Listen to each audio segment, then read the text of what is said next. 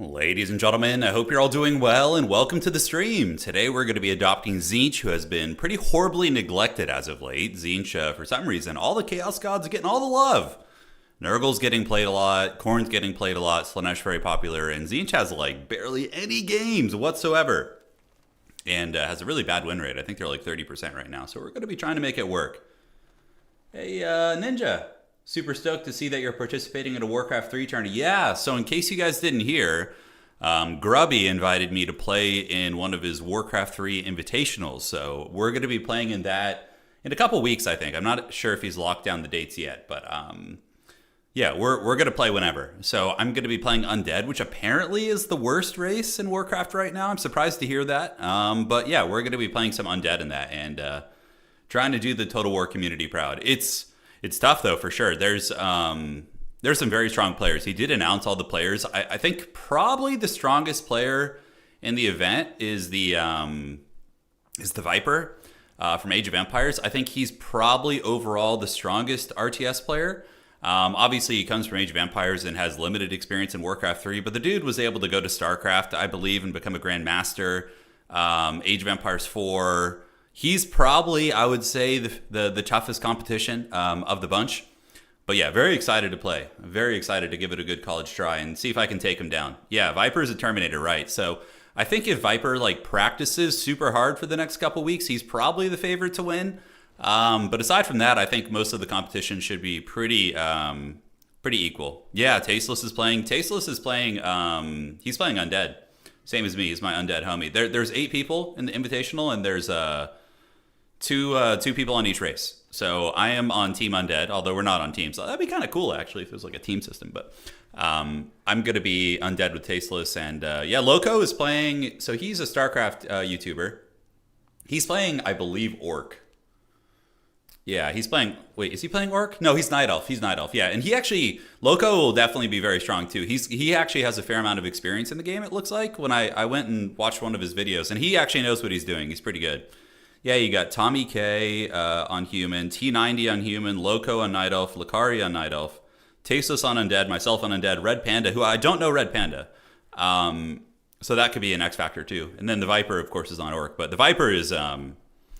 yeah, he is an absolute RTS Terminator. If he puts his mind to it, like within 2 weeks, he should be better than everyone in the tournament, honestly. It depends, though. So you got to put in the work. You know, if he doesn't, there's still a big learning curve to the game. That tournament I'll be streaming my perspective.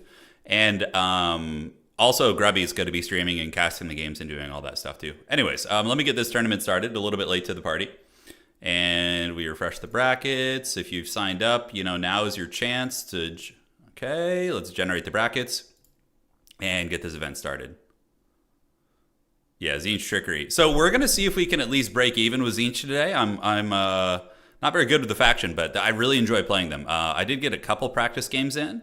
And who are we playing in the round 1? Of course. Well, we always play Martin, dude, every game. And he knows TZEENTCH too. Oh, evil. All right, we'll see if we can beat him. He's very, very, He's I've gone back and forth with Martin. We have a pretty equal win rate against one another, but I think that the fact that he knows TZEENTCH so well gives me some pause. All right, Goblins, we're live. There we go. Round 1. All right, so let's get this party started, and we're going to be jumping into our game here. Let's do this, and Martin, let's find him. T versus Martin. Big tournament today, by the way. We got like 50 people signed up. Pretty crazy. Pretty crazy. Cool to see the old Total War community still going strong after all these years. Super, super cool to see. Yes. You're picking that Grubby. Yeah, I don't even know where Grubby got that picture from. That looks nothing like me. The picture you used to show me. It literally, it must have been from like a video, a weird angle or something. Yeah, I was laughing when I saw it. And he photoshopped that hat onto me, I think. I don't think I was wearing a hat in that picture. It's really funny. Do you think you could get Grubby to do Total War Warhammer? Yeah, I do. But it would probably, if I manage to win the tournament, maybe I'll ask him. I'll be like, hey man, you want to come try Total War? Yeah, it's gonna be tough though, for sure. This is some stiff competition. The first invitational that let me see, who are you playing? The first tournament that Grubby had like a month ago was like people, World of Warcraft players, Dota players, and whatnot, right? But this one is like all. I don't know about Tommy, but aside from him, I think everybody else is like a really sweaty RTS player, which is going to make for a really good event. Like the quality of play is going to be very good. I don't know what my opponent's playing yet, so we're going to try and figure it out here. And when I find that out, we will go from there. Get Tasteless to try Total War. Yeah, you know, I actually was thinking about that. I'm thinking this week I'm going to maybe reach out to Tasteless and see if we could do some undead scheming and training in the shadows. You know, we could like scrimmage against each other and get some practice or something. Yeah, that would be fun. Yeah, Tommy is a Hearts of Iron streamer. Yeah, so that's not going to translate as well to like StarCraft Grandmasters and Age of Empires like top players, right? Yeah, but maybe he'll surprise us. Who knows? He is playing Human. Human is very easy nowadays. You just go Pally Rifle. It's really strong. If you could just teach them Pally Rifle, they're going to be able to win games. All right. So Warcraft. Oh, he's playing Warriors of Chaos. TZEENTCH for me. Okay, so I will ban. We have Eastern Isle Colony, Borderlow Landing, and Glade. I will ban Glade.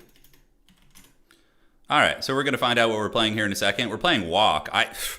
Hell if I know what to do against Warriors of Chaos. I have no idea. What the hell are we going to do here? Just probably take a fat L in game one is what's going to happen. Yeah. Are you going to take Grubby up on his coaching offer to people? Yeah, it depends. I think there's people who need the coaching more than me. So we'll probably I was chatting with Grubby about that. So we're going to have him coach. He's probably going to coach other people first. And if there's some time at the end, maybe I'll jump in. But I don't know. I think there's maybe two other people in the tournament who are as experienced as I am in Warcraft 3. I think I may have an experience advantage, but you know, we'll see. We will see. Hide in the woods, yes, precisely. All right. And let's see what's cooking here. Let's do a little bit of this, a little bit of that. Bellowers and Seekers are, they should be banned today. Yeah. You know what's kind of hard about, we're playing Borderlow. What's kind of hard about Borderlow Landing is going to be the map. Perfect. Okay, let me do this and get the screen blocker up. I need to get a screen blocker. The tricky part about bringing people over to play Total War is the fact that there's so many damn DLCs. So, I mean, it may be if we could reach out to like Creative Assembly and see if they would help out with that, maybe. Because that's the problem. Like, if I just wanted to get like 8 people to come over and, you know, play a Total War tournament, which would be really fun, by the way. I'd totally love to organize something like that from other communities. But also, like, you would probably need like a decent prize pool to lure people over.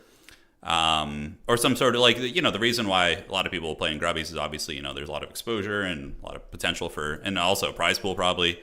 I don't know. We would need something like that for Total War, which is tricky. Maybe CA would do it. You're painting your Iron Demon for the Old World tourney next weekend? Dude, Iron Demons are really good. Wenda, run 2 of them. Yeah, it's like $500 to play this damn game. Yeah, I mean, although if you just get the game plus the DLC for the faction that they're going to be maining, yeah, then maybe that's all right. So, okay, we're playing Warriors of Chaos. What the hell are we going to do here? Obviously, we need some Marauders. Marauders! All right, we need a couple of those guys, too. These are probably going to be pretty good. Yeah, TZEENTCH catching some strays in this patch. You know, they're definitely not having the most fun. They got 2 nerfs to Centaurs of TZEENTCH and to Zangors, which, you know, like I said, catching strays. All right. So for the rest of the build, what are we gonna need against their infantry? What are we gonna need, ladies and gentlemen? I don't know, man. Local tournament. Yeah, go double Iron Demon. I'm telling you, it's super strong. If you go double Iron Demon plus Bale Taurus Lord plus an Orc War Boss, you're going to win like 75% of your games. It's very, very strong. It is very strong indeed. All right. All right, Anakin. Good.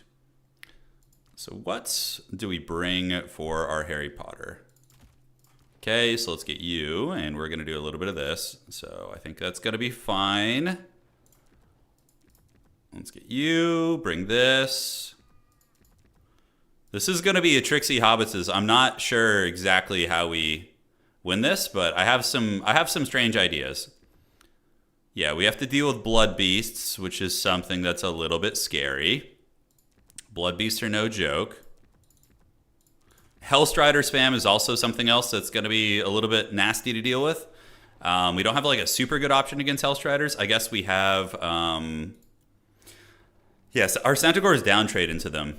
Oh yeah, Greasus. Oh yeah, we go Greasus. How could we lose? If we go TZEENTCH Greasus. Dude, you guys, you dirty dogs. You just want to watch me suffer here. You don't love me. All right, so we got 2 of you guys looking pretty good. Why is this so expensive? Because I'm an idiot and I forgot to put that guy on a mount. Okay, so that's good. We got you on this and perfect. All right, so then we have 180 left. Let's get this and like upgrade you to something a little bit better here. Okay, cool beans. So setting up the build here. Warriors of Chaos, yeah, they really love their Hellstriders. Lore of Metal isn't bad. Lore of TZEENTCH is very good. You know, there's a lot of good options. There's a lot of good options. The Halberds in this matchup might be okay. For sure. I think that they might have some applications, like a couple Chaos Warrior Halberds to get in there and give you some anchoring positions is nice. Changebringers are all right, but they're a little bit risky considering, yeah, they're a little bit risky, I think. Oh, I really want to try that. That seems like a kind of a fun tech, but would it work? I don't know. All right, we're going to try this. Okay, so that looks fine. We got you guys. The Centaurs, I think we gotta temper our expectations there. Some Aspiring Champions. Aspiring Champions are not bad. The Severed Claw, yeah. The Mutilith Vortex Beast, a little risky against Horsemen and Hell Cannon. There's probably a couple too many things that are good against those here. Yeah, Changebringers, you don't want to bring Changebringers because Valkia is just going to hunt them down, I think. Although maybe you throw one Changebringer in Deep Reserve and, you know, save it for the late game to come out and cause some havoc, but easier said than done. I yearn for the day that I play Lizardmen. Yeah, someday we will. Someday we will, for sure. Hey, Berserker, thank you for subscribing on Twitch with the old Twitch Prime. Thank you so much, man. Greatly appreciate it. All right, let's get this party started. All right, so we're going to get you. I think one of you is going to be necessary. And what about these? Flamers of TZEENTCH seem interesting. I don't know how much I like that idea. Forsaken are very, very good. Yeah, I like the Forsaken. Why have you forsaken me? Zangor is also a good infantry unit. So I think we're going to want to mix in some Zangors. And let's go ahead and get one more of these. And I think that's good. Is this build going to work? I feel like it's really haggard and like kind of janky. But I guess there's a bit of RNG with some of the elements we brought. Oh boy. Okay, guys. Wish me luck. This is gonna be messy. This build is so just random shit. What's the score at the moment, Mr. Rob? We just started. We just started the tournament. This is game 1, and I'm playing a TZEENTCH main who knows how to beat TZEENTCH. So I'm sweating bullets here. Yeah. I'm sweating bullets. Did you just do a System of the Down like it was Pearl Jam? How dare you, dude? 2 great bands, by the way. Pearl Jam is so good. That song Yellow Ledbetter. Oh, it's amazing. I didn't really appreciate System of a Down until like after their time had kind of passed. When I got a little bit older, I went back and listened to some of their stuff, and I was like, damn, these are great. Soul Grinder of TZEENTCH probably isn't bad. I didn't bring him though. I brought an Exalted Flamer. Yeah, the build is just kind of random shit. So we have 2 Exalted Heroes of TZEENTCH, which on Chariot, which I love the TZEENTCH Chariot characters because they can smash Valkia, they can smash the infantry, and they have the Book of Secrets. We have a Sorcerer Lord on a disc, and he's just going to be able to kite and you know, run and be menacing and things like that. So we got 2 of you guys. We have a single pink back here. Should have made that the Sour Guts probably. We're going to go grab this outside point here with you guys, and we have an Exalted Flamer. Check that out. So I'm going to be using him to poke and whatnot. So 4, and there we go. Okay. So there we are. You guys ready to go? Subcadian System came out at a time where our brain wasn't ready for the deep lyrics behind the music. Yeah, that's true.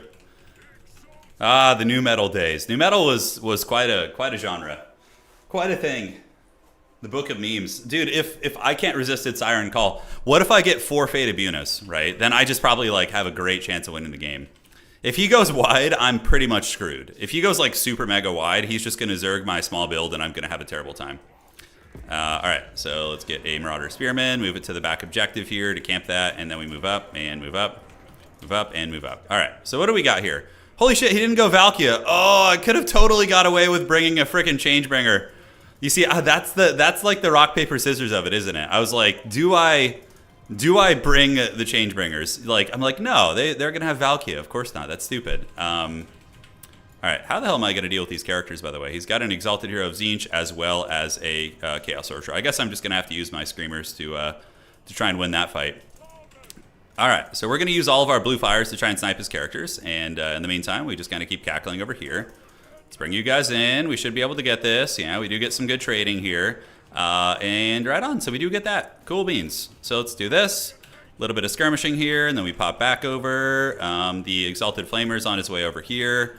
And we are winning that trading for now, it looks like. And let's get our chariot characters to start heading over there. A little bit of a blunderoo with that one. Yeah, a little bit of a blunder. All right, so you guys do this, and you guys form up ranks here. And we're going to get our Disc Master over there. Yeah. He's trying to steal my back point, but we can't let that happen. That's for damn sure. All right. So our horsemen are holding it down. They do have the Protoss shields, which is very strong. And that should be enough to keep them at bay. Should be enough. All right, let's get you guys there. Pull you back this way, and let's form up the ranks here and get you guys to go out there and do this. And it's only a matter of time before the dreaded Screamers are going to be coming out. Yeah, so we get a nice little shot there. Ooh, money, money, money.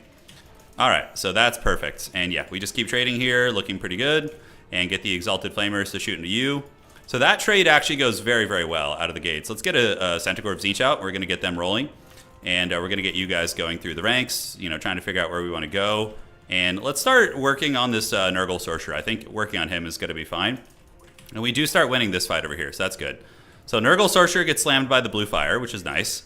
And you guys are coming. Let's get you guys around the outside. We're going to need some Furies to play that game. And thankfully, we do kind of win the skirmishing fight a little bit here, which is good.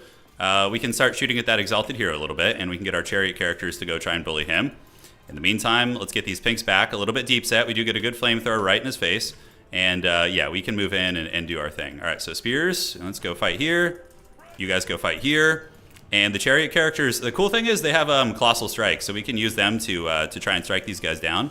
And the Nurgle Sorcerer actually overextends a little bit, gets a little bit crazy, but I'm hoping our TZEENTCH characters can win this. All right, so you guys go here, and the Exalted Flamer is going to cook you, and let's see if we can just continue bullying this guy if possible. All right, so Hellstriders are here.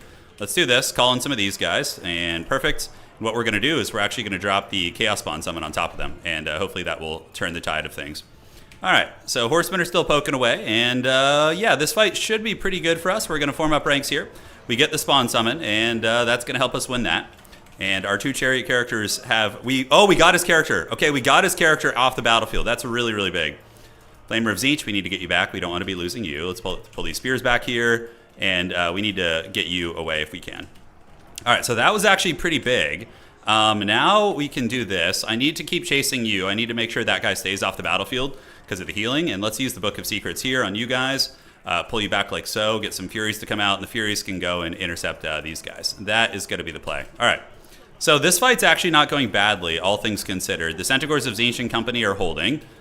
We do have a little bit of pink fire, but let's get back up in the sky if we can. Spears are going to hold this. And his TZEENTCH hero is now gone, so that's very, very good. So we can get the TZEENTCH hero, do this. Let's get overhead and use a little bit of blue fire and see if we can maybe snipe this guy. So we're going to do that, and we're going to hit you with the blue fire. And now we're going to go get on you guys and get on you guys and continue javelining those down. All right, so the Nurgle character is actually fighting my character. And I should be able to trade well as long as I, as long as I don't lose my back objective. That's going to be one of the bigger elements of success here. So those are actually Chaos Warrior Great Weapons there, which is pretty nutty. And the Nurgle Sorcerer is a little bit trapped up. Yeah, it's actually not going great. That Spawn Summon, oh shit, those are Chosen of Khorne. Okay, so we're going to need some heavy stopping power to deal with those.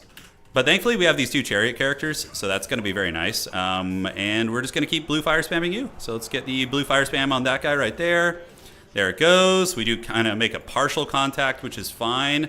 And we're going to get some Zangors to run over here and secure our home objective, because we need to at least hold the home objective. Yeah, let's get over there and see if we can overwhelm those guys. All right, so the Chariot characters able to get some decent work done. We're going to use the Book of Secrets. Come on. Oh, no Buna. Feels bad. Feels bad, man. And some of the Furies do end up getting dragged down there. But let's go get those Chaos Warriors and play this game here. Centaurs of TZEENTCH, we can pull them around the outside, have them maneuver here, and let's get the Discmaster to keep trying to snipe that Nurgle Lord. Just got to wear that homie down. Just got to wear him down. So Chaos, we're going to go value trade back there. And Forsaken are arriving, which is going to be nice. And we do get another blue fire on you. And Centaurs of TZEENTCH can go and actually camp on my opponent's home objective just to kind of threaten that a little bit. And we do have the TZEENTCH army ability now, which is going to be nice. All right. So we've cleaned off the back objective. Let's move over here. Let's get these Discmaster characters over there. And we do have some Chaos Knights coming in as well. So a little bit messy. But yeah, Centaurs can go on the back point. I think we're going to call in another Centaur of TZEENTCH. We are winning the trade. With the Protoss shields kind of included, we're doing very, very well. So we're going to use a Book of Secrets, see if we can get a Buna. Oh, still no Buna. Feels bad. All right, so Colossal Strike. And we're once again going to use the bombardment there. So the TZEENTCH character is going to move in. We'll get you guys into those Chaos Knights too. Let's get some Centaurs of TZEENTCH to come over here and, you know, get ready to fight them. And yeah, we have to figure out where we want to use our other abilities here. So we're going to go ahead and charge there. Start stealing his back objective, see if he notices. Maybe he won't. And yeah, Chariot characters get into those Chaos Knights. Probably a good opportunity here for the army ability. If he's not watching, that's going to be incredibly lethal. Let's get you spears on the back point here. And yeah, that's going to do some fat damage if he doesn't move. So at the very least, it should hit the Chosen of Khorne. Yeah, it should hit the Chosen of Khorne. All right, that was money. And now we have the Centaurs of TZEENTCH coming in, which is going to Space Jam Slam them pretty good. And let's go ahead and hit you with this. All right, so on the back point, we're still cackling pretty good. Let's get these Discmaster characters to roll. Those are some tattered Hellstriders, which not too concerned about. I think we're going to be fine there. I suspect he might go for my back objective, so we're going to go get some Zangors to guard that just to be really safe. And those Chaos Knights just got friggin' rolled up, absolutely rolled up. So that was really, really good for us. All right, awesome, awesome. Centaurs did their part. Let's get them over here. And now he actually called in his TZEENTCH hero again. Interesting. So I think we can use the Book of Secrets on the Chosen of Khorne. So let's do that. Do we get the Buna? Oh, not a single Buna this game. Feels bad, man. Feels bad. All right, let's get that Nurgle Sorcerer down. Blast him with this if we can. And you know what? Let's actually try and kill it if we want to. Or maybe just go to the back objective, right? That's got to be nice. All right, so our Chariot characters are kind of getting smashed this time around. They did a lot better the first time. This time they're struggling a little bit, so we're going to go to the back objective here with you and take you there as well. How the hell did that character get smashed up so badly? Man, they did pretty good the first time around versus that guy. Second time, not so much. All right, so we're going to run to the back objective. My opponent's going to call a bunch of Hellstriders over, which is going to be tough. And let's get some infantry moving in here. Our Chariot characters can hopefully rally. And yeah, we're not going to be able to get this objective. That's for damn sure. Let's just run into the trees for now and keep the Discmaster over here to maybe snipe that Nurgle character. We have time to grind and time to trade, but I don't have anything to really kill his elite infantry, I'm noticing here. Let's get the Chariot Master back in there, and we're going to go ahead and do a little bit of a Nurgle or a Searing Doom here to bombard those guys. And at the back point, we do get cleaned off, although the Centaurs can rally back here now. All right. So yeah, that Disc character is going to be tricky. Maybe the Exalted Flamers would be nice. I'm not sure. And we can do the Nurgle army ability or these TZEENTCH army ability to bombard his lord. That's pretty nice. I mean, it's definitely not bad. Okay, so this character is probably going to run off into the Shadow Realm. We have some Forsaken who can come. Probably going to need you guys in the middle. And we do kill his lord, which is pretty big. And now let's rear charge those Armored Chaos Trolls with Screamers. That's going to be incredibly good. And callouts, what do we want to get? Probably some Furies to just rip shit up. All right. So we don't have too much time to get this middle objective, though. That's the thing that's a little bit dodgy here. We do not have too much time. We do have one Chariot character left. Let's use the Colossal Strike to break these guys. And the Screamers hopefully will trade pretty well here. But those Chosen of Khorne are going to be an absolute menace. All right, so let's go to his back objective and see if we can rotate over there and get that with like our big mobility squad here. Yeah, because with the Furies, we should be able to do a little something, something. We do manage to break those guys. Let's take the Screamers over there. I think we got to use the mobility and the Furies and whatnot to grab this. And we're going to keep you guys on the back objective in case he counterpunches over there. All right, so move and move. I think we get this. I think we do. I do have another Book of Secrets, so we're going to take one last hoorah. Oh, we finally got a Buna on the last cast. All right, we finally got it. Okay, so let's take the fight away from his infantry. Make him fight over here, right? And now the Centaurs can crash into you guys. We could take the Discmaster Lord, move you in there too, and get the Furies to move in there on these guys. And hopefully we can just win this fight. We do get the Book of Buna, though, which is really good. All right, so if we can win this big fight here, we might have a puncher's chance here. We might. With all the Furies coming in, all these guys, maybe. We do get some capture weight going there. And the Screamers need to get over there like right now, like 10 minutes ago, and see if they can help. In the meantime, what other call-ins do I have? Forsaken? Yeah, Forsaken will be pretty good. So let's get those guys moving and grooving. And we should rip this shit up here. Like, it should be a decent little fight for us, right? Like, we are breaking most of his position. The question is, did we get the objective quick enough, right? So some trolls are coming over. Let's get the Screamers. The Screamers are in the position as well, and you guys got a couple Hellstriders and whatnot, so let's charge these guys.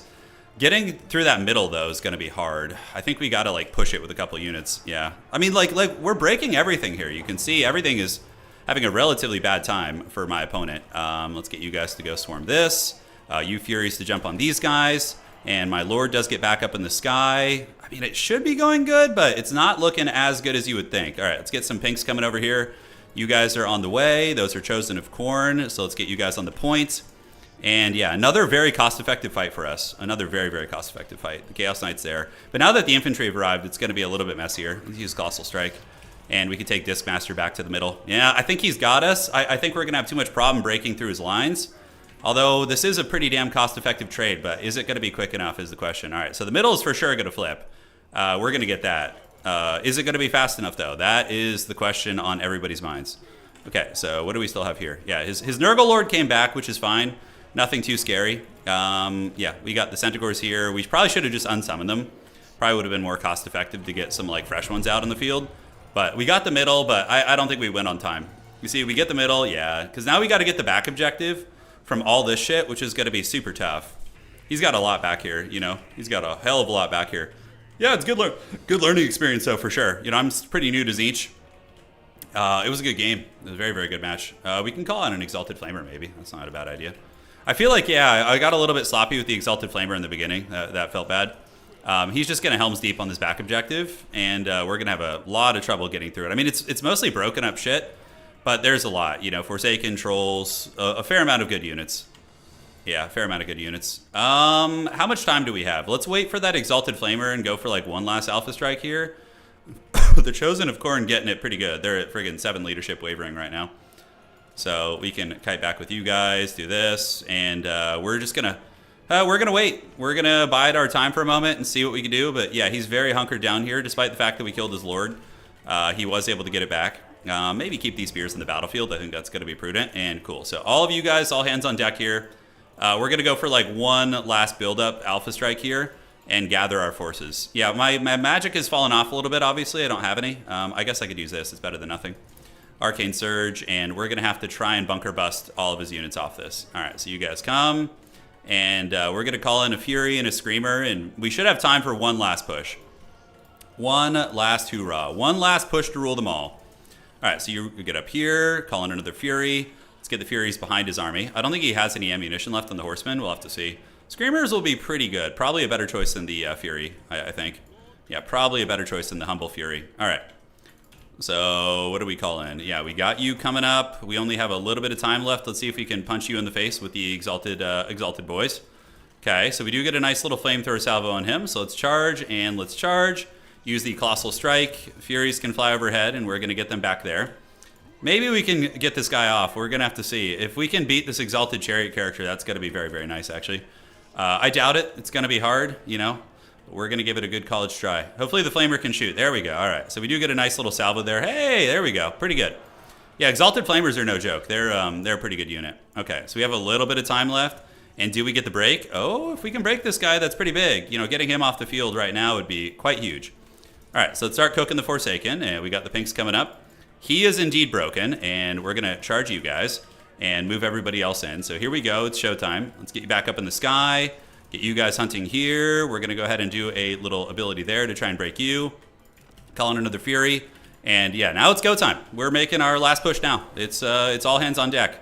So Forsaken, Marauders, Screamers are on the appropriate target. He's broken.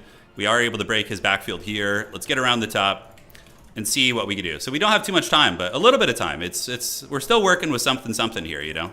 Still working with a little something. Okay. So let's rear charge into the back of you guys. Let's get the Screamers back into the Trolls. And you guys just start shooting at the Troll units. And we should have another unit coming in here in a moment. All right. These guys are coming back. We can probably just break them. And yeah, Trolls are getting a little bit flimsy. Let's pull our Lord back, see if we can break the position. We do have these Angors and company. We do see a little bit of sneakiness in the middle. So we might need to move you over to the middle to make sure we don't lose that. And let's rear charge you into the back of these guys. And see if we can break that position. Maybe. You know, we are getting some really good damage with a lot of our units, but is it going to be enough? I don't know. Probably not. Okay, so Horsemen, they got the break. Let's get him back here, and we can rear charge into you guys. Discmaster's on his way.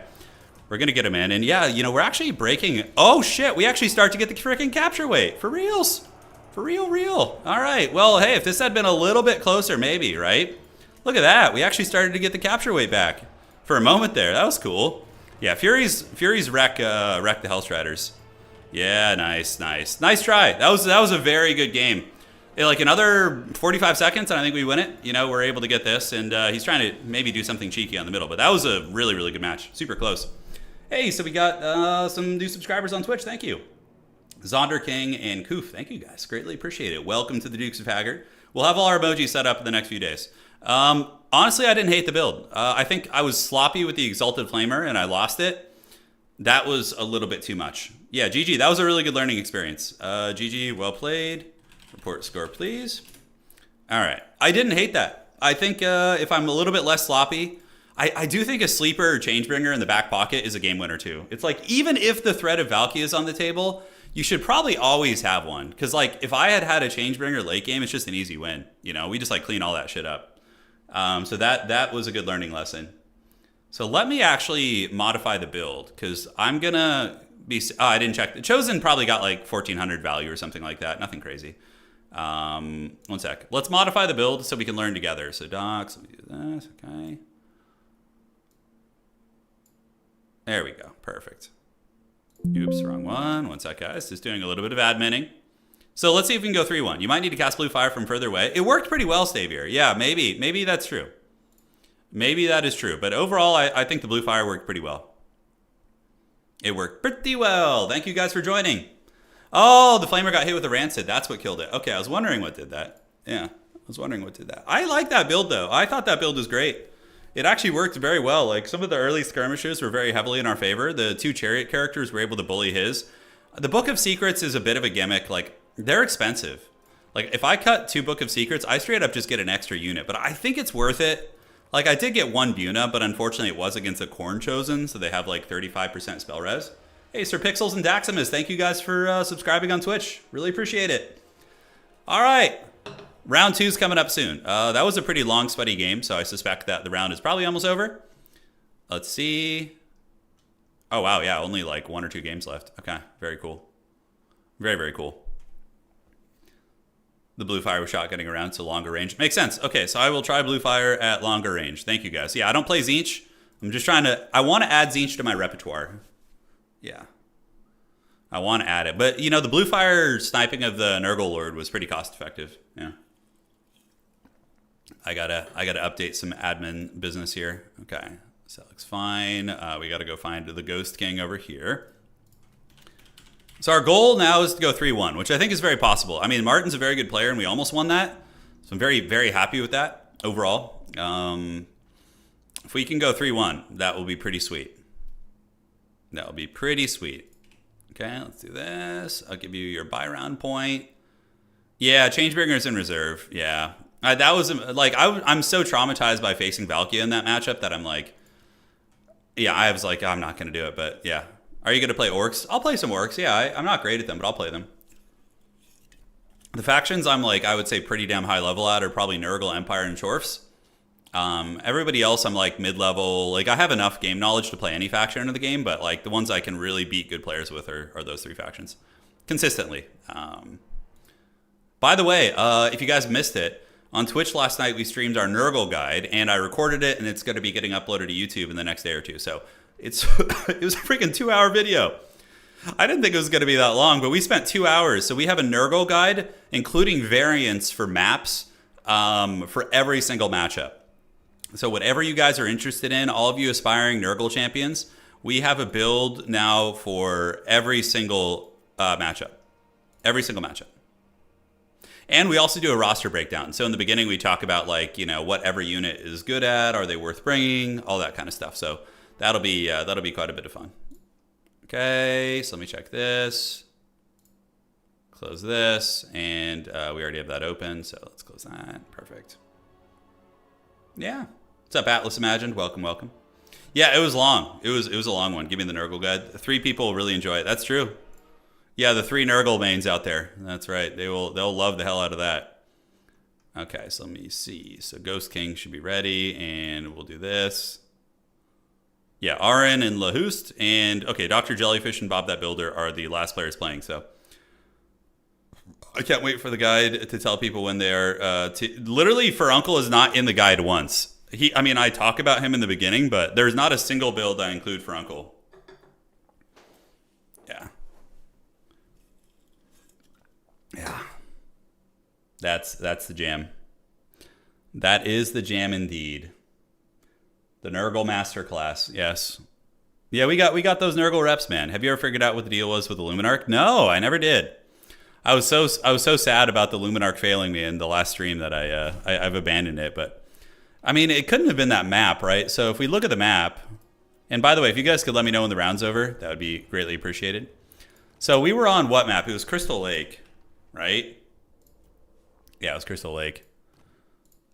Let me just throw you in there and throw you in there. Let's like load in and look. Dude, I can't believe it was just the terrain. There is actually one matchup in the Nurgle guide I made that has Rotflies in it. There's one. And it's Tomb Kings because they can kill the Ushabti very effectively. That's basically it. There's only one matchup. Yeah, so let's move over here and see what's cooking. You can't have a grandfather and not have an uncle. Oh my god. It was 100% the map. But let's look. Let's look at how like flat the map is. Because this was the map that the Luminarch was there. Dude, I was so disappointed. Like cannons were shooting fine and other things like that. Okay, I mean, yeah, there's a bit of an incline here, I guess. Yeah, okay, I can kind of see it. But like this area wasn't shooting either, right? Like this flat area. But this incline is actually pretty substantial. It might be the map. You guys might be right. Yeah, it might be because this hill here is pretty serious. But like the Luminarch is pretty tall. You'd think it'd be able to shoot over this. I don't know. I don't know, man. Yeah, it's probably just the map. I hope it's just the map and not like a fundamental issue with the game. Because, yeah, we don't need any of that more of that smoke. The map gave me campaign vibes. Yeah, in campaign, I've had that happen to me back in the day when I used to play campaign. Man, like weird hills and things like this. Yep, looks like the round is finished. Time for us to go to round 2 with TZEENTCH and have another great game, hopefully. Yes, Anakin. Good. Changelings. All right, so advancing the Swiss. And let's see if we can win the rest of our games. That's our goal. But the lowest goal is at least 2 wins. So we go 2-2 as we learn TZEENTCH. Yeah, that's the pits, though. We don't want that. They're fun, though. They're a fun faction. I think TZEENTCH is pretty strong. I know their win rate doesn't say it at 30% right now, but I think they're a decent faction. All right. We're loading in. Let's make sure we're all good and tag the tournament players and goblins. We're live. Round 2. Let's see who got the buy round. Did I get the buy round? I did not. Okay. There we go. And let's have some fun. All right. So round 2 fight. So round 2. Here we go. So let's see what we're playing against, huh? Let's get a little TZEENTCHian treachery out there. Oh, shit. Beastmen? Oh, God. Yeah, this will be interesting. I haven't really played too much against Beastmen since they got nerfed a little bit, but still, I think they're very strong. All right, so let's do this. Get in here. And who's going to be on the map bans here? So we have... What is the map bans here? So we have Arachnarok Lair, Jade Tomb, and looks like the Dunes of Cain. It's my tournament. I should know the freaking maps. TZEENTCH, you ban first. Okay, so he bans Arachnarok Lair, and we will play Jade. Okay, so we're going to play the Jade Tomb is going to be the map. And yeah, TZEENTCH versus Beastmen. Oh, shit. This is going to be sweaty. The Beastmen are back on the menu. They are back on the menu, ladies and gentlemen. I do not know what to expect here. Beastie Boys Retro, I know. That's right. That's right. A little bit scary. So let's fire it up. Let's get our Army Blocker of Doom. There it is. Look at the smile. Look at that. Look at that lovely smile that guy has. At least he's positive, you know. So much negativity out there these days. So, against the Beastmen. How do we want to play this? I think like that. This is going to be our opening front line. Definitely am I going to want Marauder Horseman play. That's going to be very good. Poor Tzeentch is good. I like Tzeentch. Tzeentch is fun. I've been having a good old jolly time playing them today. I'm not going to lie. Okay, so let's get this. We cut that. We don't need... Oh, we could do this too. And keep that. Cut this. Cut that. And then we can do this. All right, that's not a bad deal. That's actually not a bad deal. Okay. Yeah, I mean, look at the teeth on that guy, right? Like, these, like, Tzeentch, these chaos monstrosities are not eating well, right? And, like, how are his teeth so white? Like, that's nicer than, like, most people's teeth, right? I don't know. Maybe he uses magic or something, but, yeah, it's, that's something. That's something. All right, so let's see how we want to do this. So I think we're going to get you, and then we're going to get you guys. Perfect. And one of you. That's outstanding there. Magic? Okay, it's just magic then. It's just magic. Don't ask questions. The Exalted Flamer was really good. I have to say, I really like that thing. I feel like it can be a menace. Okay, let's cut this. A little bit squishy, though. I guess you have to be really on point with, like, protecting it and whatnot. Okay. The bird is the word. The bird is always the word, guys. The bird is always the word. Chaos, the natural anti-plaque. I know. I don't know what's going on with this. This is crazy. Okay, we'll cut that. Oh, it's so freaking expensive. Oh, Chaos. Why is everything on the Chaos roster so expensive? Why do you have to be like this? Okay, Chaos Knights versus... I mean, Centaurs of Tzeentch in this matchup are okay. Chaos Knights... What about Chaos Knights? Chaos Knights will smash a lot of the Centaur units, I suspect. Maybe a Chaos Knight's a little bit of a better mobility piece. I don't know. Definitely am going to want some Forsaken as a pushing piece, and Zangors as well. Furies are very good here. And I think we're all right. That explains why he has so many followers, because he has nice teeth, yeah. Well, it's true. He's probably like breathing fire and shit, right? So in a way, it's like a tooth cleaner, sort of, I guess. Yeah. All right, I like that. That's good. That'll do, Pig. We're going 0-4 tonight. How dare you? How dare you? Where's the faith? I'm just learning Tzeentch. But honestly, Inticity, I think Tzeentch has a lot of potential. I think if you really learn, like, I don't know their builds. I don't know anything about their meta, really, outside of what I've seen people do in sparse replays. I feel that Tzeentch is pretty good. I think that they're honestly stronger than Bretonnia. Yeah. Although Green Knight has been, man, I've been getting sent a lot of replays of Green Knight just like taking people to Pound Town. Yeah, Screamers are probably pretty good in this matchup. I think so. I think a couple Screamers is good. All right.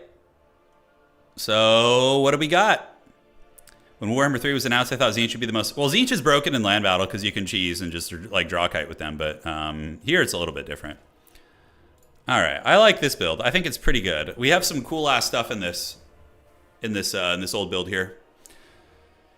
Good luck, have fun. Are you playing today, Inticity?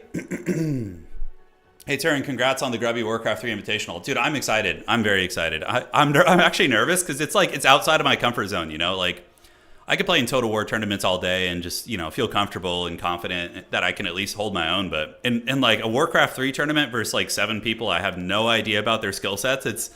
It's a little nerve-wracking, to be honest. Can the Changeling become Green Knight? Yeah, he can. Yeah, the Changeling can become Green Knight, yeah, which is really funny. You could go like Green Knight as your legendary lord. We'll see, Koof. It ain't gonna be easy. I think the biggest threat in the Warcraft 3 Invitational is probably the Viper. Yeah, that guy is straight up an RTS Terminator.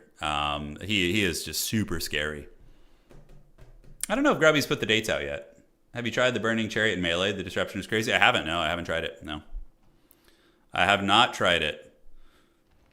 Yeah, Viper is the strongest RTS player. I mean, there's a couple people in the tournament who are like StarCraft Grandmasters or like Master, Grandmaster, but like, you know, on the lower end of it. But like Viper is like a major event, like making a living from RTS player, you know? There's levels to this. Sorry.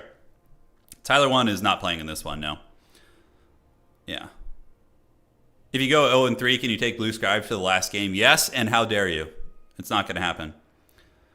Not going 0-3. What are you doing in this game? You need to be practicing. So I've been playing Warcraft 3 every night. I play off stream. I will hit up Grubby for a coaching stream, yeah, I will. But I think there's other people who maybe need the coaching more than me, so we'll see. But I've been training at night. I have been. I've been, like, before bed, I play like 4 or 5 Warcraft games. And I'm just going pure sweat with those. I'm just going pure sweaty. No fun units. You know, that kind of thing. Yeah, it's been fun, though. Okay, I'm ready, though. Let's get this going, man. Let's see what my opponent's got here. Have the new grenades helped Cathay? I don't know. Honestly, Cathay is not a very popular faction. There's like 2 people who main them. I think Sleepy Lion and Dark Age Rush are like the only ones. There's not too many people, but I assume it helps. I mean, it's another option, right? Yeah, it's another option. I feel like you never bring scribes unless you... Yeah. You need a workable build that includes Ulgor, Uncle for Uncle, and Blue Scribes. Ooh, dude, you're pushing the tempo there. That's a lot. The dreaded Pwn appears he has. He is here indeed. Oh yeah, Scrambled Egg Special plays him as well. That's right. Yeah, he plays him a little bit. The Grubby tournament, Matt, if you just need to be here. I'm going to be live streaming it. So I'll be live streaming my perspective. And so yeah, as long as you just are following this channel, you won't miss it. Yes. I saw the future, guys. We end up going 4-1. How about 5-1 and we just win the tournament? How about that, Deacon? Huh? Let's get it. All right. So we're playing Beastmen, which are still one of the strongest factions in the game. But I think we got some tools. So we have a couple Marauders, and we have a Giga Chad Chosen. So the Chosen are going to be there. Let's get you and you. We got a Chosen Halberd back here, which is super exciting. So 1, 2, and let's get the chicken in 3, you in 4, and then you guys in 5. So these guys will go grab the objective. The Exalted Flamer's pretty good. I think we can protect it using our Furies and our Screamers and stuff. And I did. Oh, the screen cover. You guys don't want it. You don't want the radio show. I went with Kairos because he's got nets, and against Beastmen, that's very good. So yeah, we're basically going to be dropping it like it's hot and netting those guys. And we got just Blue Fire just to snipe the Beastmen Lord. It's going to be good. All right, Begone Village. Yes, Begone Village indeed. Giga Chad Chosen.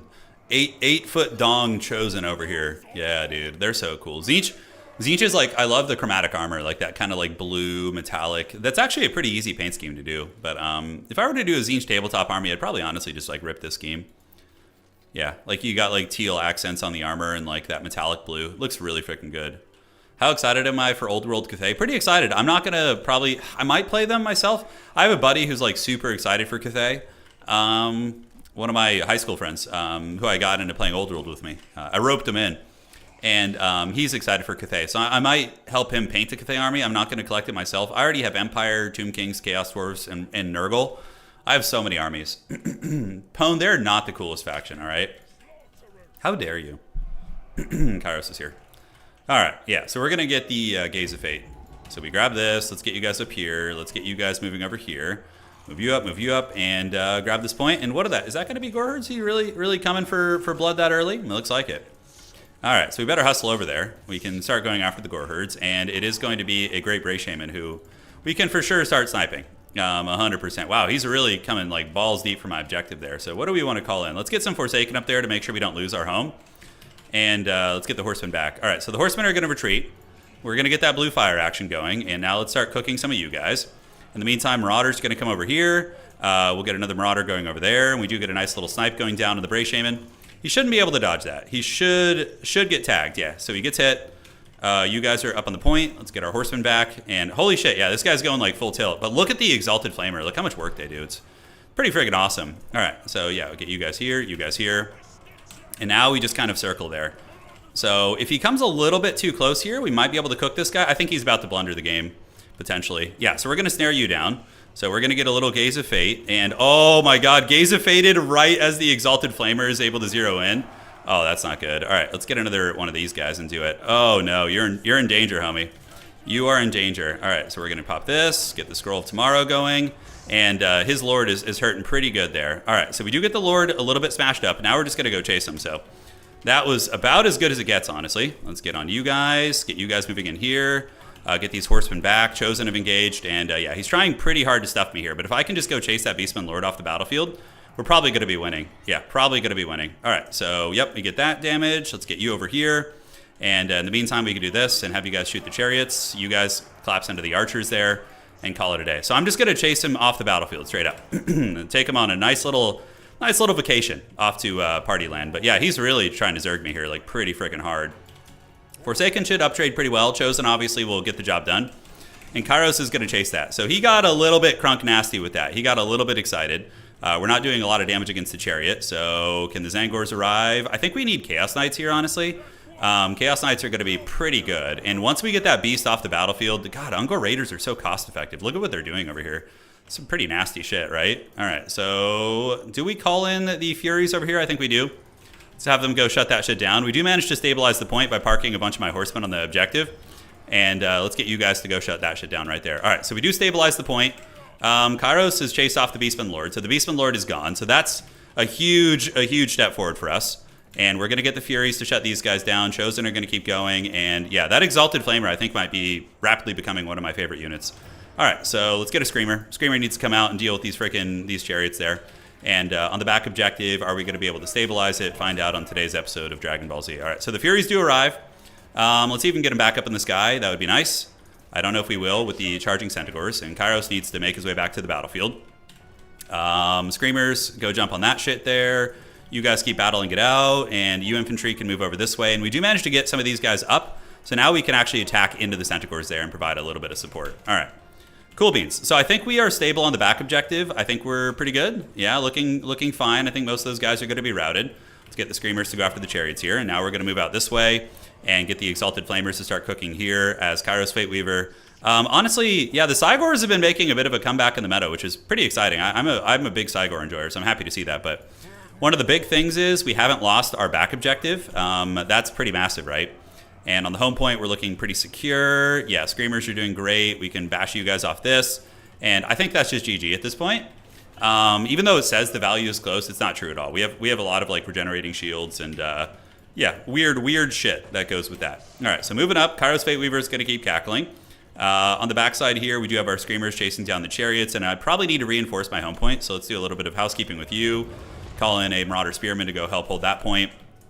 And awesome. So those guys are going to get the objective. We're going to go ahead and start cooking you. So what we're going to do is get all of these guys to do this, and we're going to use the Gaze of Fate on the Feral Manticore, and let's start blasting it. Yeah, Feral Manticores have like this weird hitbox shit where they like get staggered in strange ways. Yeah, I need to be further back. That makes sense. Okay, it's a good thing we kind of tested that there. But the Exalted Flamer has been an absolute pimp this game. We can have Kairos go fight that. Kairos isn't like a great fighter, but he gets her done. He tries his best. All right, let's have you guys get into those archers there. Pull Kairos back a little bit. Get the Exalted Flamer going over here. And the Chosen can make their way downtown and go push this. Because we can just hold 2 objectives and win. We don't need to get too crazy here. All right, so let's get the Screamers on you guys and you guys here. Let's pull Kairos to the back, and the Exalted Flamers can cook those Grog hooves right there if they can. All right, so Chaos Knights next, I think. Yeah, I think the Chaos Knights will be pretty effective against most of these things.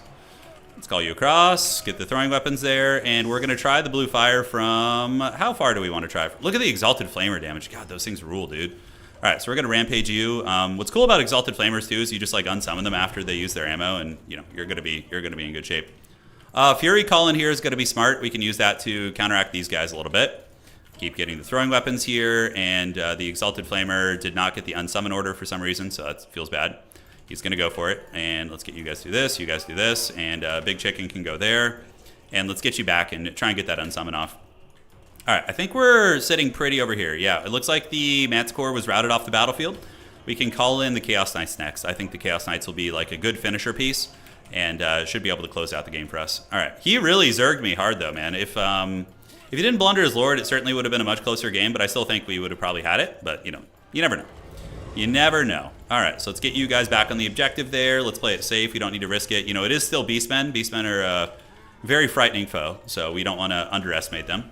Anything in the woods doesn't look like it, and the Chosen are still going. They've rallied, so the absolute Chad Chosen. Okay, let's get the infantry to move into these guys. Get you guys coming up here. Looks like a second wind. It's mainly Zangors. I don't know what to even blue fire now. I'm waiting for him to like resummon his lord. I suspect that that's going to be a thing. But let's actually just see how it does against the Zangors here. See if we can like break through the shields or something. And all right, Chaos Knights are coming. I do have Changebringers too, by the way. That's okay damage there. Yeah, it's not bad. It's not bad. All right, so we can move you guys up. And we can start loosely pressing here. Kairos can hang nearby. We're going to leave the Furies over there. They should be able to help me win that. And I think Changebringers is going to be the next call out. All right, Kairos, let's just tear out these spears. These Chosen are on their way back in. We do have the Tzeentch army ability. Let's actually just pop it here and see if he's watching. You know what? We can actually... Yeah, we're going to gaze if... Oh, that's the play right there. Yeah, okay. See, this is why we need to practice Tzeentch. I need to like learn these little tricks. Yeah, so we use the Tzeentch army ability, and we lock him down using the Gaze of Fate. How clutch is that? Look at that. He just like burns his whole army up. Oh, dude, I love that. Chef's kiss right there. All right, so Manticore's coming back. Marauder Spears. Got to be trying to hold it. And in the meantime, Zangors can go. You guys go here, and you guys can try and shut down the Chariots in melee. Chariots are pretty bad against like Marauder Horsemen equivalents.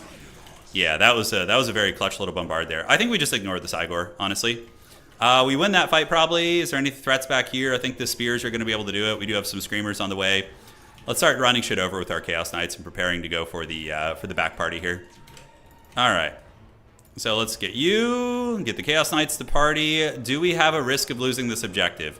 We might as well start blue firing here. Chaos Knights should fold up that position. And, oh, the Marauder Horsemen actually got broken by those Tuskors. I'm surprised. Okay. Well, it is what it is. All right, so let's get back behind these guys. Call you in to deal with this. Chaos Knights are still chatting it. And on the back point, we're looking completely stable. And we do have this healthy unit of Furies over here, which God knows how long they've been freaking gone for. All right, so Kairos, come weave some fate in here. Do your thing. And we can rear charge into the Corngors and try and break those guys. We'll see how this goes. The other Furies can come and jump on these Centaurs. These Chaos Knights need to come over and help us stabilize that point. And now it's time for the Giga Chad Changebringers, which are really good against Beastmen because Beastmen can't contest disguise against you. So you basically just get a guaranteed party out of that, which is fun. All right, charge and charge here. We might lose this point for a second, but we're pretty up on points. Yeah, we're pretty up on points. All right, so let's do a little bit of housekeeping here. Just calling a basic Marauder in a moment to hold the back objective. The Chadbringers are coming, and it's going to be a full sweep here in a minute. Yeah, I mean, he's going to maybe wrestle that objective for like a moment, but from there, we're going to be in good shape. So let's get a dude over here. Dudes for the dude god. Almost got these Chariots down, and yeah, it looks like these Corngors are broken. He might flip the objective. It looks like he is, yeah. But everything he calls in is going to pay the troll toll here. So we're going to go ahead and change bring you and get you guys over there to deal with those advancing warriors. Let's cook them off the battlefield, and yeah, we just got to fight for a moment to get these Razorgors off the field, and we should be good. All right, cool. So those guys get cooked. Awesome. Let's just farm some value here, and sitting at 1900 HP. We have the Zangors. Let's get him back up on the point, and cool. So we start to get the capture weight again. Let's get the Screamers to jump on the Minotaurs. With Fury, Furies are actually super good against Minotaurs with great weapons. All right, so we got to get the Grog Hooves offline too.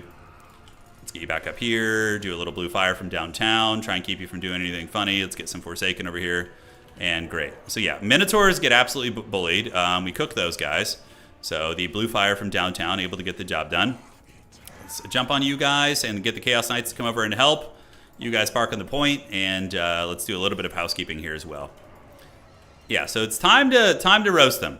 Lore accurate Tzeentch versus Beastmen? I don't know, but we definitely got this game in the bag. We've cleaned up a hell of a lot of his units, and the Chaos Knights and the Furies should be able to overwhelm this. Kairos was pretty good. I like Kairos. He's a very, very good sniper, you know. So having him against, because Bray Shamans are extremely meta, so having that I think is very, very nice. Okay, Changebringer is actually kind of getting worked on a little bit by those Unga Bunga Raiders. And here we do have another Centaur coming out, which we should be able to discharge. Let's take Kairos over there, see if we can cook that position. We're up on points, though, where the value is close for some reason. It's definitely not accurate. The value meter is especially weird with Tzeentch. It doesn't track Tzeentchian value like Magic. It's very strange. But it straight up just does not do a good job. Chaos Knights here. Yeah, I like Chaos Knights in this matchup. They're good. They can definitely do some work. All right, let's jump on you guys, and then we can get all of you heading out this way. And at the back point, we can get some Marauder Spearmen to come out and just kind of hold this point here while we continue clearing up all these units. All right, so Chaos Knights and get those Hounds. You guys cook here. Kairos is a pretty mediocre fighter, but we definitely don't want to like sit amongst halberds. But if we could just like hold things in place, you know, with him, that's pretty good. Oh, the Brave Shaman's back and he's pissed. All right, let's cast the blue fire there. Here we go. So we're going to get him round 2. We're going to get that Brave Shaman twice over. Yep, we get the chariot there. We cook those guys off. And on the backside here, dude, these Razor Gore chariots just won't freaking die, dude. This whole game, they've been an absolute menace. All right, yeah, so that guy's going to run for the hills. Changebringers are going to cook them. Let's get you guys on the point here. Get you guys on the point, and yeah, now we just run back. I do have the army ability. This one can be dodged, though. The bolts have changed. So you kind of want to wait for them to be sitting still before you do that. But all right, still got it. GG, well played. Still got it. Let's go. Yeah, so Beastman, pretty scary, but he brought a very unorthodox build like Cygor with a lot of range. The Cygor, unironically, got 1,500 value, though, which is pretty funny. It actually can be okay against TZEENTCH if you use it more aggressively.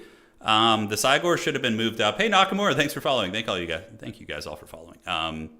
Moving up with the Great Brave Shaman towards the middle and using the snare to dictate some of the fights would be better, because that's the best thing about the Cygor is the warp gaze. We saw it in the grand finals yesterday, or not yesterday, but like a week ago, smashing the Beastmen. In the was it Khorne versus Beastmen? I think it was. Yeah, but it was very good.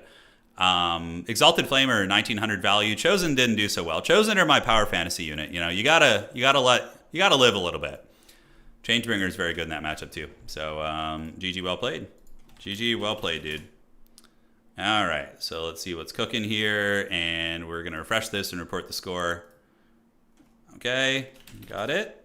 Got to do some dropping, so that is going to be bigger.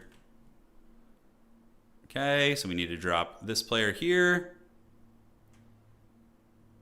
And then we need to do... Lahoot was who he was playing. Okay. It's adminning time. It's my favorite part of the tournament. That is the best part about playing in other people's tournaments, just not having to do this. Oh, it's so nice. Okay. Lahoot. All right, let me find Lahoot here. Need to fix their score. Then we will report our own score as well. All right. Yeah, it's been a fun one so far. Hey, Nakamura, thanks for the raid, man. I don't know how to do that on Twitch yet. I'm gonna have to learn. Have to learn the ways. The Crimson Kill. Okay, yeah. Crimson Kill is your power fantasy unit, Aether Wolf. I get that. I respect that. All right, so fixing this. I think TZEENTCH is pretty good. Changeling Marcus Wolfhard is a thing. Yeah, that's actually pretty badass. I never thought of that. Marcus Wolfhard, what do you get? His Hunter Snare. Do you get his Hunter Snare? That's actually kind of cool. Your opponent forgot to cap his home point. It wouldn't have made a difference in that game. But yeah, I did not see that. Okay. Okay, so let's fix this. Sounds good. Yeah, no, I need to learn. Okay, so reporting my score. That's going to be 1 and 0. So, for all of you saying 0 and 3, you have been defeated this day. All right, so that's going to be, and it was against Beastmen too. Kairos is the best Lord cheesing Lord because you can get. I tried Changeling Marcus a bit. It's hype. Yeah, I'm actually kind of excited to try that. All right. But Kairos already has 3 snares and a really good sniping ability, so I'm like, I'd rather just probably bring Kairos. Hey, Adam gave out 5 community subs. Thank you, Adam, and mained Wolf as well. Dude, thank you guys. Holy shit, really appreciate that. Okay, TZEENTCH versus Beastmen. That was the matchup, right? I was up late. I didn't get a lot of sleep last night, so we're still getting the hang of it. Yeah, Changeling Green Knight seems like a badass idea. I'm not as practiced with the dreaded Green Knight, but yeah, there's some sauce there. Okay. So probably going to be starting the next round here in 10 minutes, 5 minutes, somewhere around then, I would say 10 minutes. Yeah, Kairos is really good, and he gives you a lot of Winds of Magic. I think if you're going to be playing the sniping, like if anybody's bringing a freaking chariot or like mounted horse lord, especially wizards, Kairos is just such a deal, right? So if we look at Kairos, 2,200 for Kairos. And what does he bring to the table? Blue Fire, we get Life Leeching, which is very, very good. It gives us reserves. We get Greater Arcane Conduit, which also comes with Spell Mastery, and 3 snares and Scroll of Destiny. So Scroll of Destiny gives you a shit ton of Winds of Magic. It gives you like something like what, like 18 Winds of Magic? It's really, really good. Crazy, crazy powerful item. I think, yeah, it's nice. It's very good. Yeah, there's some nastiness there. He does get Lords. So Kairos gets 2 Lords of Magic. You get a little bit of a Heaven's Magic, Tzeentch Magic, Shadow Magic. But yeah, Blue Fire Spam is the most cost-effective way to play him, I think, for sure. If I had to say. You know what? I'm thinking. You know what I can do is. Would you guys be interested in us having a section of our Discord channel where we have build guides? And I'm not talking people like, you know, discussing builds, but like a section where high-level players who are willing to do this can create their builds and drop the save file for, because we can drop our save files for our saved builds in that section. So if you're a newer player, you can grab those builds and like build upon them and immediately add them to your repertoire. Nakamura. Yeah, Nakamura, I would play Spellforce with you someday. I would. I'm not opposed to it. Yeah. So we would have a section for every single, like, you know, I would start by the Nurgle section because I have a good mastery over Nurgle. I could probably do it for Empire and for Chorfs too. And then if other high level players want to do it, they would need to request through me. And then they would send me the builds, or I could give them permission to post it there. I think that would be pretty fun. Isn't that on Total Tavern? We could do it on Total Tavern too. We could put the files up on Total Tavern as downloadable files, but I think the Discord would probably be a little bit easier. Or we could do both. You know, we could do both. You've been considering getting into multiplayer? Because yeah, then you just have like a full range of build guides going here. Ogres versus Tomb Kings. Okay, let me see here. Checking. I can break it down after tourney. And let's see here, I need to leave, okay.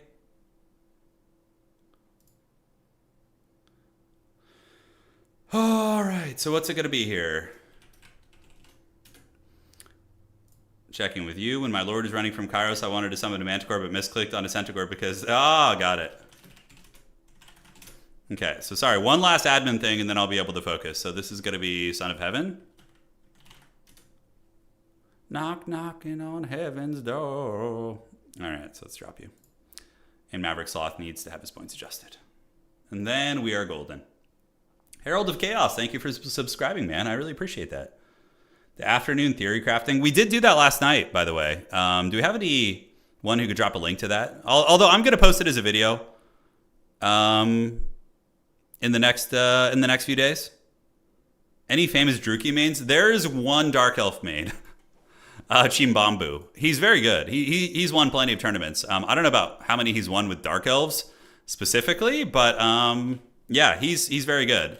So maybe the thing is, I don't know how willing some high-level players are going to be to give out all their builds. Like, I don't really care that much about, you know, I mean, I care about tournaments, but I'm not trying to, like, win season finals and those type of things. But the people who are really sweaty, it might be tricky to get them to give away all their builds.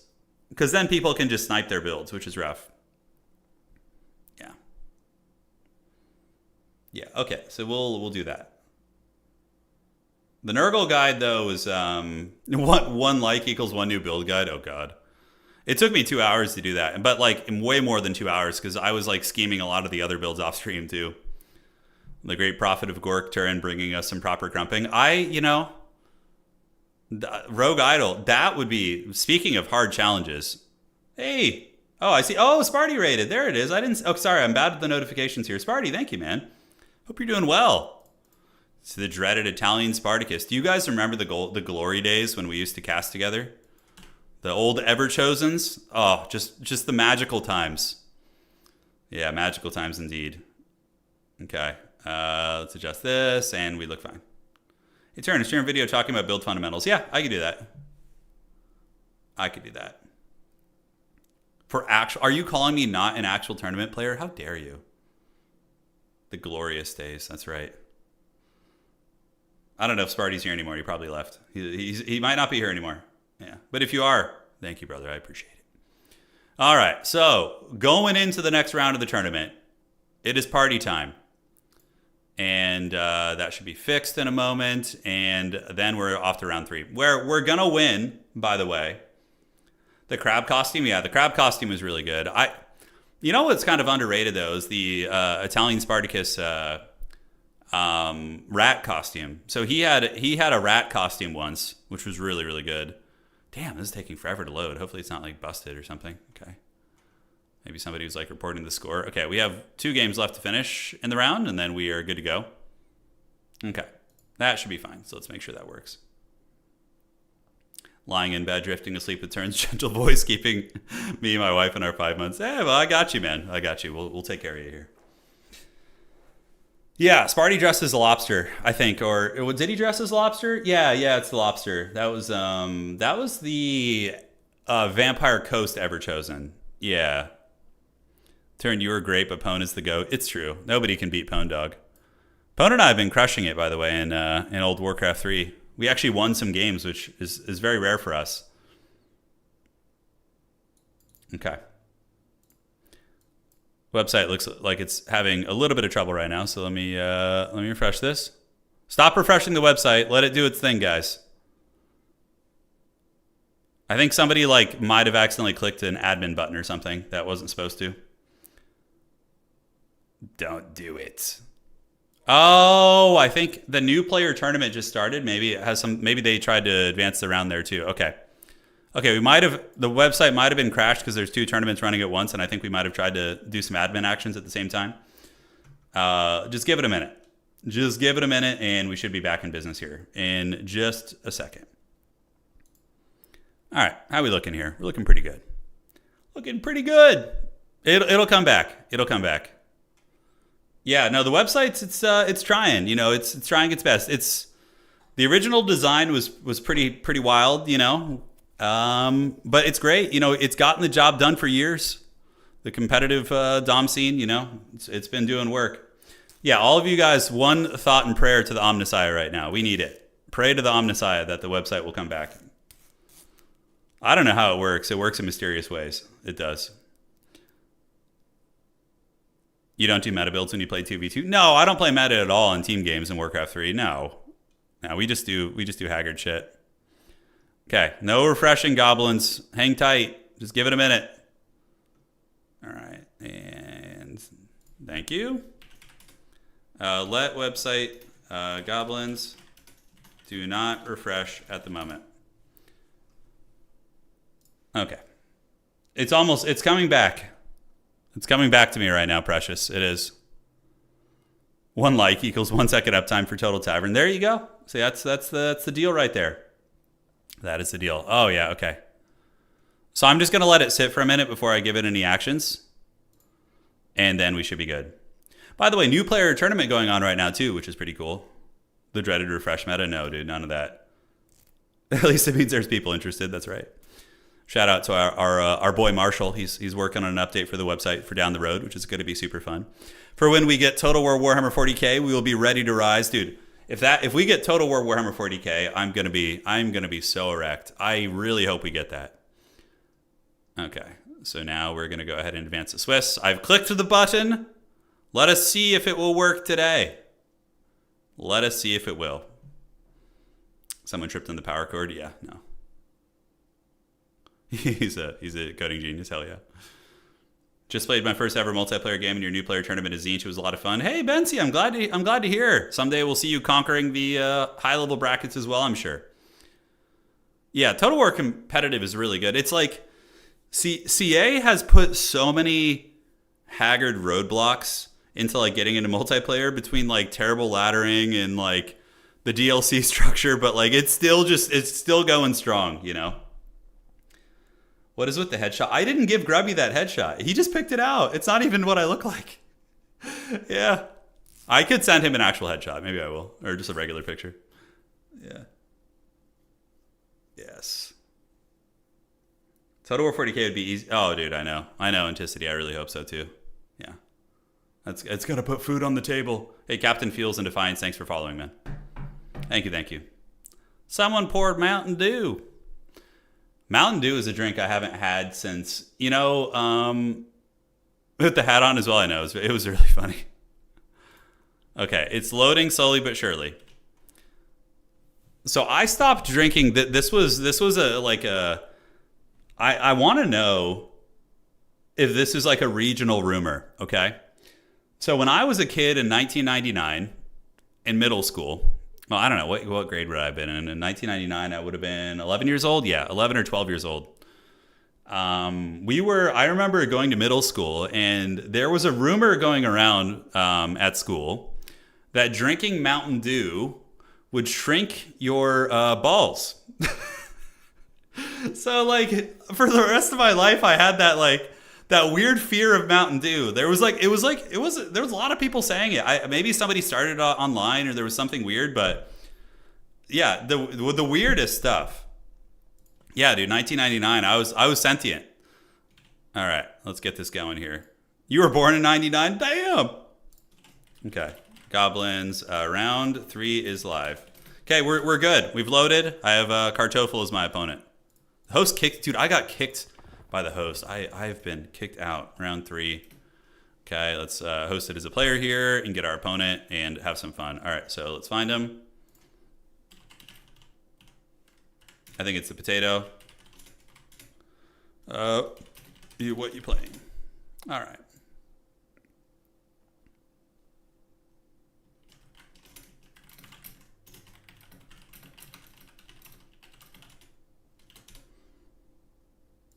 Okay, Corn versus TZEENTCH. Oh, all right then. Same rumor in Finland too. Okay, so it wasn't just where I was. Yeah, it wasn't just where I was. Yeah, you heard it up in Canada, definitely not regional. Okay, I wasn't sure if that was, yeah, that makes sense. Okay, so we got Lustrian Narrows, Imperial Road, and Needle Mist Isle. So let's ban, we'll ban Needle Mist, and then the Corn player will decide what we're going to be playing.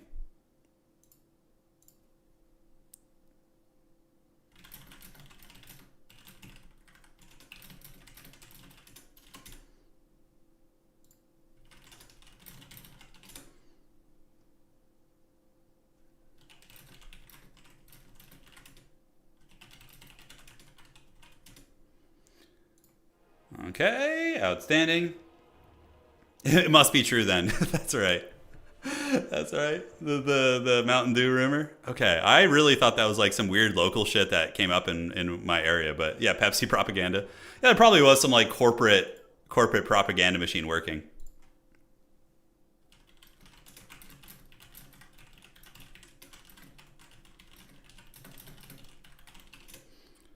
Okay, sorry guys, had a little bit of admin stuff to do there. And what map are we going to be playing? We're going to be playing Lustrian Narrows. Okay, I don't remember this map super well, so we're just going to raw dog it and see what happens. Lustrian Narrows, the Narrows of Lustria. They are narrow and they are in Lustria. Okay, build time. So Valkia is a pain, an unholy pain to deal with. So like the odds of seeing Valkia on Corn is like 90%. So we gotta put some respect on that. We gotta do it. Rolling, rolling, rolling, rolling. Yes. Yes, precious. Let the Nurglings feast. Dude, I'm gonna main Death Guard so freaking hard. On when we get Total War Warhammer 40k, I'm gonna main Death Guard so freaking hard.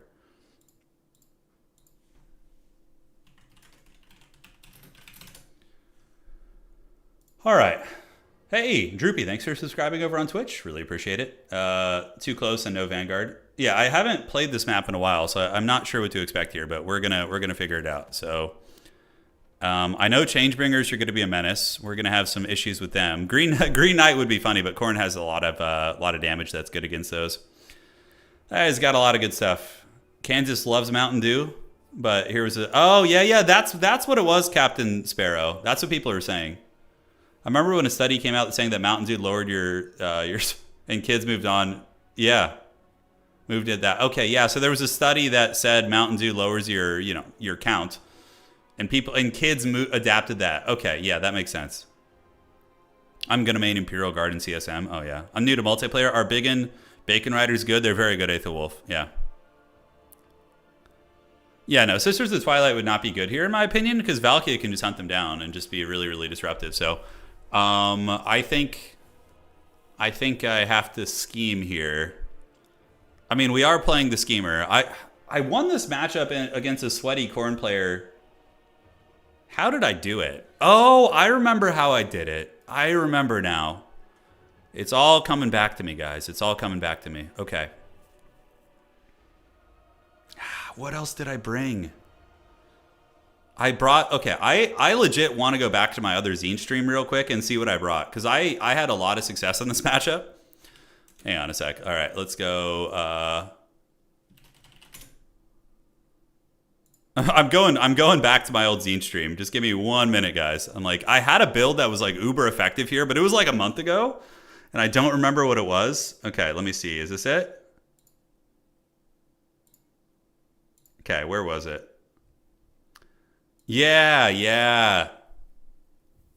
This was it, wasn't it? This was it. Okay. Yep. Okay, that looks pretty good. Yeah.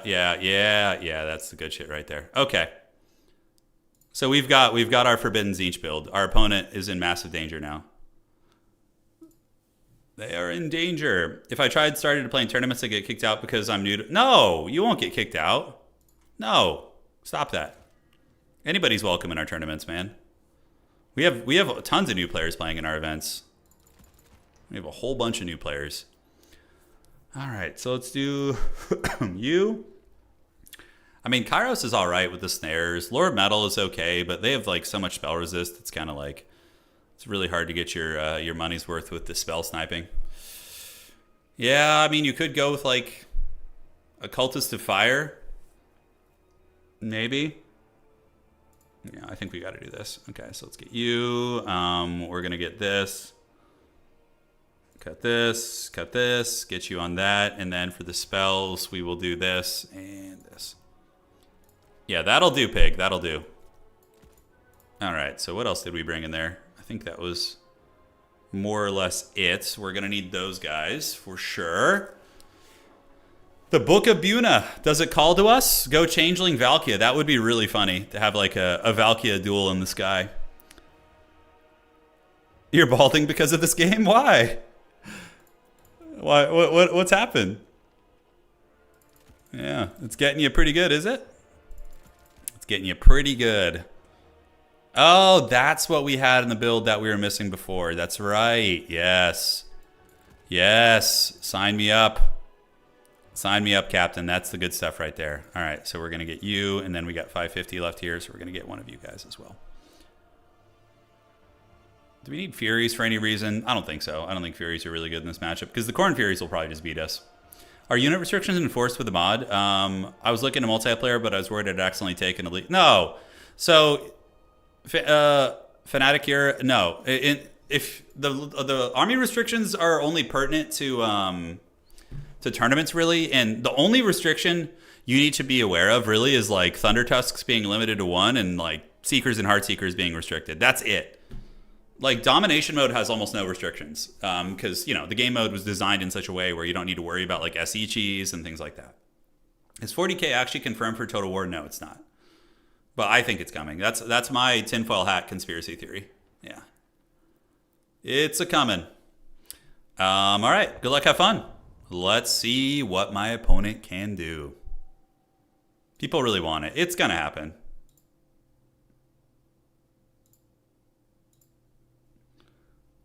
All right, perfect. And I think we're ready to party. I like the build. I think it's got a couple flaws, but overall is pretty badass. You know, maybe mixing in one of those wouldn't be a terrible decision. Kind of hard to protect. Coordinate mobility is pretty damn good. You know, all the Furies and flying shenanigans around the battlefield, it's a little frightening. Centaurs of Tzeentch definitely want to bring those guys in droves.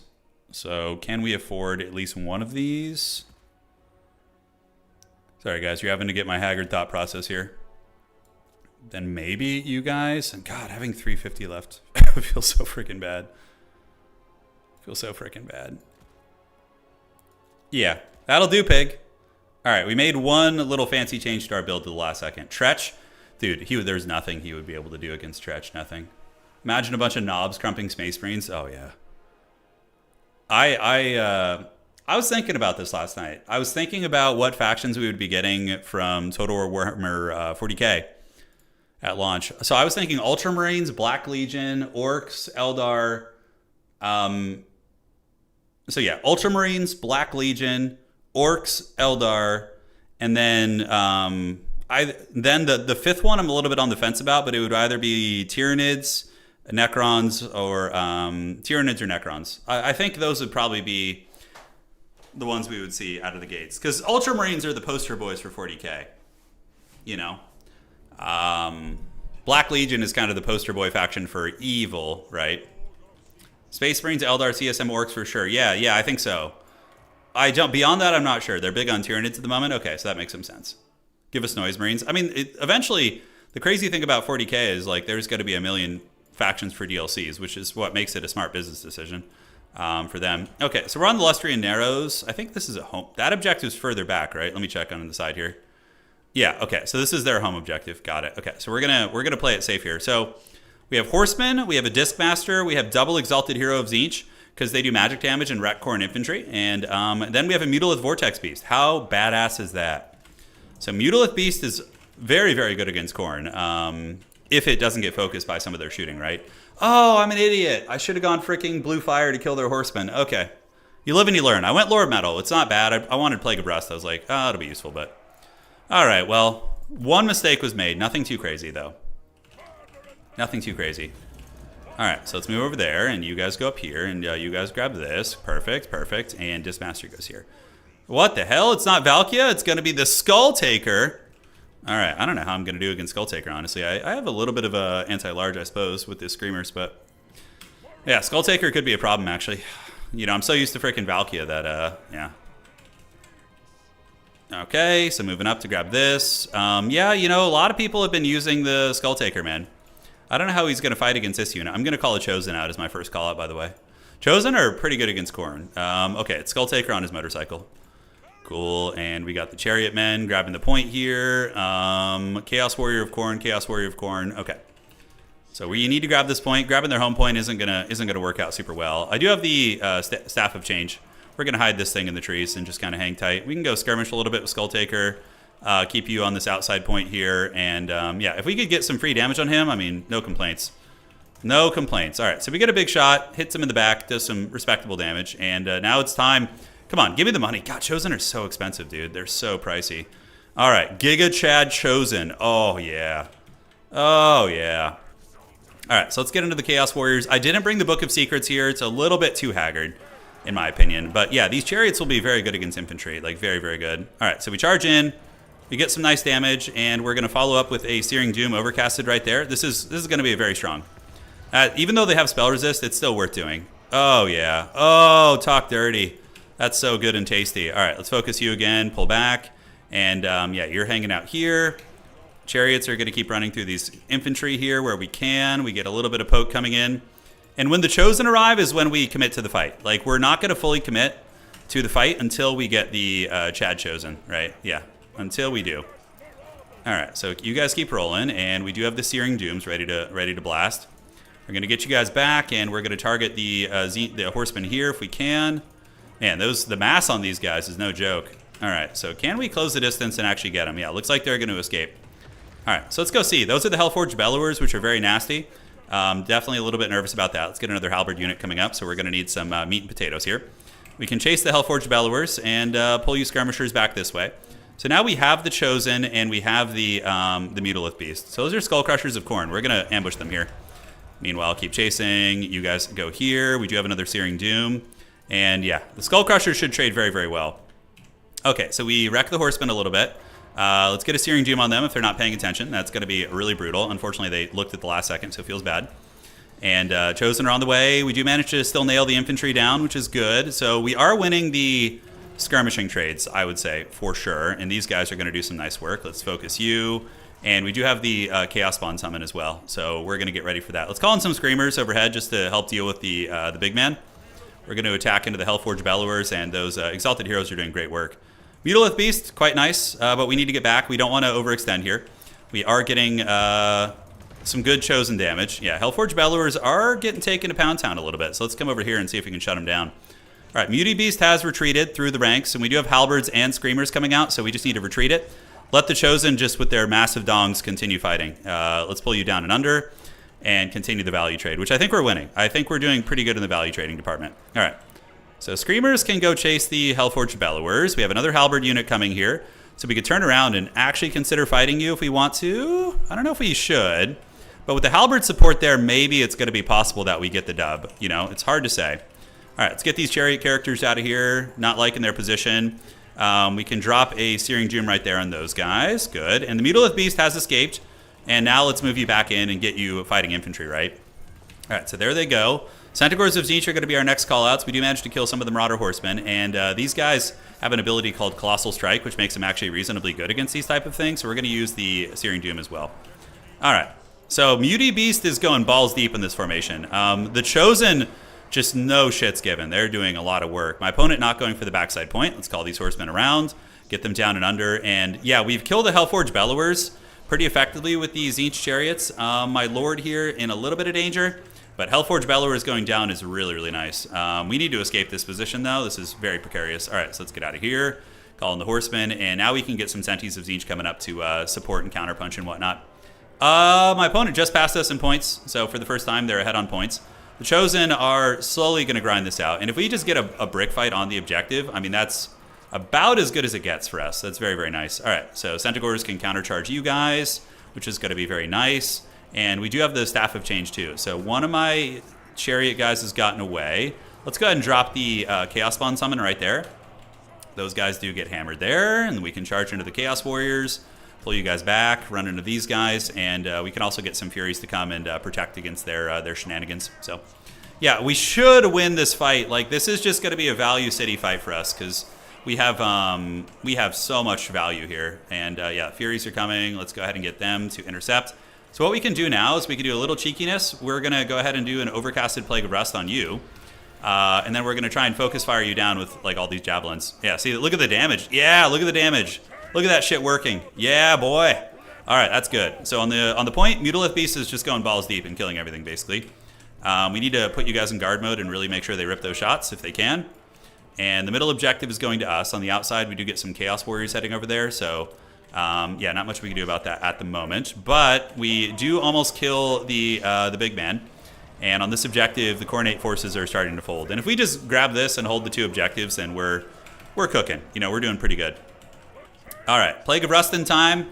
My Chariot characters are bullying the Skull Taker. Let's see if we can get a little pick on him. I don't know if it's going to happen, but dude, the MLG Pro Gamer plays. Mom, get the camera. All right, let's get some Screamers in here to try and deal with some of these big threats. Centaurs get a little bit caught up on the wrong target, but we can disengage them here. Have them go after these guys. This Master needs to get away, and did we get this objective? We did. Outside, we do have some Marauders versus Chaos Warriors. Not a good fight, but we'll send some Centis over there to go clean that up. And yeah, now it's basically just cleanup time. We're just going to kind of be mowing through most of the Coronate troops and calling it a day. Screamers, what do we want to go after? Probably just the big man, I think is going to be the play. Mom, get the camera! Oh man, early 2000s memes were pretty good, like gaming memes. Like the whole like MLG Pro Gamer thing was so stupid. Remember those montages with like all the Mountain Dew stuff? And speaking of Mountain Dew, right? Yeah, that's just like so stupid. All right, so let's get the Searing Doom there.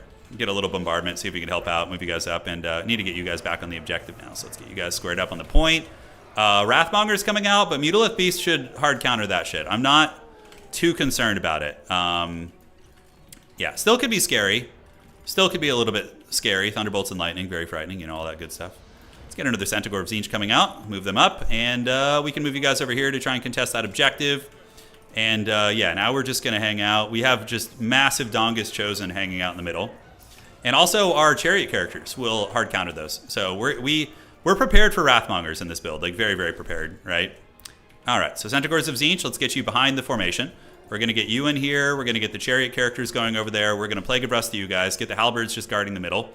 And yeah, now we'll get the Furies to go attack you. And we're going to go ahead and Plague of Rust these guys. Yeah, and then the Centaurs will charge into the back of these Chaos Warriors, absolutely destroy them. And we should be able to take down the Wrathmongers. We should. Let's go get the boys in there. We got the Halberds hanging out. We managed to steal the outside objective too. And yeah, you can see the Wrathmongers still doing some serious work, mind you. They're just in a disgustingly strong unit. But yeah, these guys get folded up here, so the Warriors get taken to Pound Town. Let's come in and just really, really alpha strike those guys if we can. So from here, we're just going to call out mass amounts of Centaurs. I'm going to relinquish that point. There's no sense in throwing that there. Dude, look how good the Wrathmongers are, though. It's pretty insane. Like, even, like, 4v1 versus these insanely good units, they're, like, still putting up a fight. Pretty crazy, if you ask me. All right, let's get more Sentis over there. And we relinquish that outside point. All good. We're going to come back this way. And we've almost gotten the Wrathmongers down, dude. Those units are so freaking good. Oh, they're so good. And Halo LAN parties? Oh, yeah, dude. I feel like, obviously every generation's going to be very, excited for their own unique experiences. But, yeah, man, early 2000s, like, avant-garde, like, the early days of, like, online gaming, Xbox Live turned me into a man. The Xbox Live voice lobbies, dude, oh, my God. Like, you go into Xbox Live as, like, an innocent, like, 12-year-old, and then, like, you leave with battle scars, to say the least, Let's do some unsummoning here. This game's over at this point. Yeah, we got a Mutalith Beast. How cool is that? Super fun. All right, so let's cut you guys. Do a little bit of unsummoning here. Corn's bringing in some units, but not going to be enough, that's for sure. And we could retreat back. We can unsummon you guys to get the refund and the refresh and all that. Let's call out some of the flamers. And just pull back for now. Oh, dude. Yeah, Call of Duty lobbies put hair on your chest. Yeah. Yeah, that's so true. Call of Duty, even Halo. Like, Halo lobbies got pretty nasty, too. You got some foul creatures in those. All right, let's call it the Furies. And the Lord is still doing some work. Yeah. Perfect. Because I played Modern Warfare 2 in college, but in the early days, I was all about Halo. Like, Combat Evolved, Halo 2, Halo 3, like all those bad boys, right? I don't think he's going to go for this outside point anymore.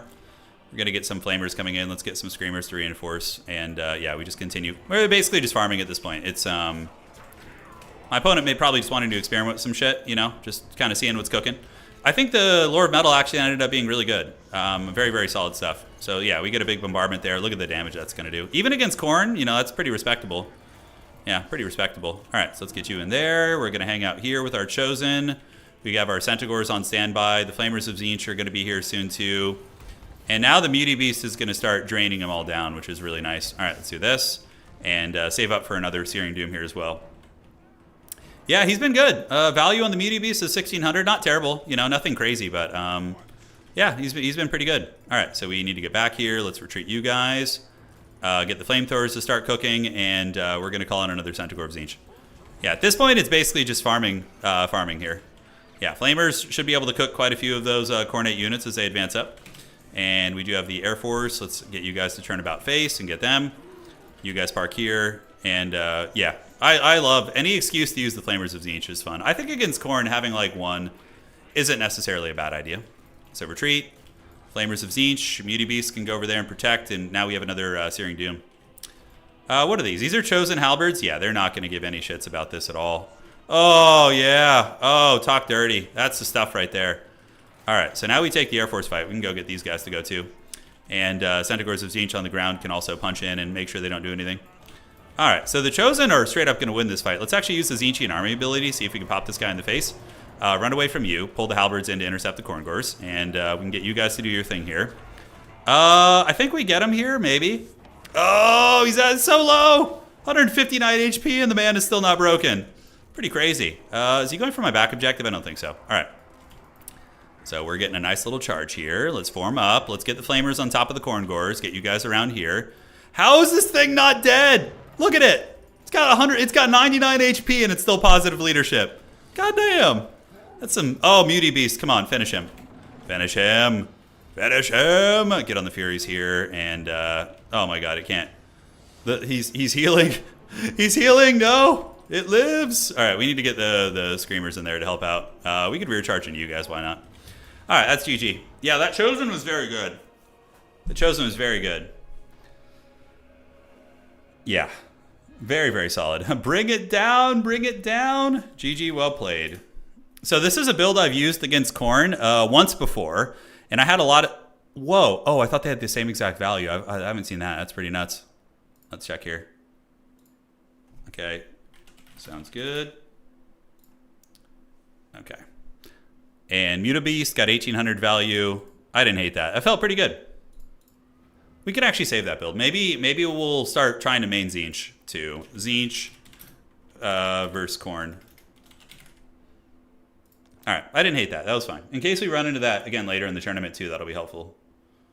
GG, well to the played. All right, let's keep this engine going, baby. 2-1. They said it couldn't be done. All right, they said it couldn't be done. Take no prisoners. That's right. Very clean micro. Yeah, it was a crisp game. The first game was a little rough. I literally woke up 20 minutes before the first game, so I was a little bit rusty, but now we're awake. You know, it's coming. He was healing in fear. That's right. Okay, so I got to do some adminning. Some people screwed up their score reporting. Classic stuff there. Skulltaker looks like Doom Guy's 5 HP face. That's really funny. All right, so we got this. Let's get the score reported. So what the hell were we playing there? Dude, this is me getting old. The football concussions are catching up with me. I can't even remember what we played 2 minutes ago. But my long-term memory, dude. My mains, if I were having to play competitively, Nurgle, Chaos Dwarves, and Empire. Like those factions I have, I would say, pretty complete mastery over. You could put me in any matchup with those three factions, and I will know builds and know how to potentially have a chance to win. TZEENTCH, I maybe know 3 matchups with, you know, but we're learning on the go. Yeah, Nurgle is my best faction, followed by Empire and then Dwarfs, I would say. Empire, though, I feel a little bit flimsy with them lately. But yeah, I don't know. We're getting the hang of it. All right, so got to fix this. I do remember Titanic. Of course I do. Yes. I do like your champion of the down. I like playing bad factions. It's more fun to me because winning with like strong factions, I don't get much joy. You know, unless they're on. If it's 2 strong factions facing off, but if I'm playing like a strong faction and I beat a lesser faction, I just like it's not that exciting to me. I don't enjoy it too much. Like as soon as one of my factions, if Nurgle ever becomes good, I don't know. There's going to be a quandary there, guys. All right, so let's fix that. So that's going to be fixed. Great, and then we need to go to fix your score. And we need to fix your score. All right. I love to play Orcs in multiplayer, but only with proper boys. Yeah, I mean, the boys are really good Aethel Wolf. As a matter of fact, goblins are far less used than boys. You get squigs and goblin, like, and occasionally you'll get, like, goblin, you know, squig riders, but really the orcs are the backbone of the army. Like, error boys and boys are, like, 80% of the armies. Yeah, maybe, Ryan. Maybe. Yeah, Centicity did complete his Grail vow. Yeah, he won. It was a really good game, too. Super fun. Grand Finals, Bretonnia versus Lizardman, Green Knight, and Alberic bullied the hell out of some big dinosaurs. It was super fun. Yeah, Green Knight seems pretty good now after his recent changes. Definitely seems like he's doing some work. Been doing some toad action today. Yeah, the toads are not bad. The toads are not bad. All right, so let me refresh this and see if that worked. Hopefully the website doesn't explode. Find out on today's episode. Okay. The boys are back in town. Yes. All right, what do we got? Did that work? Did we fix the score? FFA today after the tourney? Oh, maybe. Yeah, maybe we will. Okay, so that's been fixed. And then we're going to put you at 2 points here. And you at 3 points. Oishi coming for blood today. He's playing Ogre Kingdoms. And they are restricted to 1 Thunder Tusk. So you can't bring that bullshit with 2 of them. If we get Total War 40k, yeah, I'm going to play... No, I won't main Tyranids. I'd probably main Nurgle, Imperial Guard, or Death Guard, Imperial Guard, and maybe Chaos Space Marines would be my factions. I can see myself getting into Necrons as well. But yeah, I think my mains would be Death Guard, Imperial Guard, and yeah, I don't know. The third one, probably Chaos Space Marines. I'm a big enjoyer of like CSM. I like them a lot. I think I like just the classic... You know, like spiked black armor. I think that's very good. No, I'm no Tau, dude. No, I hate playing against the Tau in tabletop. It's awful. They just sit in the corner of the table chortling at you as they shoot you with their like they have like some of their weapons have like 100-inch range. It's like, dude, definitely Tau if they get added, of course. All you evil Tau players out there, evil. Hey, TN Kings, thank you for subscribing with Prime. Sorry I missed that, and Lucas as well. Thank you guys. It was during the heat of the game. Oh, dude, Anticity would love Tau. They're fast. They have some of the best range shooting in the game. Oh, dude, you would love them. You would definitely enjoy making people suffer with the Tau. I can see that being the case. It's like, hey little buddy, you want to have fun? And then they just don't get to do anything while you blast them off the table.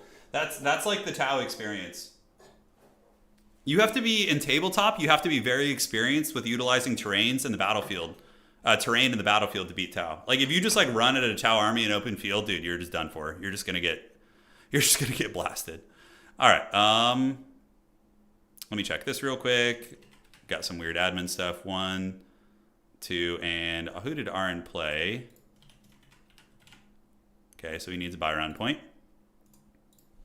We're gonna get that. Yeah, Tau is very brutal. Imperial Guard can kind of do the same thing, but they're not as quick. Like the Tau like mech suits that have like some of the best shooting in the entire game they also fly and they're incredibly quick. Whereas the Imperial Guard are very static. It's like they put their feet down. They put crappy Imperial Guardsmen in the front to get massacred, and they shoot with their artillery and their tanks. I think the most annoying faction in the game in Total War Warhammer 40k will probably be the Eldar, though. Like, I don't think land battle can even exist in Total War Warhammer 40k unless they really tone things down. Like the land battle format that some people still play. It's just, dude, like the speed of the Eldar units and like flying units in this game, like if there's no like objectives, it's just going to be the cheesiest, most haggard shit you can imagine. 40k is an objective game. It's balanced by objectives. That's what keeps it going. It's all about objectives. Well, and killing things, obviously, but a combination. It's like it's basically domination mode, but with no reinforcements. Yeah. Imagine loading into like a quick battle and being jaw-kited by the Eldar for 20 minutes. How fun does that sound, guys? Sounds fun, right? All right, let's refresh this. So we got Michael as well. I think he got a buy round, so we need to give him a point here. All right, so let's find you as well. Fair amount of admin work here today. Just a little something. Okay, 1, 2. Okay, he's actually got his 2 points already, so we're good. Has there been any news about Total War 40k? No, but it's coming. I believe it's coming. That's my power fantasy, you know, because that means like we're gonna if we get Total War 40k, that means for the next like 10 years, all of us, you know, all the fun times we've had playing Total War Warhammer 1, 2, and 3, like all the good times we've had over the years, and all the big tournaments and adventures and just like these weekly tournaments. Like we're gonna have that again for like another 8 to 10 years, which is awesome, right? Like if we could replicate that, oh, that would just be chef's kiss. All right, I'll be back in 1 sec, guys. I'm gonna go refill my water. I know nothing about 40k, and you would love it. Yeah, Doge, absolutely. I'll be right back.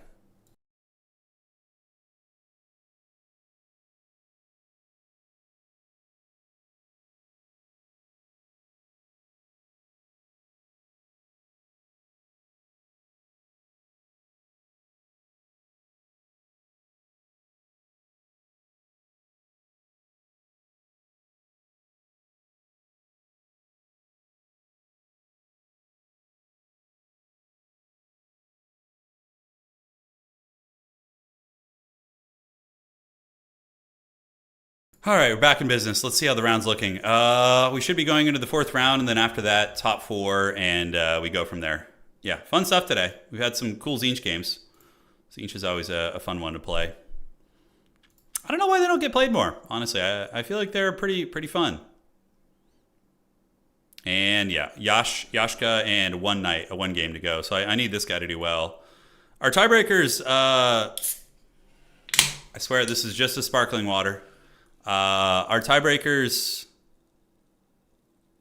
don't appear to be doing terribly well. Oh yeah, our tiebreakers are not good right now. Oh boy. All right. Because Martinius lost too. He lost his game just now, so yeah, it kind of puts us in the dregs. Yeah, CA isn't dumb. I agree. Well, some things are a little tough, but yeah, they know that 40K will be much bigger than this, and this game is already very popular. So yeah, I agree with that sentiment. It's a Mountain Dew, guys. Yes, after the discussion we've had earlier. By the way, I think we need a TZEENTCH background. We have a... This is the best TZEENTCH background. Yeah, the Mirror of Madness. This guy's great. Look at him. Could be IP problems. I don't think so. I think Games Workshop and Creative Assembly have pretty good working relationships. They're very close together, too. They, like, literally are down the street. When does the training arc begin? You know, I'm thinking maybe at the end of today's stream, we'll jump on and play some more...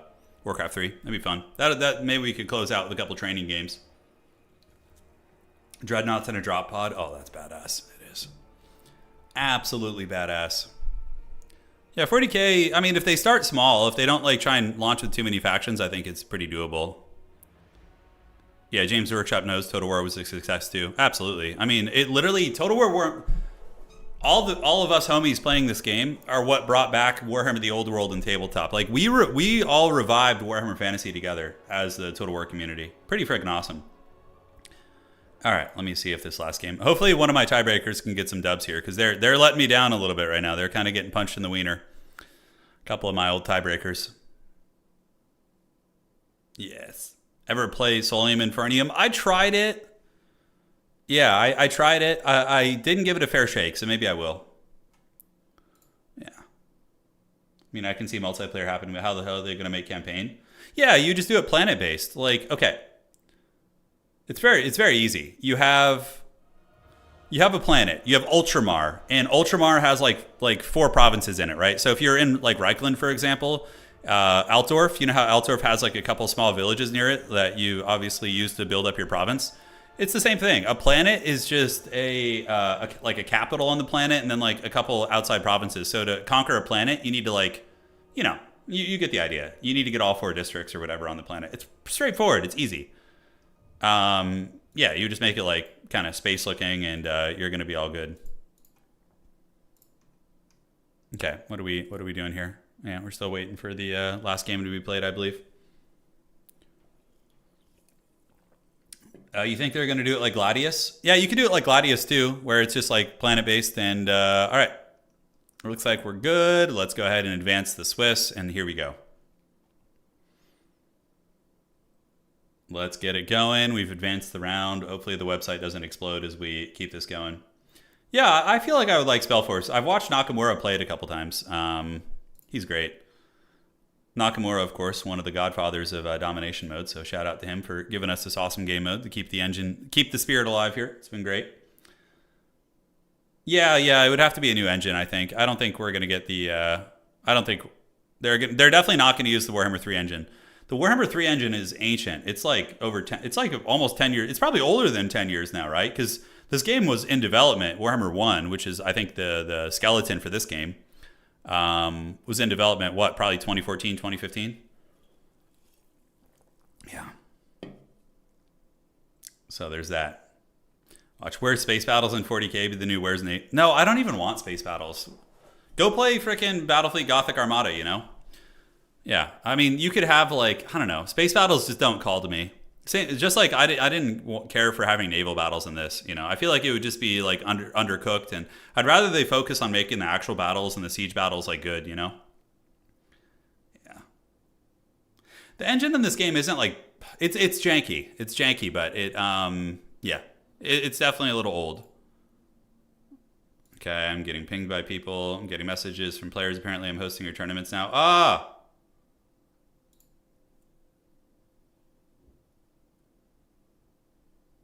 Okay, let me see here. What is your correct score? A couple people have reported their points wrong. How dare they, dude? How dare they? Okay, let's see what's up here. Yo-yo. Are we playing? Okay, I think I might be playing Alexander here. We might be playing old Alexander. Website's still loading. Hopefully it does. Sounds good. It's still loading for me. Okay, so it looks like we're playing Alexander Nuts, the Dark Lord of the Vampire Coast. Or Alexander. I don't know what he's playing, but we'll figure it out. Okay, let's do this. Get you in here. Okay, looks like he sent me a lobby code. People are all refreshing the old website like absolute animals over here. Okay. And there we are. Perfect, perfect. Is he on Vampire Coast? If he is, you know, I have a loose idea of how to do this matchup. Do we do the Blue Scribes? Banning Edge of the Darkwood. What are other maps? What are other maps? Damn, the website's still stuck for me. I don't know how he's even seeing it. Let's go to the front page and see what's cooking here. Let's check here. Navi should also be 3. Think he was at 5 wins. Okay. Gates of Ekrond and Rift at the World's Edge. Okay. We shall play Rift. Okay. So we're going to be on Rift at the World's Edge. Website's still loading slowly for me. So I think we're going to need to give it a minute. Granted, we do know our matchup, so we can at least start. TZEENTCH versus Coast is Cursed. Yeah, I feel like I should be favored in this, but I don't know the build, so there is that element. Okay.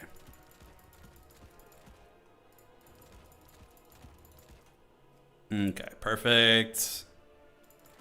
Gonna get a couple of you guys to press up and grab a little something, and we can do an Exalted Chicken.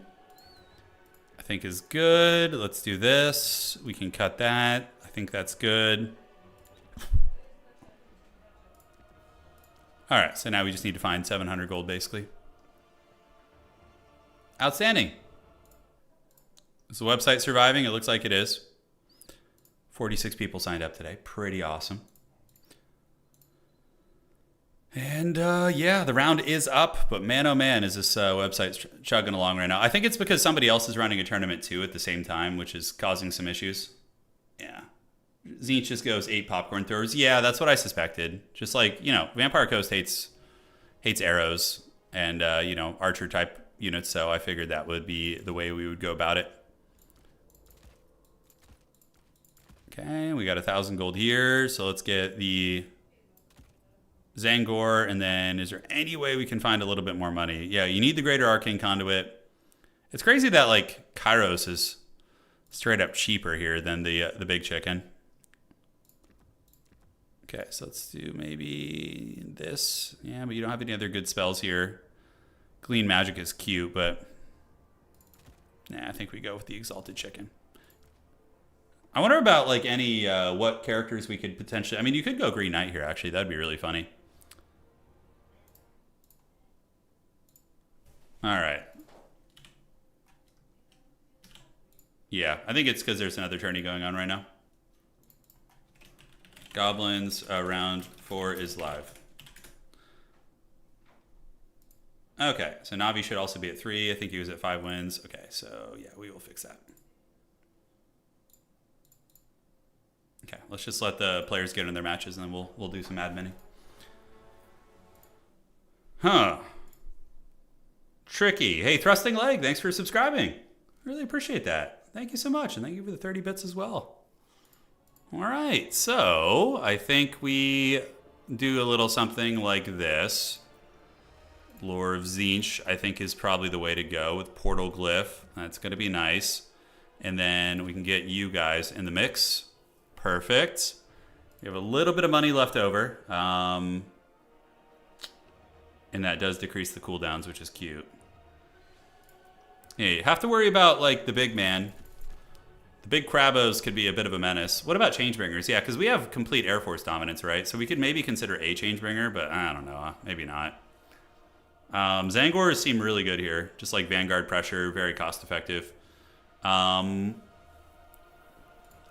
know, the TZEENTCH Chariot characters also seem like they could have some weird applications. Oh, you know, you could also go Cultist of TZEENTCH in this matchup, go like Lure of Fire, and bring like a Chaos Lord on a Chariot. That actually sounds kind of badass. A little bit different than the chicken, but let's see. So if we go you, get you on this, perfect.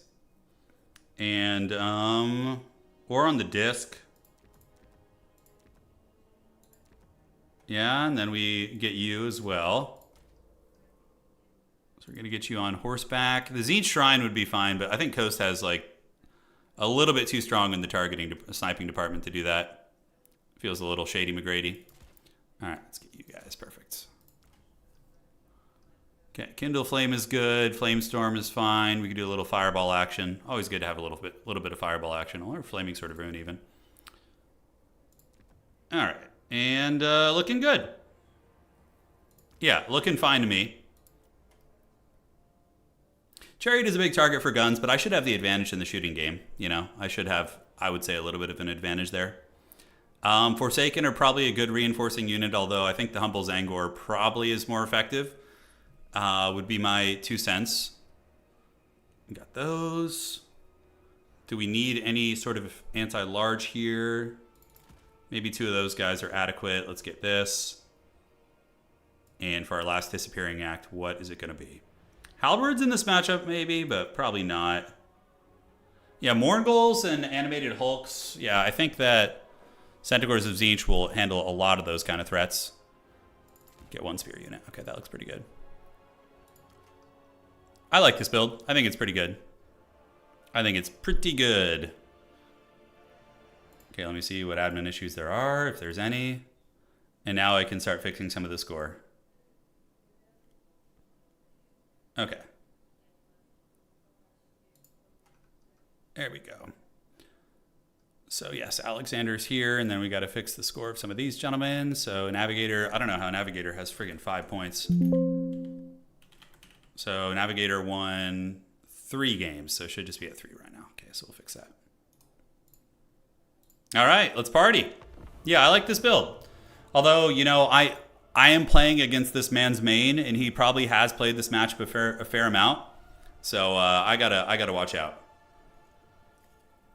Oh shit! Did I accidentally bring a Burning Chariot? Oh god, I think I might have accidentally brought a Burning Chariot instead of a Changebringer. Oh no! Barbarians are us. Thank you for the $10. He says, invite the Vampire Coast. Oh yeah, they'll. There you go. Thank you, man. I appreciate that. Yeah, let's change you. Okay, somebody already fixed that. I don't know who the hell fixed it. Last updated by Solo Spaghetto. Okay, that's fine. And here we are. So, Tzeentch against Vampire Coast. I feel as if an experienced Tzeentch player would probably steamroll this, but I am not that. So, we're going to do the best we can. Get a couple Zangors over here to Vanguard and try and grab Objective 3 out of the gates. Although maybe we use them over here to grab that. Yeah, I like that a little bit more. And then we can bring the blues. So we have the Popcorn Bandits. So Popcorn Bandits, Popcorn Bandits. Yes. We're going to be throwing all the popcorn at our foes. Okay, so these are the blues, backed up by the pinks. So just I feel like the shooting is just going to be very, very good here. So that's just what we're going to be rocking, is just like a million little shooting gremlin units. We have a Tzeentch character on a chariot. I figure he's magic damage, and he kills Depth Guard, he kills Sirens. And we do have a Burning Headcaster as well. So going with fire damage instead. Yeah. What did we actually bring Changebringers? Please tell me it's change. Oh my god, we brought the Burning Chariot of Tzeentch. We did do that. Shit. Oh, that's not good. Well, I guess if you guys want to see a Burning Chariot of Tzeentch, now is your opportunity. That's not good. That's not good. Oh god, the Changebringers would have been so powerful. What does the Burning Chariot of Tzeentch even do? Can somebody give me a breakdown? Because I've like straight up never used that unit. Yeah. That's such a throw. That's such a throw. Oh, Anakin, I am too weak. Yeah, Tzeentch did this to me, dude. The change he blessed me with power in the last couple matches, and then he, you know, in the classic Chaos fashion, he throws a wrench and everything. Yeah, feels bad. So we got Solastra on Crab probably, and then Bomber mobs and Gun mobs, and yeah, a couple Vanguard boys coming.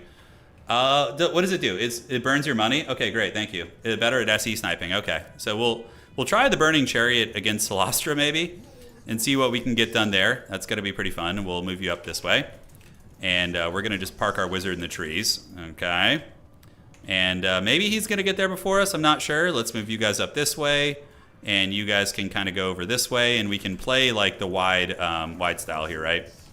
That's going to be the play. All right, so Solastra is coming. I mean, are we going to do the Burning Chariot? Is that what's going to go down here? I don't know if my Lord can really contest that much, but let's see if we can get on this. A couple gremlins going to move up there. Gremlins move up here. And we do manage to get to the point. Use Angors. We're going to hide you guys in the trees for now. And just kind of hang out and enjoy each other's company. So, yep, we're going to move up and get on the point. Engage those pistol mobs. And use Angors can move up. And you guys need to move up here. And you guys move up here. All right, so we do get the triple cap out of the gates, which is nice. Let's go ahead and start nailing you with the shooting here.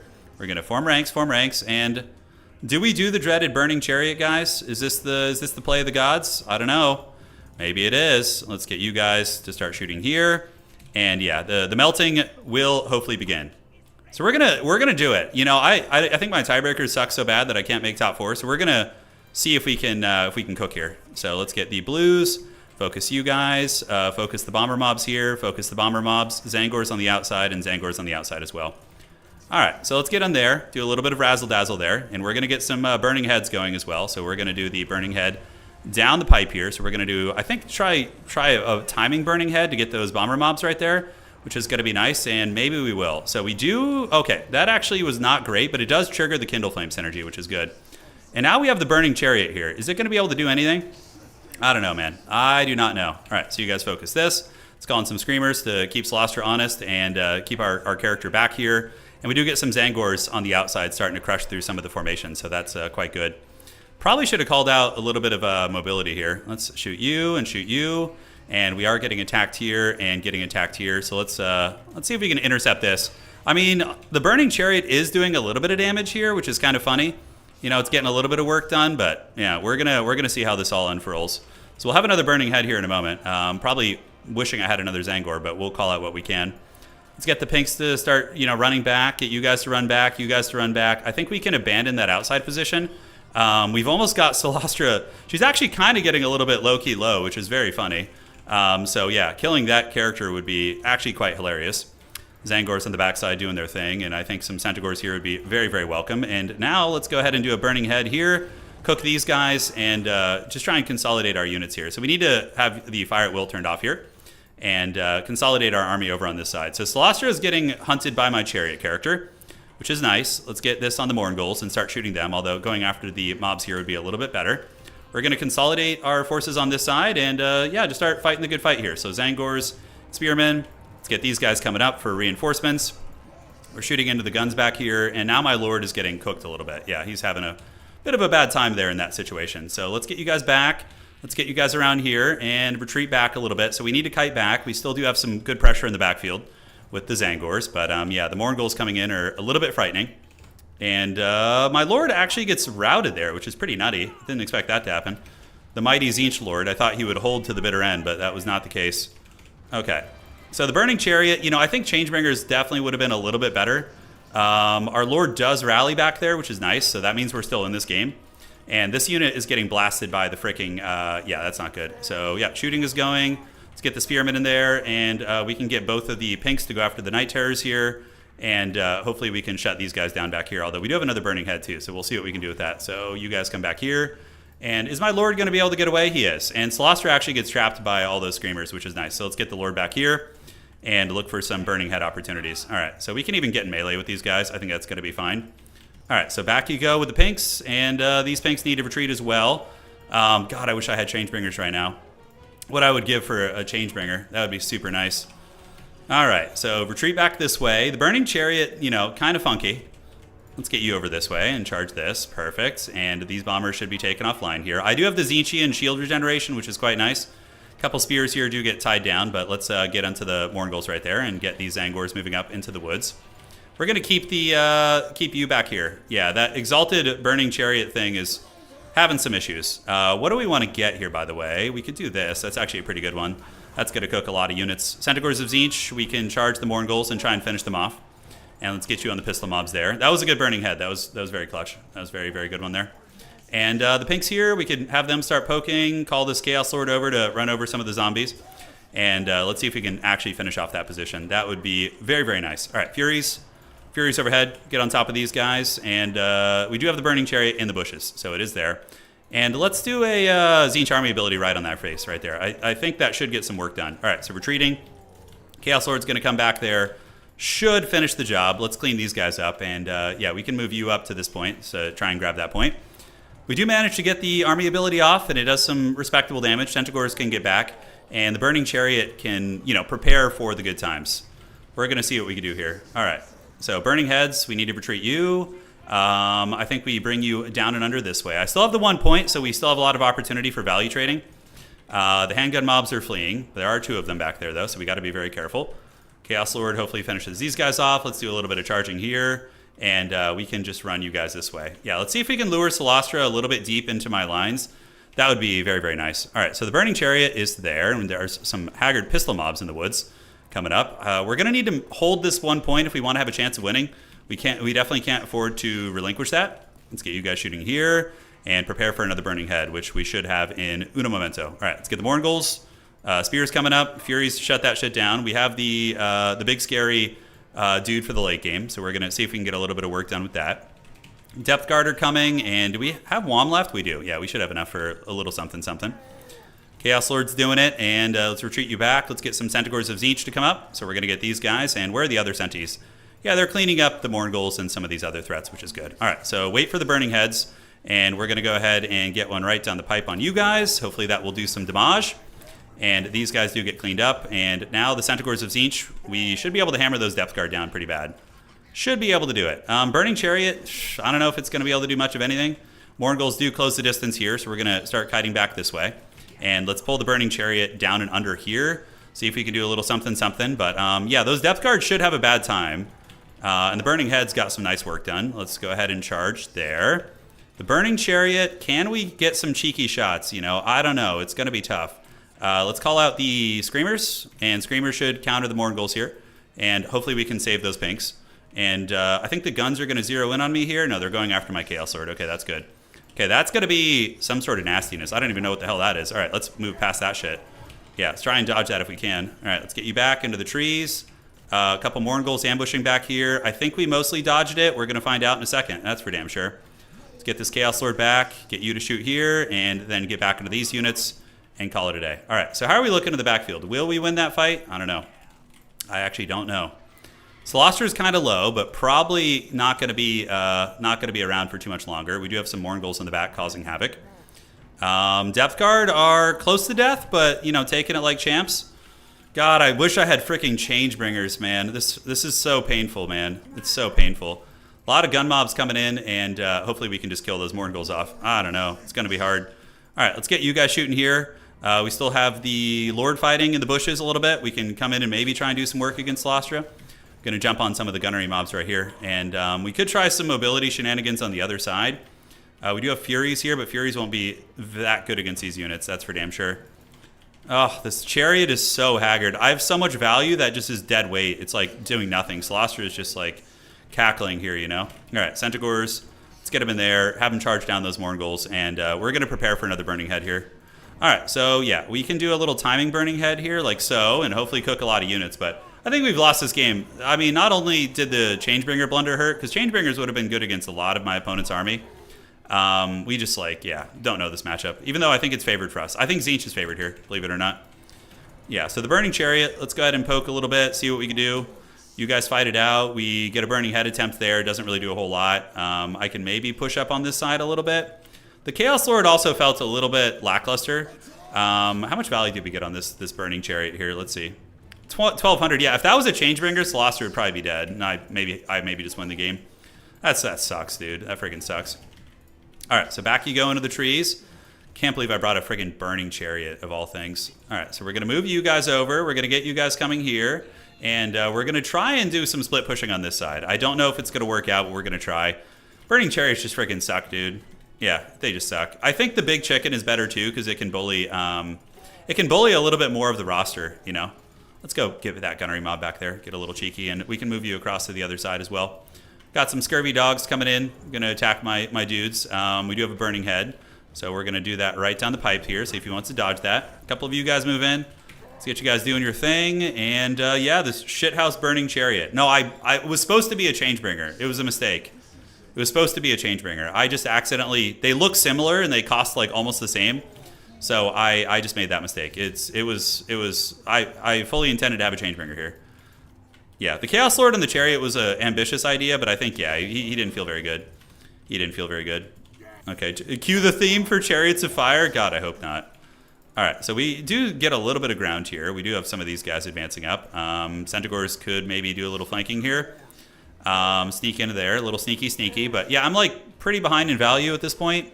Celestra is kind of low. You know, there's that element of things. This Chaos Lord needs to kind of zip around the back, and we can move up and hopefully overwhelm this position. I mean, we're going to need to overwhelm really quick. We do have some Mourngulls coming in, so what we can do is we get the Centaurs onto the Screamers onto the Mourngulls. You guys onto this, and we're going to get you guys around the outside. I don't think I have enough for another Burning Head. No, I don't. Just Fireball, so feels bad. All right, let's go get these. Let's get another Fury to come in and shut down the other gun unit, and we should be able to overwhelm this position. But the problem is, how do we crack this? You know, that's going to be a little bit too much. Yeah, the Chaos Lord felt lackluster, but, you know, that's why we're doing this. We're trying to learn what works and what doesn't. You know, trying to learn what works and what doesn't. So handgun mobs are on their way over. We can definitely jump them with Furies here and shut this shit down. Should be in a good position to actually get this. We do have a Fireball, which I could just do like a Flaming Sword of Ruin here to give a little damage spike. It's probably about as good as it's going to get. But yeah, should be able to shut down those handguns.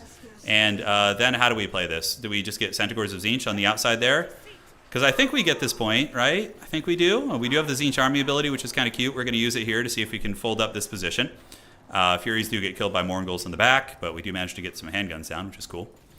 And let's fold this up. Yeah, so army ability is going to come in, and it's going to Shrek most of those units. Centaurs of TZEENTCH getting a bit of a fold up there. Let's retreat away from the Mourngulls. And do we break this? Yeah, we do. So we take down a couple zombie units, which is nice. Okay, so let's move in to the gun units. Centaurs of TZEENTCH keep doing their thing. Those guys should be all crumbled up now. Let's get you guys to go after Celestra. Furies do their thing, and now we're going to get some big boys to come and try and hammer that. We have to get all three, though, at this point. I don't think it's possible. Yeah, the Flaming Sword is okay because it triggers the Kindle Flame synergy, which is going to be buffing the basically the entire fight, which is very nice. So we maybe get that objective. The Centaurs would be able to wrestle this one eventually. But yeah, I think a big chicken is 1,000,000% better because it can bully Celestra really, really hard. And yeah, just a couple other changes. But that's why we're doing this. We've learned. We've definitely lost this, though, 100%. We do have some Zangors here who can, of course, beat these halberds down with our chariot character. It's certainly possible. But yeah, this back pressure is nice, too. We also could have played, like, more mobiles each play. Yeah, we needed Changebringers. Changebringers would have straight up just killed Celestra. Like, they're so much better. The Burning Chariot's just absolute trash. Absolute trash. Oh, can't believe we did that. That pisses me off. Not that we could have made top 4. Our tiebreakers are too weak, but I hate to throw games because of a misclick. Yeah, GG, well played. GG, well played. I believe it. I accidentally clicked on. Wasn't intended. I'm letting him know. I'm like, dude, the Burning Chariot is not some secret tech. 1,200 value on it, though. It's not the worst thing in the world. Yeah, he was super confused. Oh, God. Changebringers would have been so good. They would have just roasted the depth guard. They would have gotten me so much value. Oh, God. That's so painful, dude. The Burning Chariot sucks. It majorly sucks. All right. So let me look at the scores here. All right. So do we have any housekeeping we need to do? I think they fixed it. And let's see what's cooking. Also, did you not remember the... Wait, did you... Okay. And where are we at? Okay, so looking here. Yeah, the Chariot isn't good in any matchup, I don't think. I haven't seen a Burning Chariot in a competitive game in like years. Yeah. I do read Twitch chat. Yeah, of course. I read them both. I have a little thing here that brings them both up. So don't worry. We're reading both of them. All right. So Alexander should report that. We're going to get in the top 4. It's looking like it's going to be Oishi, probably. Solo Spaghetto also getting there. Charix. Oh, no. Oishi might not make it. His tiebreakers are actually kind of weak. Although he is in his last round here. Yeah, that was my original plan. Report that score. Well played. Shout out to our boy Alexander, making Coast look badass. My opponent left the tournament before I reported score. Okay, so that's going to be you. Who was it, by the way? Okay, so Lundgren. Okay.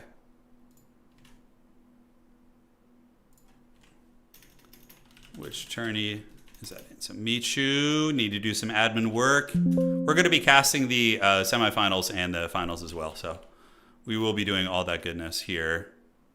Okay, let's refresh this. And do it. Changebringers are just better in every way. Yeah, if we had Changebringers on, I think we have a chance of winning that game. Because then we have a consistent answer for some of those threats, and yeah, they just do so much work. They do so much freaking work. Okay, so said somebody dropped? I don't see them having dropped. Oh, that was in the previous round. Okay. Okay, got it.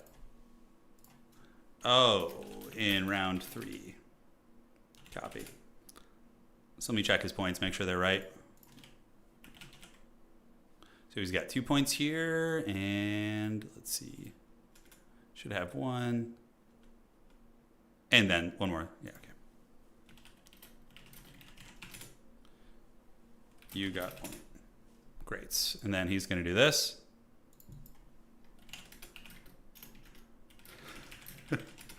God, dude. So I'm playing against Alexander. He always misreports the score. I don't know how he does it. Oh my God, no. Now I have to fix that again. Do you like Age of Sigmar minis? Yeah, the minis are fine. I just don't like the lore. Yeah, the Warcraft 3 tournament, yes. We can talk about that a little bit. So as a matter of fact, at the end of the stream, we're going to play some Warcraft 3. I've been training every night, playing about 4 or 5 games to get ready. But yeah, I think that my predictions for the tournament, I think I'm probably in the top 4 of the players in terms of like current standing skill at Warcraft 3. Top 3 maybe. I think the Viper probably is favored to win it simply because of how good he is at RTS.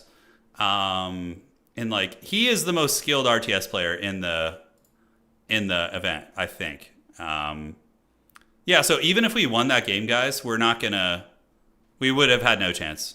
Yeah, we would have had no chance. Okay, let's check this. And now I need to fix this. Okay, so we are going to go ahead and switch it up here. So let's get here. And hey, we went 2-2 though, not bad. And we played good players too on their mains. You know, Alexander's a Coast main, and we played Martinios on Walk. The Coast game was more one-sided. We definitely got wrecked a little bit in that one. All right, so that's going to be Alexander. So we need to fix Alexander's score, and we should be good. But yeah, I'm very hyped for the Grubby tournament. It's going to be really fun. Like, it's funny, I don't get nervous at all in these games, but I'm actually like low-key a little bit nervous for the Grubby event. Like, I'm like, ooh, yeah. I'd love to see Grubby try and play Total War Warhammer. It's a very different beast. I think he'd be fine at it. You know, he's a high-level RTS player, so. Okay, let's do this, and we got to wait for that to finish, and then update the match, and we should be golden.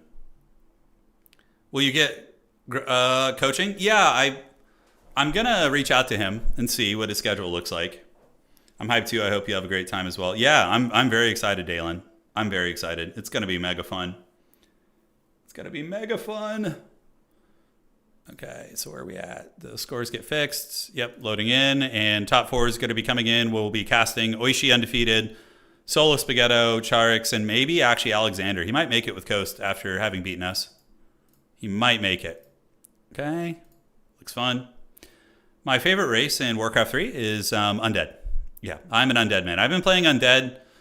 So here's my background with Warcraft 3 is I played a shitload of Warcraft 3 when I was like a young teenager, like 12, 13, 14, 15.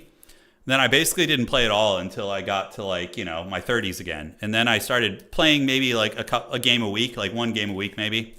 So I'm not like super practiced at it, but we're obviously training for this event. So we're going to be playing a lot coming up here. So you win the tournament, then you battle Grubby. Oh, I could never beat Grubby. Yeah. I mean, like, don't never say, like, a million, if I just train for like a couple years straight, maybe, but like, there's so much experience to catch up with, you know? And yeah, Warcraft 3 is a tricky game in that way, right? Like, you can't just roll in with a favored build and beat somebody who's like maybe more skilled than you because your build is better. It's very adaptable, so it's harder. How do you feel about the current state of the Empire? I feel like Empire's pretty good. Stainsby, as a matter of fact, I played Empire in an SFT and did really good. I went 4-1 with them 2 days ago. Yeah, so they're pretty strong. Okay, let's fix the scores here, and then we are golden. No, Empire's good right now. Empire's good. Grubby played Spice Wars with Turin. Yeah, we did. So I played against Grubby in Spice Wars. Yeah, I think that was the only RTS game I've ever played him in. It was me and Professor Pone versus Grubby and his brother. Yeah. It was fun. We were more experienced than them. It wasn't really fair. You know, it was just we had played a lot more. Okay, let's fix this. And there we go. Yeah. Yeah, but like, I don't think I could ever beat Grubby in Warcraft 3 if he was going full try hard. I don't think so.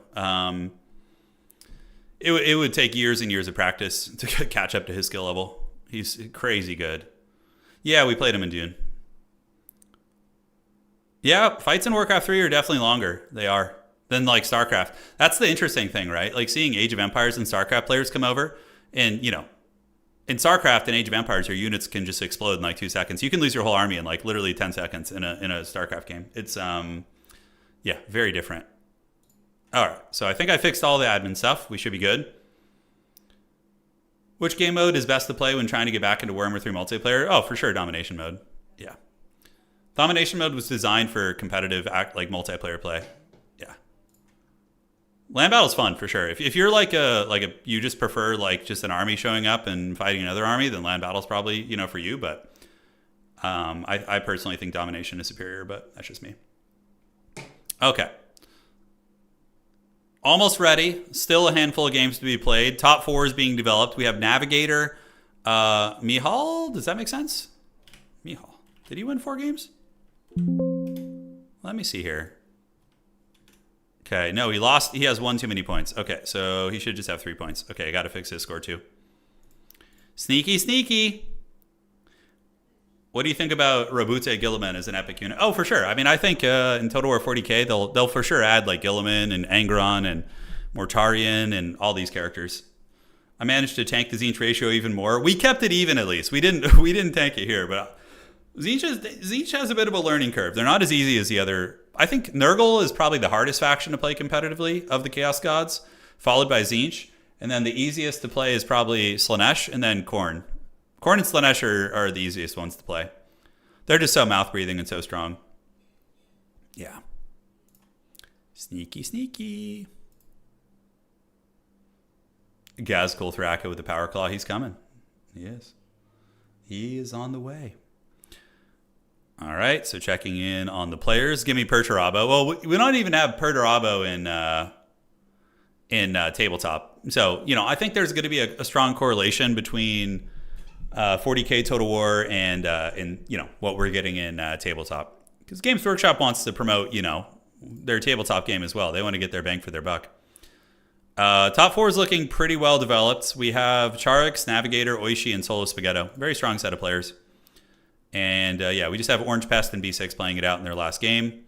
Does Orange Pest have any chances of top 4? I don't know. Let's see. Does he? Orange Pest? Nope, doesn't look like it. He's only won 1 game. So he's fighting tooth and nail, but it could affect tiebreakers, so we're going to hang tight for a minute. 30k would be interesting. I don't know. It wouldn't be as fun, though. It's just all Space Marines, you know? The storytelling of Horus Heresy is fun. There's a lot of like cool drama and whatnot, but yeah. I don't know that much about orc lore in 40k, Aether Wolf, to be honest. I mean, I play against orcs. I have a friend who plays them. He always just brings like a million orc boys and just charges up the table. But yeah, I'm not terribly familiar with that.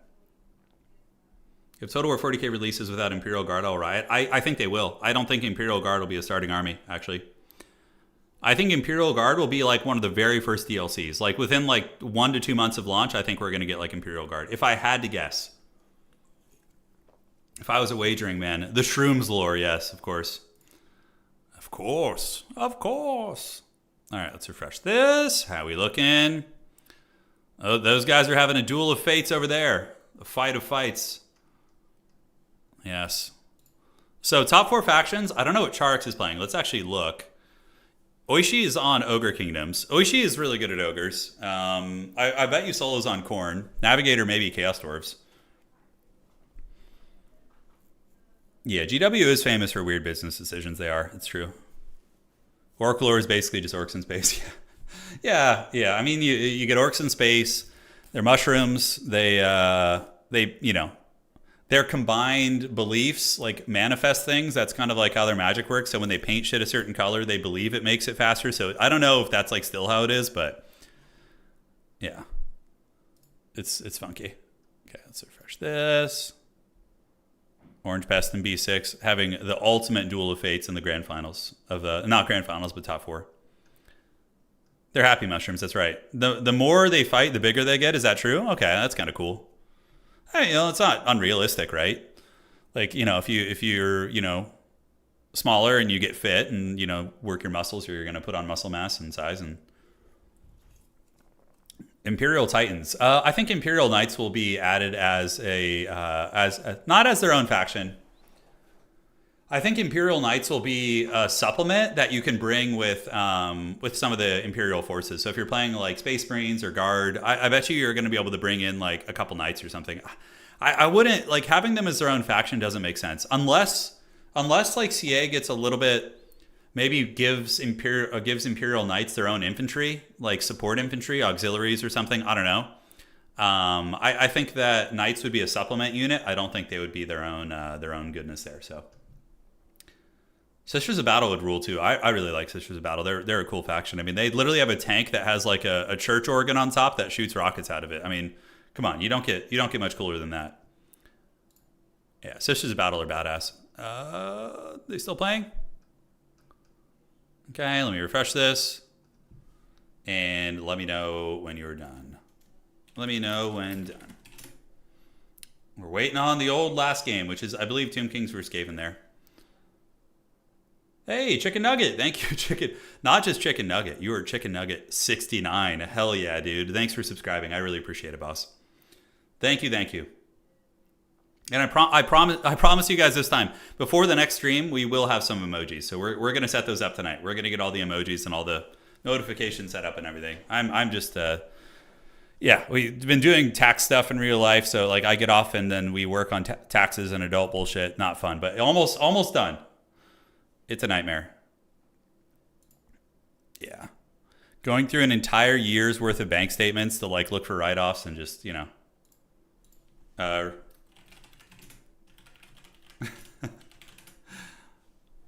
problem. Okay, so you reported the score. Oh, so they just forgot to report the score. Okay, so we're good now. I always think about Ned Flanders not writing. Oh yeah, because he likes the smell. 90s Simpsons was so fun. It was I think one of my favorite elements of the 90s Simpsons was the so we got a very firmly set top 4 here. So easy peasy. Was the Halloween specials. I used to love the Halloween specials in the 90s for the Simpsons. It was super fun. Pigback Riders are broken because their stats were busted and they also have no knockdown animation, so that means they can't be staggered, they can't be stunned. If you've ever seen, you remember the Terminator movie? I think it was Terminator 1 or 2. I can't remember. But when he's talking to Sarah Connor, he's like, they can't be reasoned with, they can't be stopped. That's basically like the Pigback Riders. They can't be knocked over, they can't be stopped. But now they've been nerfed enough stat-wise that I think it's okay. All right. So let's go to top 4. Top 4 time. Not all these scores are correct. Oh my god, dude. People just reporting the scores wrong all freaking day, huh? Okay, let me check this real quick. Hold on. Let me check and see what's cooking here. Okay, I fixed that one. And then we need to get Charix too. So maybe Charix's score is wrong. Let me check. If he has only 3 wins, then that's... let's see if it actually changes top 4.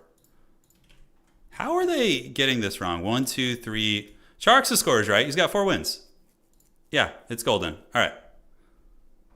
These guys are just clowning on me in here, dude.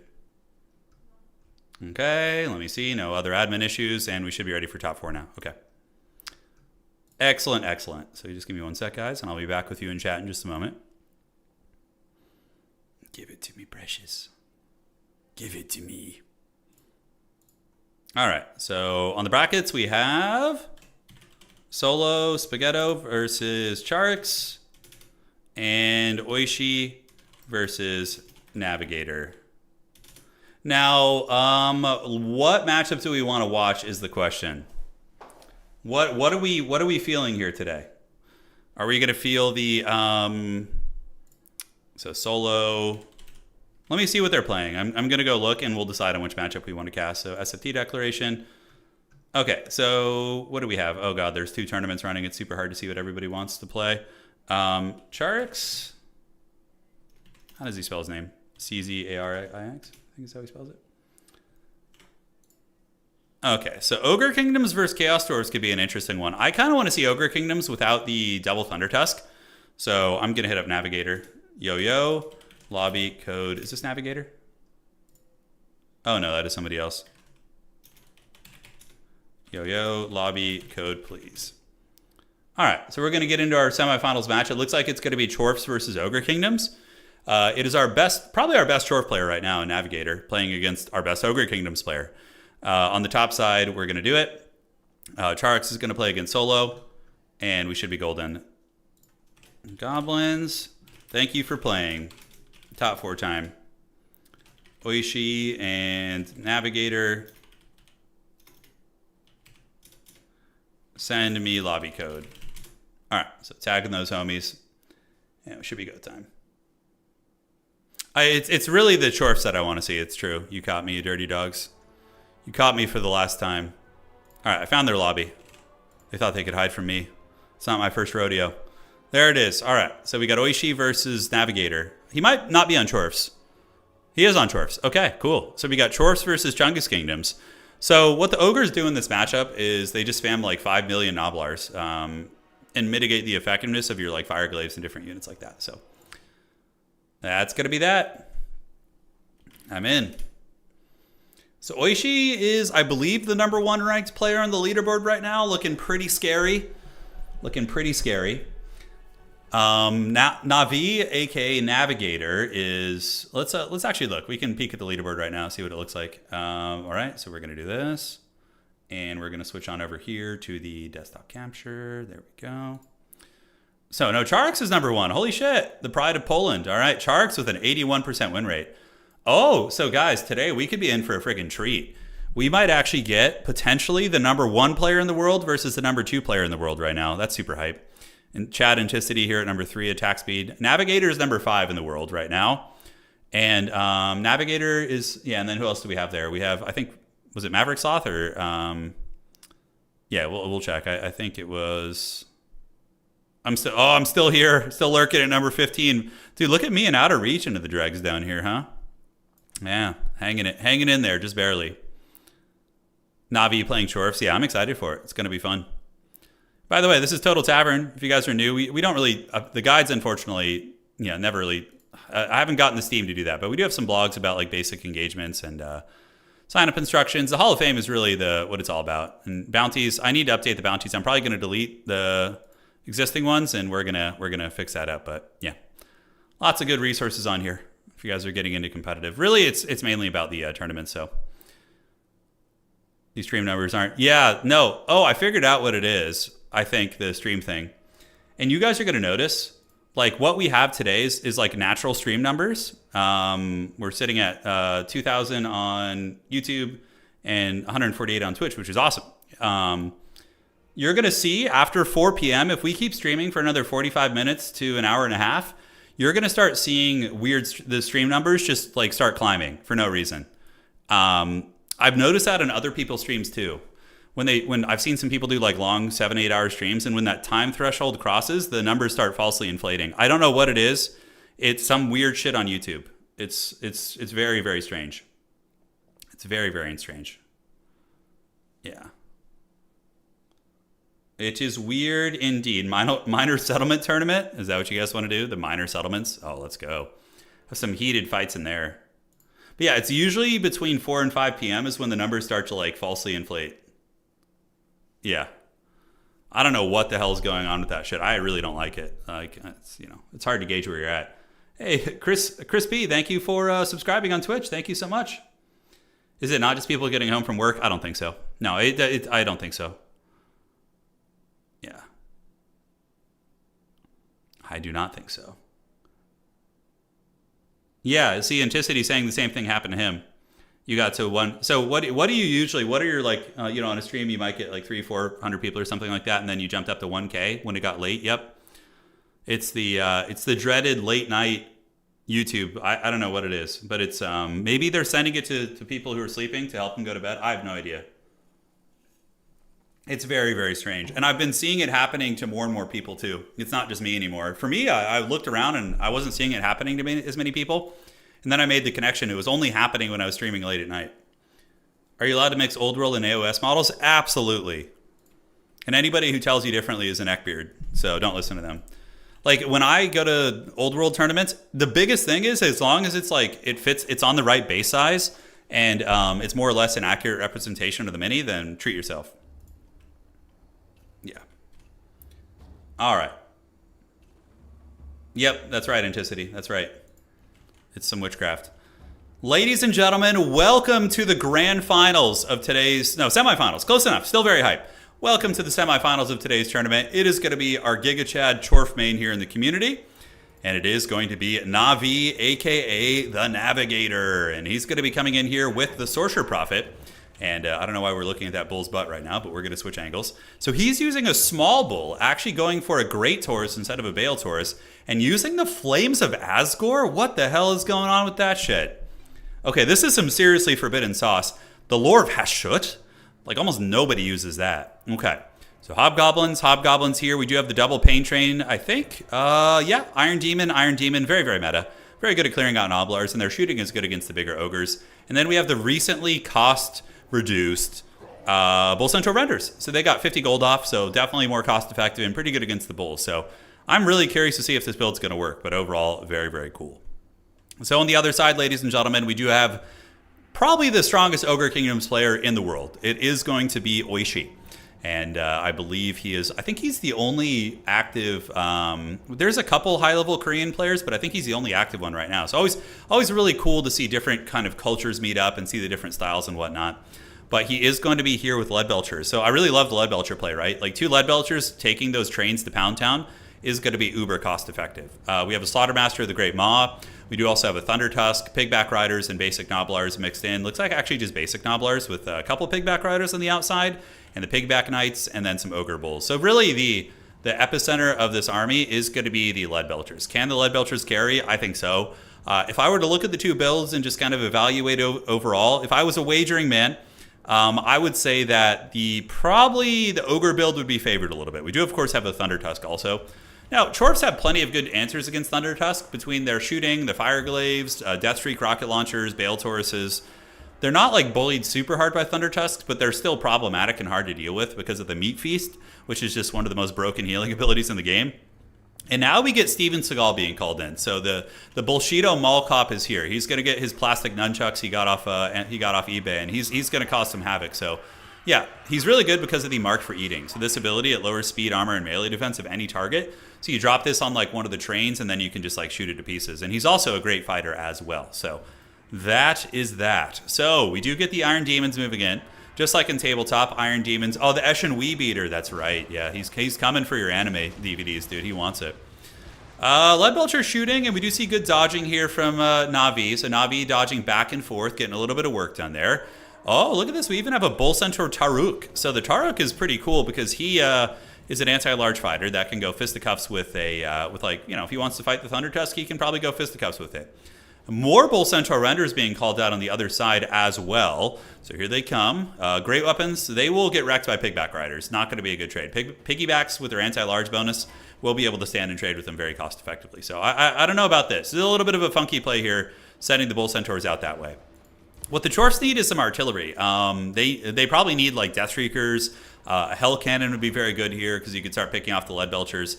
But I think he's just going to blitz it. I think he's just going to move in, get all these frickin' Bull Centaur Renders with the Great Weapons and just bull charge in and just try and brute force his way through using Terror and the big bombardments of Asgore. So on the backside, we do see the Bull Centaurs actually starting to steal the objective. Pigback Riders are an expendable unit, so they only have 2 capture weight, and Bull Centaurs have should have 4 or 3. I don't know if they count as cav classification or monstrous infantry. I'd have to check into that, but yeah, not going to be a whole bunch. So yeah, he is going in with the Death Star, and actually Oishi is fearing this. We see another Bull Centaur Taruk coming out, so there is going to be another anti-large Taruk, and it looks like the Ogres are pulling back. You know, fighting in somebody's home territory is so risky. I like him pushing back the Ogres like this, but I think withdrawing and just securing Objective 2 would be better than going all in. And look at this, we do actually get the Baeltor's character jumping in and killing a couple Lead Belchers. So if he can dive in and shut down the Lead Belchers and then retreat, maybe that's going to be worth it. We'll have to see. But one Lead Belcher here is paying the Troll Toll as the Noblars in the front, the Pigback Riders getting folded. And now we get a big anti-large fight. It's going to be the Bull Centaurs versus the Sky Striders or Mournfang Cav with Grey Opens. We have 2 Iron Demons here as well. And a second Taruk is going to be arriving. Remember, Steven Seagal is also in the mix, and the Piggyback Rider Knights. That's going to be dodgy. But man, look at the Mournfang Cav getting hammered down, and the Flames of Asgore being dropped on the Pigback Riders. But the Pigbacks are able to dodge it. Oishi with very good micro. But man, those Mournfang Cav got taken to absolute pound town. But some of the Bull Centaurs did get marked for eating, and they're also taking a lot of damage. And the saturation of these Pigback Riders, I think, is going to be really bad for the Chorfs. It's going to do a hell of a lot of damage. But, I mean, Mournfang Cav do get broken back. The Chorfs have secured a couple objectives. This is very aggressive. One Lead Belcher is fully offline, by the way. The Sorcerer Prophet able to get work. I can't help but think having a Final Transmutation here would just be backbreaking. Like, if you were playing Chorfs with Lord Metal and dropping a Final Transmutation on this, like, brick would just do so much damage. But, you know, it is what it is. So Taruk does get surrounded by a full health unit, and this is the downside of diving into somebody's spawn zone like this, is you can really pay the Troll Toll. And we do see the Sorcerer Prophet going for the kill on the other Lead Belchers there, which is a good call. Some of the Bull Centaurs going to be trying to push through. Iron Demons getting beat up, and the Thunder Tusk, of course, generating pretty good value at about 1,000. But those trains, they need to get away right now. They need to escape, and it looks like this guy got knocked over by a little bit of a incidental shooting right there. More Ogre Bulls being called in as Lead Belchers are being harried and chased. But I think Oishi is going to probably win this. Overall, I mean, this is a extremely dodgy dive. What's up, Goblin? How you doing, man? Welcome to the stream.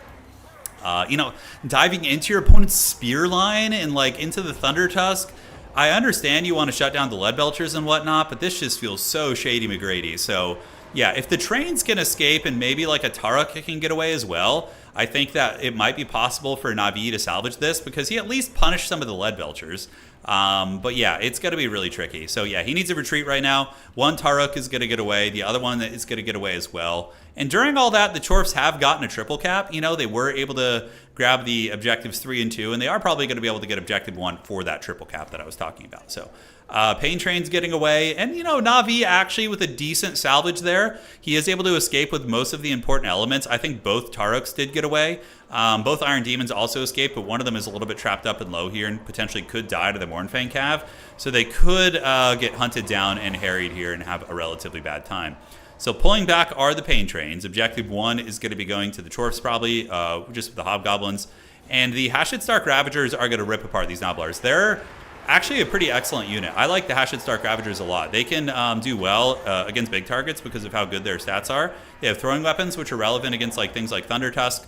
And yeah, I mean, definitely not game over yet. It's close enough in value that it could still, you know, switch up here. Flames of Asgore. Oh, shit. That actually does good damage against the Ogre units. Oh, my God. So that wrecks the Mournfang Cav and the Ogre Bulls there. Okay, guys. So we're seeing the secret Hashut sauce. We're seeing the forbidden tech.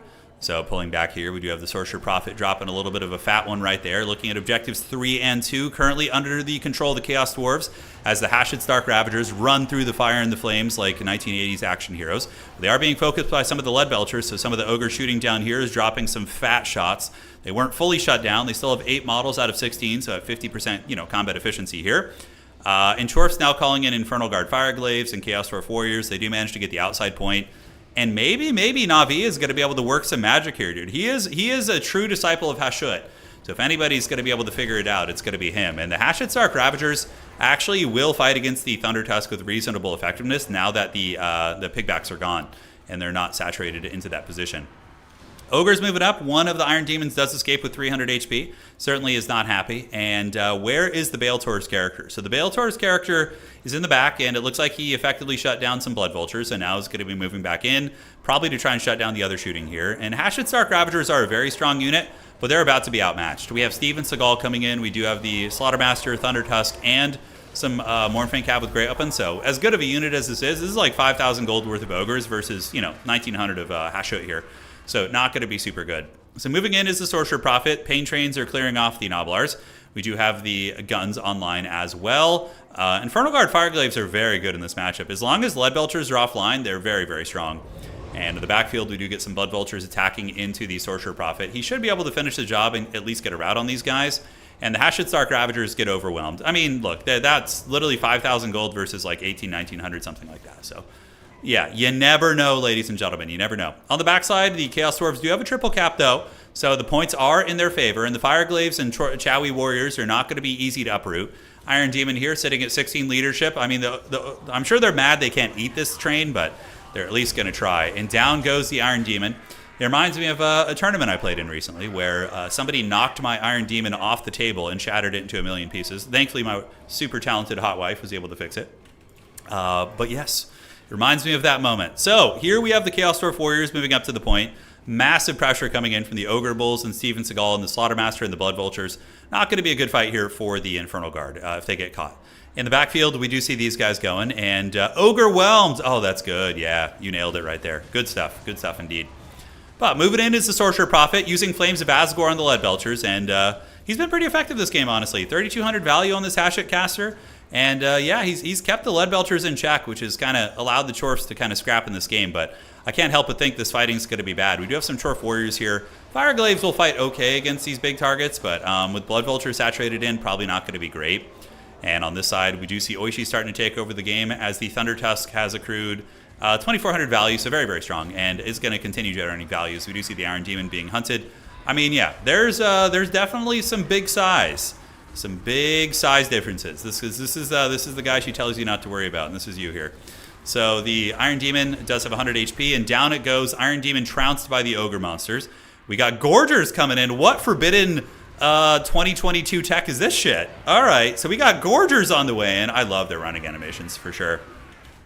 And there they go. So Gorger's going to rip it up. You know what's kind of cool about Gorgers? They have 5 capture weight, and they're really sneaky. So you can definitely sneak 5 capture weight up on somebody, and I think like having 1 Gorger in your Ogre build isn't a bad idea. So Navi can win on 1 point, but good luck holding 1 point. The Ogres, I mean, I think that dive in the beginning was a little bit foolhardy.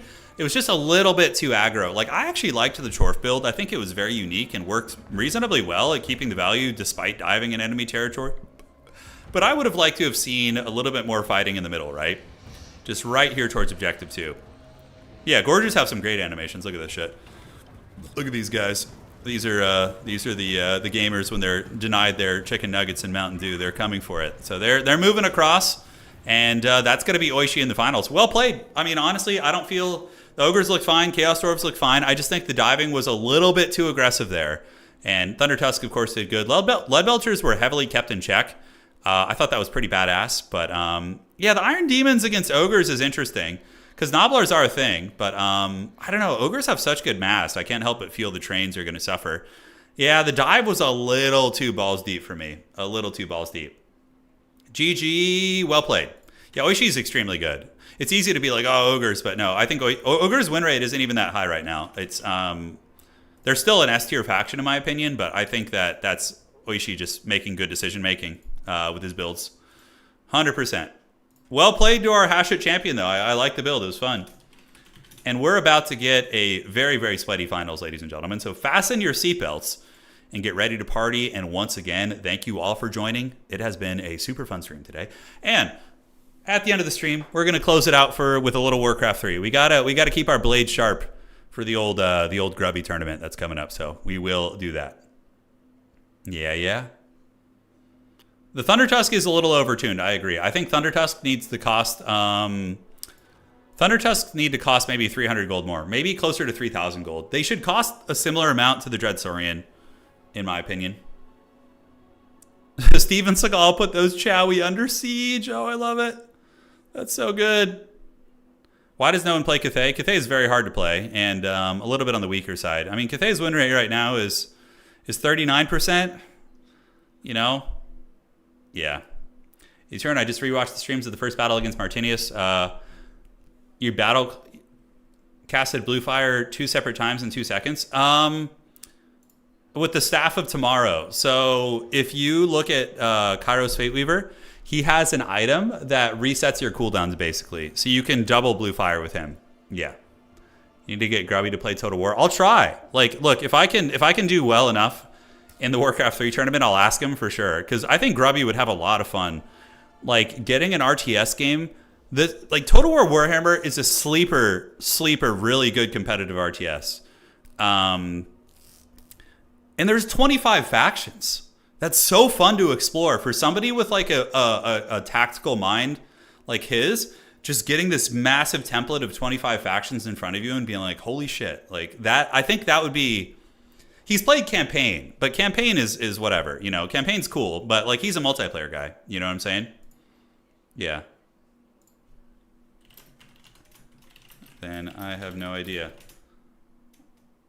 Yeah, so, okay, maybe the double Blue Flyer thing may have been a bug, according to Martinius. He's telling me it might have been a bug. Yeah, if it's a bug, I'll go back and look. I didn't even notice during that game I got 2 Blue Fires, so I'll have to go peek. He still plays Heroes of the Storm. You can give Total War Warhammer 3. Yeah, that's true. Yeah. But you got to play what you like, you know? You got to play what you like. The problem is, like, ladder is still a little bit janky, so that would, like, make... You know, you'd have to... Yeah. It's a little bit janky. Okay, so who is one on the other side? We have the champion of the Great Maw. And, okay, guys, it's happening. We have... Okay, so who are we going to get? So, Charix. We have the #1 player in the world versus the #2 player in the world. And are they going to be on their main factions? This is hype, guys. Fasten your seatbelts. We got a good match. This is normally something you would only see during like a season finals or something, like consistently is like the two. But you literally have the #1 and 2 ranked players in the world right now playing. We have the Pride of Poland, Charix, versus the mighty Korean champion Oishi here. And it's going to be sweaty. Those are actually 2 of the strongest RTS regions in the world. Are, like, I would say, obviously Korea is like has produced some of the best RTS players of all time, and you know, Eastern Central Europe, like that region has produced some like god tier RTS players too. Super fun. So I'll try my best not to go on a rant and make sure we start the game on time. I will add it. Your server. And let me know map. Okay. Okay. And there we go. Arrows of Kurnus is pretty insane, yeah. It's something that I've considered restricting. Yeah. We'll look into it. Send me a replay with a good example. Send me a replay. One arrow of Kurnus says over half HP to a Zargard, yeah. Yeah, it's pretty brutal. I thought it got nerfed this patch. It supposedly got nerfed, but I don't know if it was enough. Okay. So Charix is going to let me know the map. Genquia Bardzo. Mr. Rotlord Turn, with your blessings and builds from last night, I make my first... Oh, dude, hell yeah. So so last night we had a live stream of our Nurgle guide. And Staunch, who's here in YouTube chat, he was hanging out on the stream last night, and he agreed to play Nurgle based on the guide. And he said, you made your first semifinal in the new player tournament using those builds. Let's freaking go, dude. Are you in the finals now, or are you still in the tournament? Oh, that's hype, dude. I love to see that. Do you think CA would ever release access to factions and multiplayer separately? I'm going to advocate for that. I'm going to advocate for that for sure. Ogres versus Wood Elves. Yeah, this is hype. I'm actually very excited for this. Yeah, Charix was the first player to complete the Bretonnian Grail Vow, by the way. So he won a Bretonnian tournament, and then Anticity won the next one, like back-to-back, actually. Yeah, so really fun to see that. Yeah, really, really fun. Oh, I love to see that. Okay. No questions here. The live stream last night, you can watch the video on Twitch. Graveyard. Graveyard of Terracotta Graveyard. You can watch the live stream, the VOD of it on Twitch, but I'm uploading it to YouTube. I edited it a little bit, and it's going up on YouTube soon. It's a 2-hour video, so it's going to be balls deep. But what's cool about it is it has a build for every single matchup. So no matter who you're facing, you have a competitive Nurgle build from a high-level Nurgle player for every single matchup. Some of the builds maybe need some tuning because I haven't played those matchups a lot, but overall I think the guide is pretty damn good. At least maybe like of the 25 matchups, like 18 of the builds are very strong. So Sanchez, I'm waiting for top 4. Hopefully not the third time I get destroyed versus opponent points. Yeah. Well, if you're in the semifinals, then you should be fine. Yeah. You shouldn't have to worry about opponent points at that point. Yeah, I think that, maybe I'll record a video on that tonight. I think that's a good idea.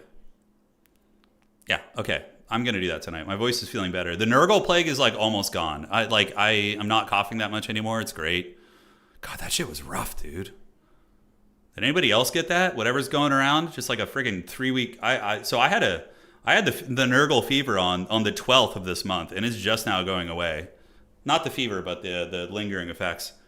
Where can you find the stream? Do we have any mods? I could drop a link to the Twitch channel. If you just go to my Twitch channel and look at the VOD there, you can see it. It should stay up for a while, but we're going to upload it to YouTube. It's going up tomorrow, so. Ogres. Do ogres eat salad? Probably not. One thing that messed me up versus Gaven was the cultist summons being a lot slower than I thought. So I barely lost. Okay, yeah. They do take time. You need to send your cultist after their Poison Wind Globadiers. That's how you win that matchup. Yeah, Anticity says he was out for 2 weeks. Yeah, dude. You still have no voice and it's week 3? Holy shit, yeah. There's some nasty shit going around. Hey, Puling, thank you. The powerful Misha here. Thank you so much. Meat salads. Yeah, I mean, if there's mostly meat in it, I feel like Ogre Kingdoms are like, when you need to trick your dog into like taking medicine. And you like, you hide the medicine in a piece of meat. I feel like for Ogre Kingdoms, you could probably trick them into eating like greens. If you like cooked the greens into the meat, they could probably be tricked into eating it, I think. Steven Seagal is definitely very Ogre Kingdom. Oh, we should make thumbnails on stream. That would be fun. Like at the end of streams, we can make the thumbnails for the week. That'd be. You guys could see how the magic happens. Have you ever wanted a peek behind the curtain of how the industry works? How to become an MLG pro streamer? I could show you guys. Microsoft Paint calls to me. Crystal Lake's the map. It's a style map. Definitely probably better for, I don't know, open field shooting. Yeah, Oishi messaged me there. Let's see here. Good to know. All right. Cool beans. Goji says, got the worst cold of my life a few weeks ago. It was upsetting because I swear I was like dying. Yeah. Yeah, show me how the sausage is made. That's right. You want to see behind the veil. I've been sick a long time as well, but never had a fever, so I can't really tell what it was. Yeah, could have been anything. Yeah, I had a dreaded fever. I had weird fever dreams where I was like in. You know how like usually when you have like dreams, it correlates to something going on in your life. For me, I was having like weird fever dreams that I was like in the Total War Warhammer world. It was weird. Yeah, it was weird. Sanch, I looked through the games that you still need to finish. I'm sure you'll make the semis. Nice. Let's get it. We have a rising Nurgle champion over there. I love to see it. Yeah, Nurgle's a little tricky to play, but once you put in the repetitions, you can beat it. You can beat almost any faction. TZEENTCH and Nurgle tends to get dumped on by TZEENTCH pretty good, as well as Demons of Chaos. The Changebringers are really problematic. Like, you have almost no counter for them because you can't contest the skies at all. TZEENTCH will beat you in the skies every time because they'll have a chicken, they'll have their Furies, and then they're going to mix in Screamers in case you try and fight them harder in the sky. Therefore, there's going to be 1 to 2 Changebringers just shitting on all your infantry. And the Demons of Chaos do the same thing, but even worse, because they can bring like Fiends, they can bring Fleshhounds. Aside from those 2 matchups, I think Nurgle can compete in most matchups. Those are the ones that are really hard. Yeah. All right. So it begins, the greatest battle of our time. It is the battle to end all battles. Some Metal Dreams. Yeah. Yeah, I'm trying to think. Let's see. What universe would you guys rather live in? Would you guys rather live in Warhammer Fantasy, and you get to live in the city and region of your choosing? Would you rather live in Warhammer Fantasy, Middle Earth, or Westeros, Game of Thrones? We should put up a poll for that. That'd be fun. Okay. Where to live? So Westeros, Middle Earth, or Warhammer.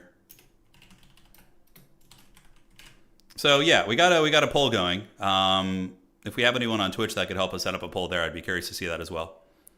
We could see what all you guys think. I still don't know how to do that yet, but we're learning. Okay, there we go. Middle Earth during the Third Age. Yeah, during the time of the movies. Yeah.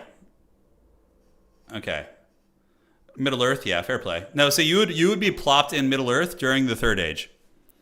So like during the you know, let's say like before the conflict with Sauron, the final showdown. Smoking a tremendous amount with the hobbits. Oh yeah. Like if you had a choice. Okay.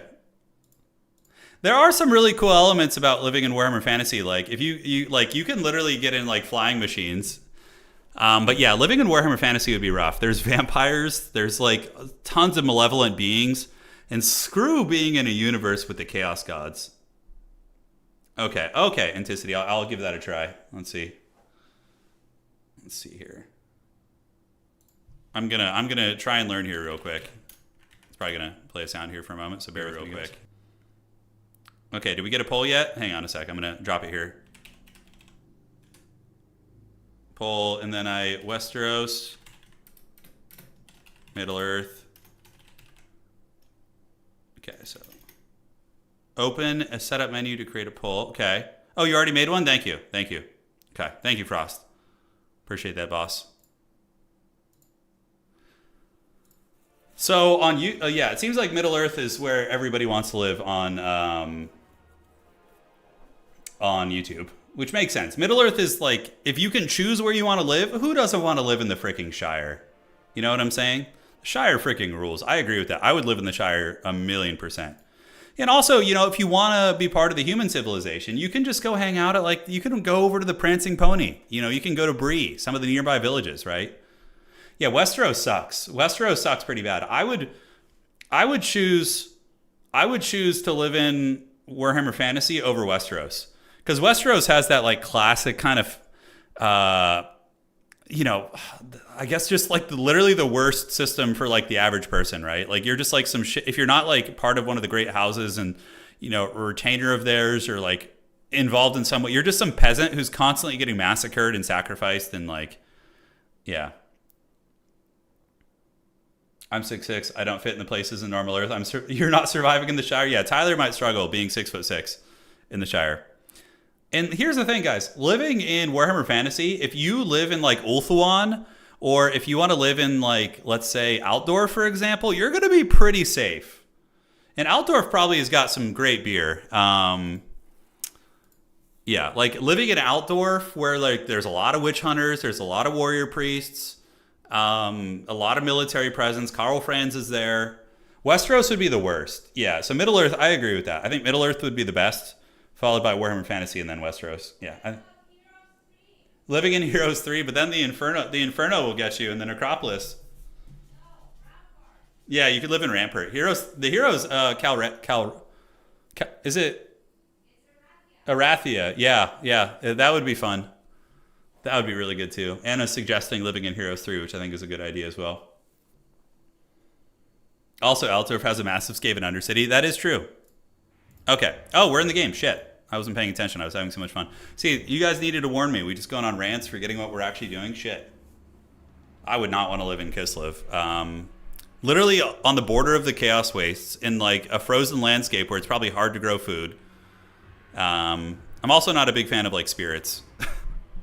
All right, ladies and gentlemen, here we are in the grand finals. We have the #1 player in the world here facing off against the number 2 player in the world. Charix, of course, is ranked number 1 on the leaderboard, our Wood Elf player. And Oishi is literally right behind him. Like, whoever wins this might actually take over the number 1 spot. So we got Noblars in the front line. Makes sense. Just throw trash into their archers. Pigback Riders on the flanks, and Leadbelchers. So really a Leadbelcher enjoyer. Ogre Bulls with the with the Iron Fist, it looks like, which makes a lot of sense. These guys are shielded, so at least they have some mitigation against missiles. They're able to get their fist kind of bracers and block some of the archers, which is good. And yes, more Ogre Bulls. So yeah, it's just going to be using the long-range Leadbelchers to shoot down the Elvish archers, which are outranged by them.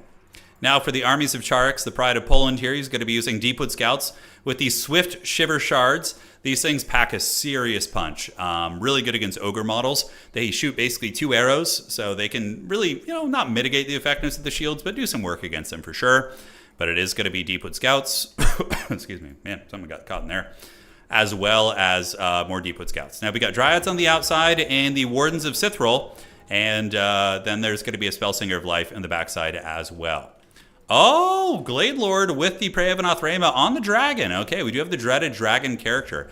No Arrows of Kurnus. I've been getting a lot of whispers about banning Arrows of Kurnus, but apparently they're not good in this matchup, so we are not seeing those. Swift Shivering Shard. Swift Shiver Shard. Try saying that fast. Swift Shiver Shard. Swift Shiver Shard. Swift Shiver Shard. Okay, I think pretty good about that. That's not the worst tongue twister I've ever heard. We have the Glade Lord here. The Glade Lord is being harried by the Blood Vultures. Maybe thinking about getting a Prey of Anathrema and getting the archers in range. But immediately, 2 objectives are going to be going to the Wood Elves as they advance up. And the Ogre Kingdom's taking a much more defensive posture.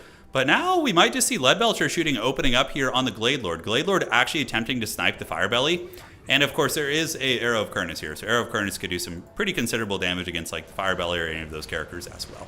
Yeah, good old-fashioned Glady. So now the juking begins, but the Leadbelcher is going to be opening up. And the Ogres basically, if you don't know the lore of Leadbelchers, they basically just put like literally their cutlery and like random metal shit they find into this giant cannon and just blast at you, which is pretty hilarious. But Dryads pulling back, Swift Shiver Shards able to nail some of the Pigback Riders. And on the outside, we do get Dryads coming in mass. Now, Dryads against Ogre Bull models. I think the Ogre Bulls will probably trade reasonably well, but if there's archer support, not the worst thing in the world. But Leadbelchers are shooting into Charix's Glade Lord, so he is able to pull back. And Arrow of Kurnus is activated. Let's see what kind of damage it gets. I mean, that's not even that good. That's all right. A little bit of damage against the Pigback Riders.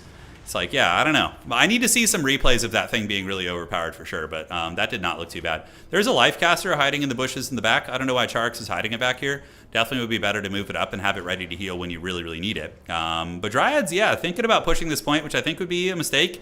This is the Race of the Frozen Heart, so it is one of the ROR Dryads, so these things are pretty fighty for sure. I think these ones could beat an Ogre Bull unit, but I don't know about a regular Dryad. I like this idea more. Consolidating towards the middle, I think, is going to be stronger, and just playing to the strength of your archers. So Dryads engaging, and we do get the Glady hiding, and now the Leadbelcher is going to be unleashing their firepower. Dragon Breath attack down the pipe. Going to be cooking a bunch of these guys. And this is a dead Ogre character. I knew it. The Prey of Anathrema and the Deepwood Scouts are going to Swift Shiver Shart all over this Firebelly's face. So he gets netted. There is going to be a response of a Burning Head, which is a very good play by Oishi. But yeah. Oh, he's actually hiding behind the other Ogres a little bit. And he is able to survive, and that Burning Head was clutch. Very nice Burning Head. In the meantime, we do get the Blood Vultures coming in. Dragon's going to try and disrupt them. And the Firebelly still getting dunked on by some of the shooting, but very fortunate, was able to escape. Now, here comes the Saber-Tusk packs, who let the cats out, I guess. But the Wild Riders are able to intercept them, and that is going to be a beautiful catch there by Charix. So Charix able to get around the flank there, and the Wild Riders will probably win that fight, although they're not the ROR, so maybe not. Now, the Blood Vultures do kind of penetrate into the back line here, sitting at 1 leadership. Archers should definitely focus that. And the Firebelly looks like it is able to get away. So very well played by Oishi stabilizing that. Because honestly, if he hadn't put the other Ogres in front of it, and maybe his Lord, the Paymaster, I think it would have been a dead unit right there. Value trading very even. We get more Blood Vultures on the way in, and now the Glade Riders are coming out. That's what we needed to see a little bit sooner. And here we get some Wild Riders also peeling over to try and intercept there. But look at that, the Dismember from Oishi. What a good play. Oh, that's so nice. It slows down the Wild Riders, allowing the Blood Vultures to escape and get back up in the sky. That was a very clean one there. Now, Dryad's still fighting in the point. The Race of the Frozen Heart. Dryad's fighting here. More archers coming in. And what is Charix doing with his Life Caster? He needs to get that thing active. Big blunder. And usually Charix is not one to make these kind of mistakes, that's for sure. But You know, it happens to the best of us. But yeah, he has his caster back there. He could have been using regrowths on the Wild Riders and healing his dragon this entire time. But that is not happening. So in the backfield, we have the Wardens of Sithril, the ROR Wildwood Rangers diving into the backfield. I think they must have run through here and got on top of some of the Leadbelchers. And we do also see the Glade Lord getting in and going after the Firebelly. If you could get a pick on the Firebelly here, that would be very, very good. Very, very good. Lifecaster still chilling. More Wild Riders coming up. It looks like Charix is wanting to play the no caster challenge, which is certainly not going to be easy. But the Firebelly is not a pushover of a fighter, and it looks like the Glade Lord is going to be forced back. Maybe get back in the sky, use an Arrow of Kurnus, and then dive again, try and get the killing blow. But I think both Leadbelchers now going to be zeroing in and making sure to put some hurt down on the Glade Lord. So the Glade Lord is going to get pounded. Arrow of Kurnus activated, and now Charix realizes his caster is back here. He's going to be moving it up because his Lord is beat up, and he realizes he needs some healing. He is being pushed back. The Chungus Kingdoms do have him on the back foot. Archers are still very much intact, though. He has a lot of Deepwood Scouts left, so he certainly has some counterpunching capabilities. And the Dragon character is going to be moving in. And this value difference is only 800. Like, a couple of regrowths and Earthbloods should be able to get it done. Oh, dude, he just regrowthed this, like, dead unit. Oh, what a blunder by Charix.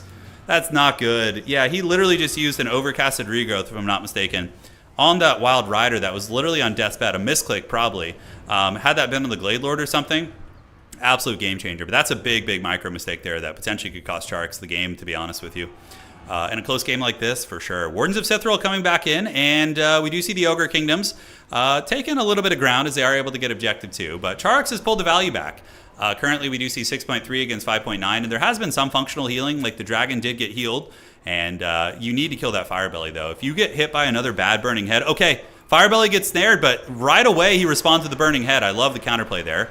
But the Deepwood Scouts just eating that Burning Head like absolute champions and trying to get the kill here. Killing that Firebelly, like I said, would be a pretty damn good play. But the Firebelly seems to be enduring. I think the Ogres are pushing back aggressively to shut down the Archers. We do get some of the champions of the Great Maw moving in, so these Ogre Bulls do manage to push back the Deepwood Scouts and mitigate their focus fire. But Charix, once again, going to be diving in with the Dragon, and it looks like the Dragon is going to be able to get at least the break on the Firebelly. Firebelly is currently terrified, and we do see the Cash Cascade. Look at all the coins dropping. What is this, Mario Party? But it gives them a charge bonus and a melee attack buff to all nearby units. That's actually really cool. So where's the Dragon going to go? Probably get back up in the sky, maybe start putting some pot shots down into the Firebelly. In the backfield, Charix is able to sweep up that back pressure, and he does have all of his Deepwood Scouts back online. And yeah, looks like the Ogres do get swept up. And the big thing that's going to keep Charix in this game and give him a chance is the fact that he's holding on to that 1 point. If the Ogres were to steal that, it would really, really cascade the game and make it very tough for the Wood Elves to value grind their way back. So Dragon's up in the sky. We do see some Wild Riders moving in with a regrowth on them, so that is some decent healing. And is the Firebelly alive? It is back and it is lurking. We see the Firebelly breaking, running for the edge of the battlefield, but probably is going to rally unless Charix pursues, which I suspect he will. Deepwood Scouts shooting into Pigback Riders, and we get the Wild Hunters of Kurnus on their way up. So very, very good cav unit. But I do think that Oishi's probably favored here. He's got his two Leadbelchers, and if these two Leadbelchers gather their forces, you get that one, and you basically just get a big firing lane down here. You can spray all over the faces of these heavy cav as they come in, and also shut down the Archers as well. So yeah, the Dragon really going deep on that Firebelly. Oishi going to be responding with the Blood Vulture, so using the Blood Vultures right there. Yeah, he really needed that regrowth on his Lord. This Dragon would be such a game changer if he was still healthy, but he's almost got this towards the edge of the battlefield here. So the Firebelly's getting very, very close to the edge. Wood Elf Lord might be able to get it, and in the meantime, we do see a big volley on the Blood Vultures. Very cost-effective. As a matter of fact, just going to straight up break them instantly. Dryads moving towards the middle, and the Wild Hunters of Kurnus are hanging in there.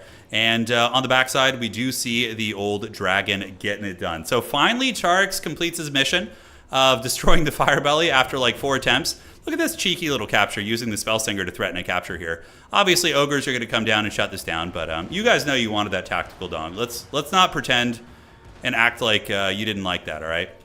The tactical dong was powerful and it was represented. So, Archers moving up, but very tattered. A couple Pigback Riders chasing those guys down. Definitely wouldn't be a bad idea to sweep around here and knock these guys off and protect that point. Dragon's on its way back in. Dryads are going to be fighting Blood Vultures, and unfortunately for Charix, he looks like he blundered his Spellsinger. So he let his Spellsinger get captured right there. So yeah, we do have the Pigback Riders, 2 of them surrounding here, and the Spellsinger of Life is going to get shanked. So a couple big mistakes from Charix may cost him the game. Number one, the big regrowth miscast earlier, and also the Spellsinger getting caught and killed here is going to be really, really devastating. A couple of Pigback Riders still disrupting shit. Wild Hunters of Kurnoss doing good, but look at Oishi with the Cash Cascade. Wow, powerful stuff. Pravenoth Rama activated, and now the Blood Vultures are going to move in and pin those guys down. I think this is the beginning of the end. I think Oishi is going to start taking over this game. He has the objective advantage, and now he has a big value lead. 10.7 against 9.6. And blundering the caster here, I think, is a little bit too much. Right? A little bit too much. Yeah, that thing's going to pay the troll toll. So, Glade Lord and the Wild Hunters of Kurnoss moving into the backfield, going to be shutting down the Lead Belchers. And the rest of the Ogre Kingdom's army now going to be heading to the middle objective as we get the Lost Sylvan Knights coming in. It's kind of a cool tech. I don't hate that. Lost Sylvan Knights definitely can get some big terror routes. I mean, can Charix work his way back into this game? Blundering his caster over there is a huge mistake. Oh, but he gets all the Lead Belchers. Okay, look at that. So he gets back here and he sweeps up both Lead Belchers. What a play by Charix. That's huge. That maybe opens up some play for him. Okay, guys, Charix is back in the game. I didn't notice that. But the Wild Hunters of Kurnoss were able to penetrate even further in and take down all that shooting right there. Wow, great stuff. Great stuff indeed. Now, in the meantime, we do get a Burning Head activated on the Lost Sylvan Knights. Archer's still kind of online here. And could this be the comeback for Charix? With both Lead Belchers offline, maybe. But not having your caster is a huge setback. God, man. If he had his life caster alive right now and could just get fat like Earthbloods on the Lost Sylvan Knights and also on the Glade Lord, oh, God, that'd be so good. We're going to see if the Dragon's going to be able to hold. We still do have some shooting over here with the Deepwood Scouts. Not a whole lot. Dragon does get surrounded and pinned. Lead Belcher is pretty much out of the game. But this is going to be the deciding fight, I think. Whoever wins this is really, really going to be it. More Wild Riders coming in. Earthblood. Oh, he resummoned his caster or it rallied. Okay, so his caster rallied somewhere. It did come back. I don't know where it is, but the caster did return. And he gets a regrowth and an Earthblood. Okay, guys. He rallied his caster. It looks like Oishi made his first blunder of the game and didn't fully kill the Spellsinger. And then the Spellsinger breaks itself on the overcast, but is able to get a fat heal off, which is pretty clutch there.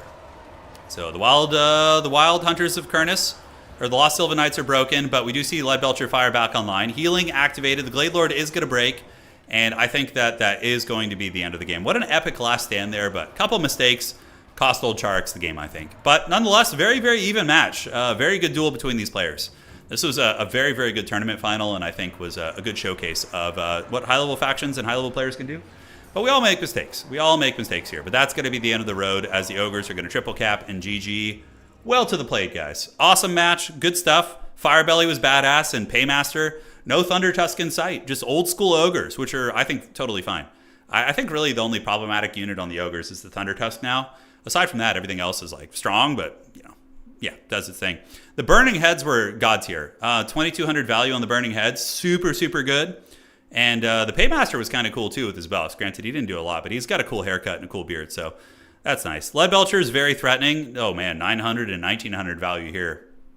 Yeah, they got some nice work done. No Steven Seagal in this build, though. Just kind of standard Ogre stuff. And for this, yeah, pretty good build from the Wood Elves, too. Could have gone either way. GG, well played to both those players. And now let us go ahead, and they're going to report the score here in a moment, and I will finalize the tournaments. So, for anybody who's still sticking around, we're going to play a Warcraft 3 game to close this out. We got to train a little bit for the old Grubby tournament, so we will do that. Just one. Okay, so that looks fine. Let's go ahead and finalize this tournament here. Yeah, that was a really good fight. There was a really good fight. What else do against Lead Belchers? I don't know. It's tricky. They obviously you can catch them with your cav and run them down, depending on the situation. Least favorite part of Middle-earth to live in? I mean, who would want to live in, like, Mordor or, like, Barad-dûr or, like, any of these hellscapes? Literally just hellscapes, just suffering, right? It has to be any of those, you know, Sauron dominions. Would just be the worst, you know? All right, so, yep, that's going to be a victory for Oishi. GG, well played. And we are going to go now and have some fun with some old Warcraft 3. So just give me 1 second. Get this all set up here. And yes, it is go time. Thank you all for joining. Really fun tournament today. And now we're going to do some Warcraft 3 to close things out. My might cannot be matched. Time for some Papa Roach. You know, some Papa Roach. I really need to download Warcraft 3 Champions. I just play on Battle.net like an absolute potato. So, yeah, we need to do that. So, couple quick practice games. Okay. Let's do this. And save that. Cool. Should be good. Why does it say offline? You guys can see these things, right? You can still see the stream. Is it still going? I don't know why it says offline. That's very weird. Yeah. Should be okay. Stream's still online. The Twitch stream didn't crash, right? It's real fast. I'm just going to raw dog it on BattleNet. Greetings from Canada. Keep up the good work. Love your stream. Say, I really appreciate that, man. Thank you so much. Okay, and let's go to here and do a little bit of this, and we should be good to go. Pwn is not playing in the tournament. I wish he was, but he is not. Okay, good. So we're all good here. All right, let's get it. Let's have some fun. I did get messaged there by Frost. Let's see what's cooking here. Thank you, Frost. Appreciate that, man. Thank you. Wow, that's a lot of stuff here. That is a lot of stuff. Pwn would be a contender. I think old Pwn Dog could beat some of the players in the Grubby Invitational. I think he could. Yeah. Okay, so we're gonna do one Warcraft 3 game to close it out. Should be sleeping. It's late in Serbia, but streams are fun. Yeah, we're still going. Kid Colombian, is this the finals? We just finished the finals of the Total War tournament. Now I'm just playing one quick Warcraft 3 game to close things out. So, all right, we got Undead versus Human. Okay. Matchup I've been wanting to practice a little bit, which is good, so we will do that. Okay, let's do a little bit of this as well. Oh, is he stuck? Have you guys ever seen that before? I haven't. Good luck, have fun. All right. So, yeah, let's do it. Let's see if we can get the fat dub here, guys. One sec. I need to pull this up here, and there we go. Okay. Sorry about that. Back in the game now. So against Human, I often just let them fast expand, and then I will. Oh shit, I wasn't paying attention here. And then I will basically just fast expand myself. That's been my go-to. It's been pretty effective, and we're gonna. I am representing the undead in Grubby's tournament, so yeah, I'm practicing what I'm actually playing. So yeah, this is the build order is. I need to figure out the most optimal build order, but. That's one of my weaknesses. Like, I don't know the meta and I don't know build orders, but I know what the units do in the game. That's like one of the advantages I have. Like, I understand the interactions and the abilities. Do you use necromancers? Occasionally. Not super often, but yeah, Papa Roach is my hands down favorite character. Like, even before his buffs, I just am a big Papa Roach enjoyer.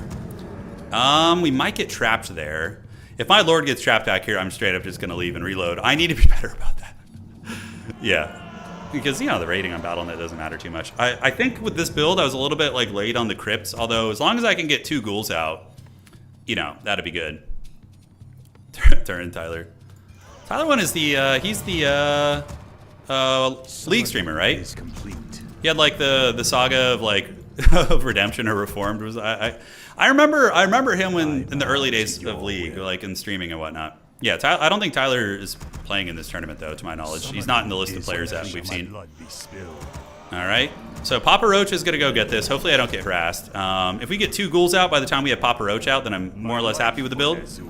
We're playing against humans, so we don't need to build an early defensive ziggurat, I don't think. All right, so Papa Roach, he's losing his sight, losing his mind. He just wishes somebody would tell him it's fine. And now we're going to head over here and obviously go for Beetlejuice. And we're going to go fast expand. So, yeah, we need to get more ghouls, though, to get that lumber sauced up. And we're going to... You want to hit the creeps because you can turn them into minions. And that makes the creeping a little bit easier. So, all right, so this is my fast expand that I think is my favorite build. So we're going to do this. And this one's pretty easy to get to. So you just want the ghouls back. Do this. When I'm playing in Grubby's actual tournament, though, I'm not going to talk... I think I'm going to go off mic just so I can really focus and try and play well. Because I do play worse when I'm talking, 100%. Yeah, I do play worse when I'm talking. So we're going to do this. Going to set up that early and just continue grinding. And now we can get some more skeletons. You can even use the Acolyte to help you fight, 100%. So yeah, let's continue on. As long as you don't lose the Acolyte or the ghouls, you just want the other units to be taking the beating, right? So that's going to be good. Let's get some more ghouls in here. And do this. All right, so Papa Roach, do we have a little bit more Papa Roaching? We do.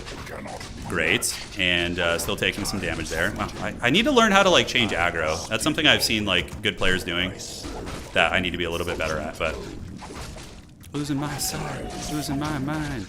So good. Alright, so we didn't lose any ghouls, so that's like a step forward. I was actually paying attention. And we are going to have enough for the Haunted Gold Mine. So now we just basically use Papa Roach to just creep around and just feast, basically. He's a very, very good creeping character, and we can grab a couple ghouls, bring them over here, and have them do their thing. On top of that, second ziggurat here, and we need to get a defensive tower like stat. Probably sending a beetle down to see if the human fast expanded is a good idea too. I don't think we can actually take that camp. Yeah, so you see, this is my unfamiliarity with these maps too is a little bit of a tricky one. All right, we got a couple ghouls. Should be able to do this one, and we'll know if there's going to be an expand, and then you build up the acolytes and go over there too. Yeah, great. All right, Papa Roach, let's get it. Let's listen to some Papa Roach. Okay, so he's Archmage, very standard.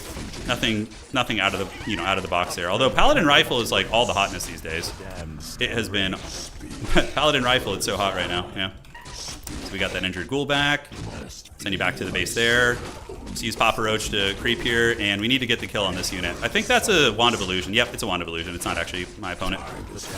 But he's going to be here in a second to probably harass me. But thankfully, I do have these towers up already, so that's good. All right, so he's going to probably come at me pretty hard here. Let's do the Papa Roaching. Yeah, get some more beetles. And do we get the belt? Ooh, Belt of Giant Strength's pretty good. Do I need dust? I don't think so. Okay, so now we need to flee the scene. Yeah, potentially some danger here. Let's body block a little bit. Get Papa Roach back to the base. Most of our strength is in our base, you know, so that's good. We're going to go double here. We just need to go heal, and we're going to get another tower there. Get another one of these and go back to the base. We basically just gather our ghouls and go defend our expansion. All right, so let's get the Ritual Dagger, and we're going to sacrifice you. And we're going to see if he wants to go for the expansion. No, he's just coming for the base, which is fine. That's totally fine. We can upgrade you as well. And we just heal for a minute, cancel this. I think we're in okay shape. The problem is Papa Roach being so damaged. It definitely sucks, but... Okay, so can we win this fight? I think we can. It's going to be hard, especially if we get a good impale down the pipe. That was a really good impale, by the way.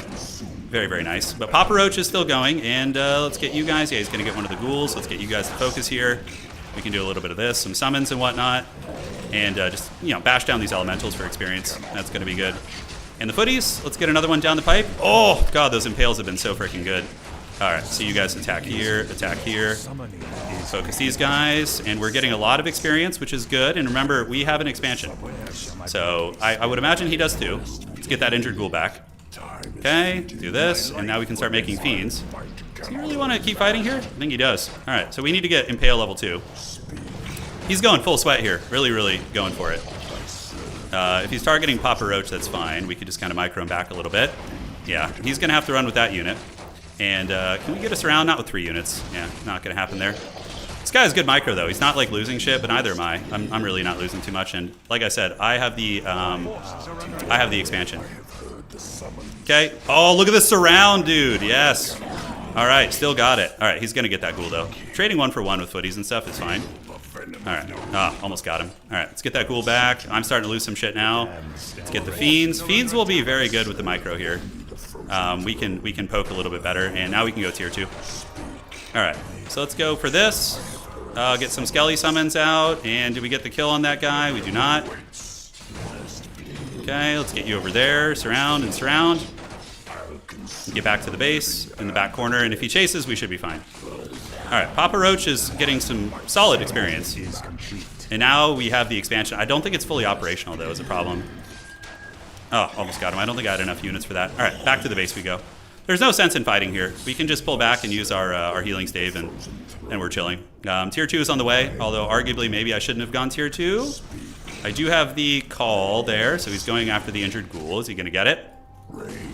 This guy really, really wants to have early fighting, like really bad.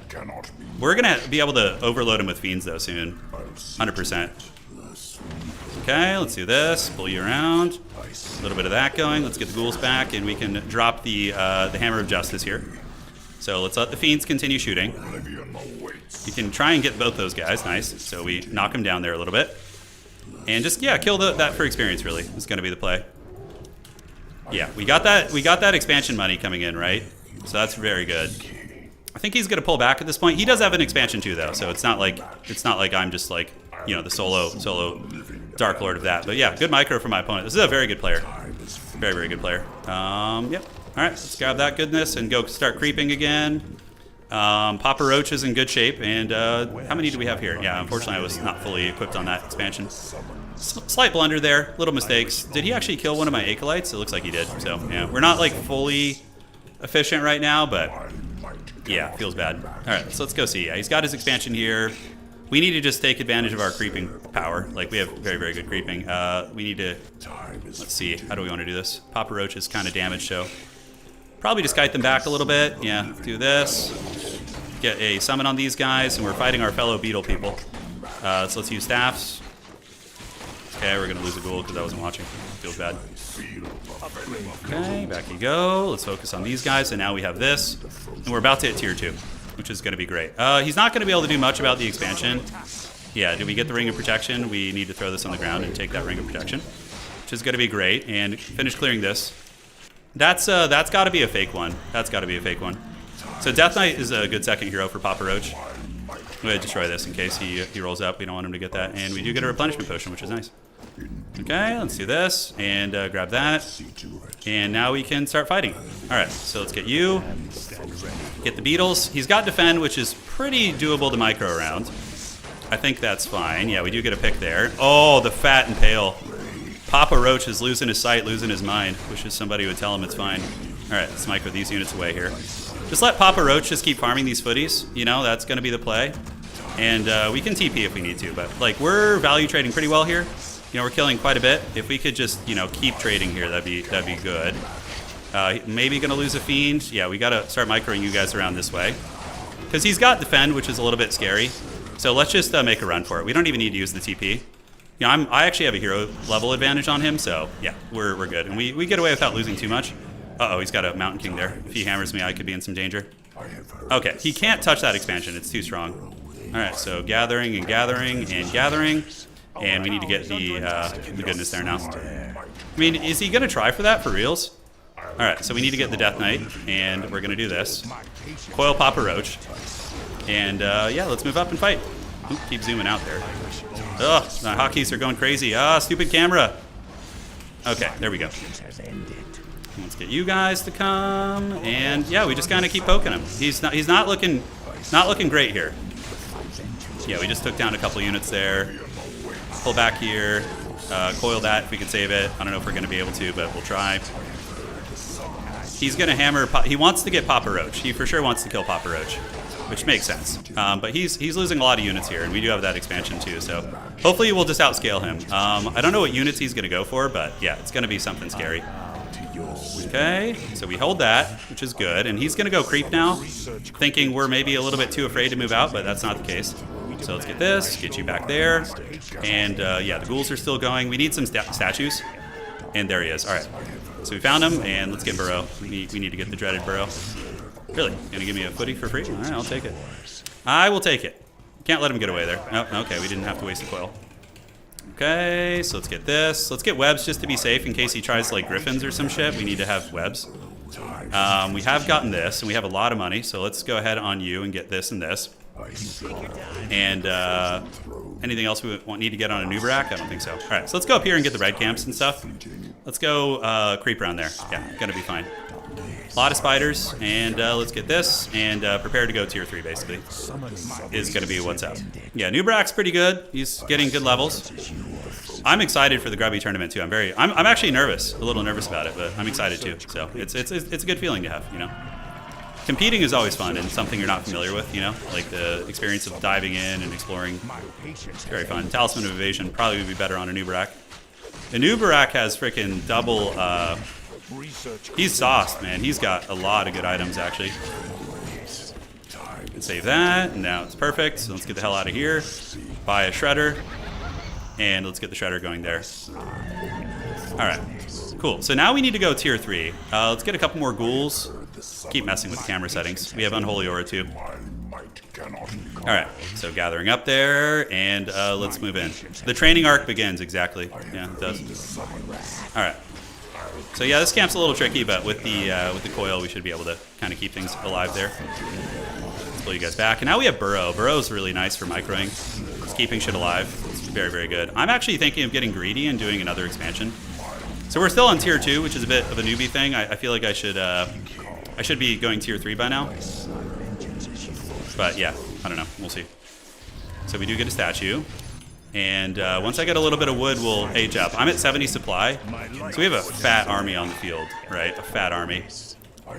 We can go and try and get his red camp. If he's like slacking on creeping, we might be able to jack that, which would be pretty huge. 230 for this. We got ghouls. And yeah, we're going to send another Acolyte over there. So big surplus of cash. Big surplus of cash. All right, come on, give it to me. Give me the Shredder of Lestria.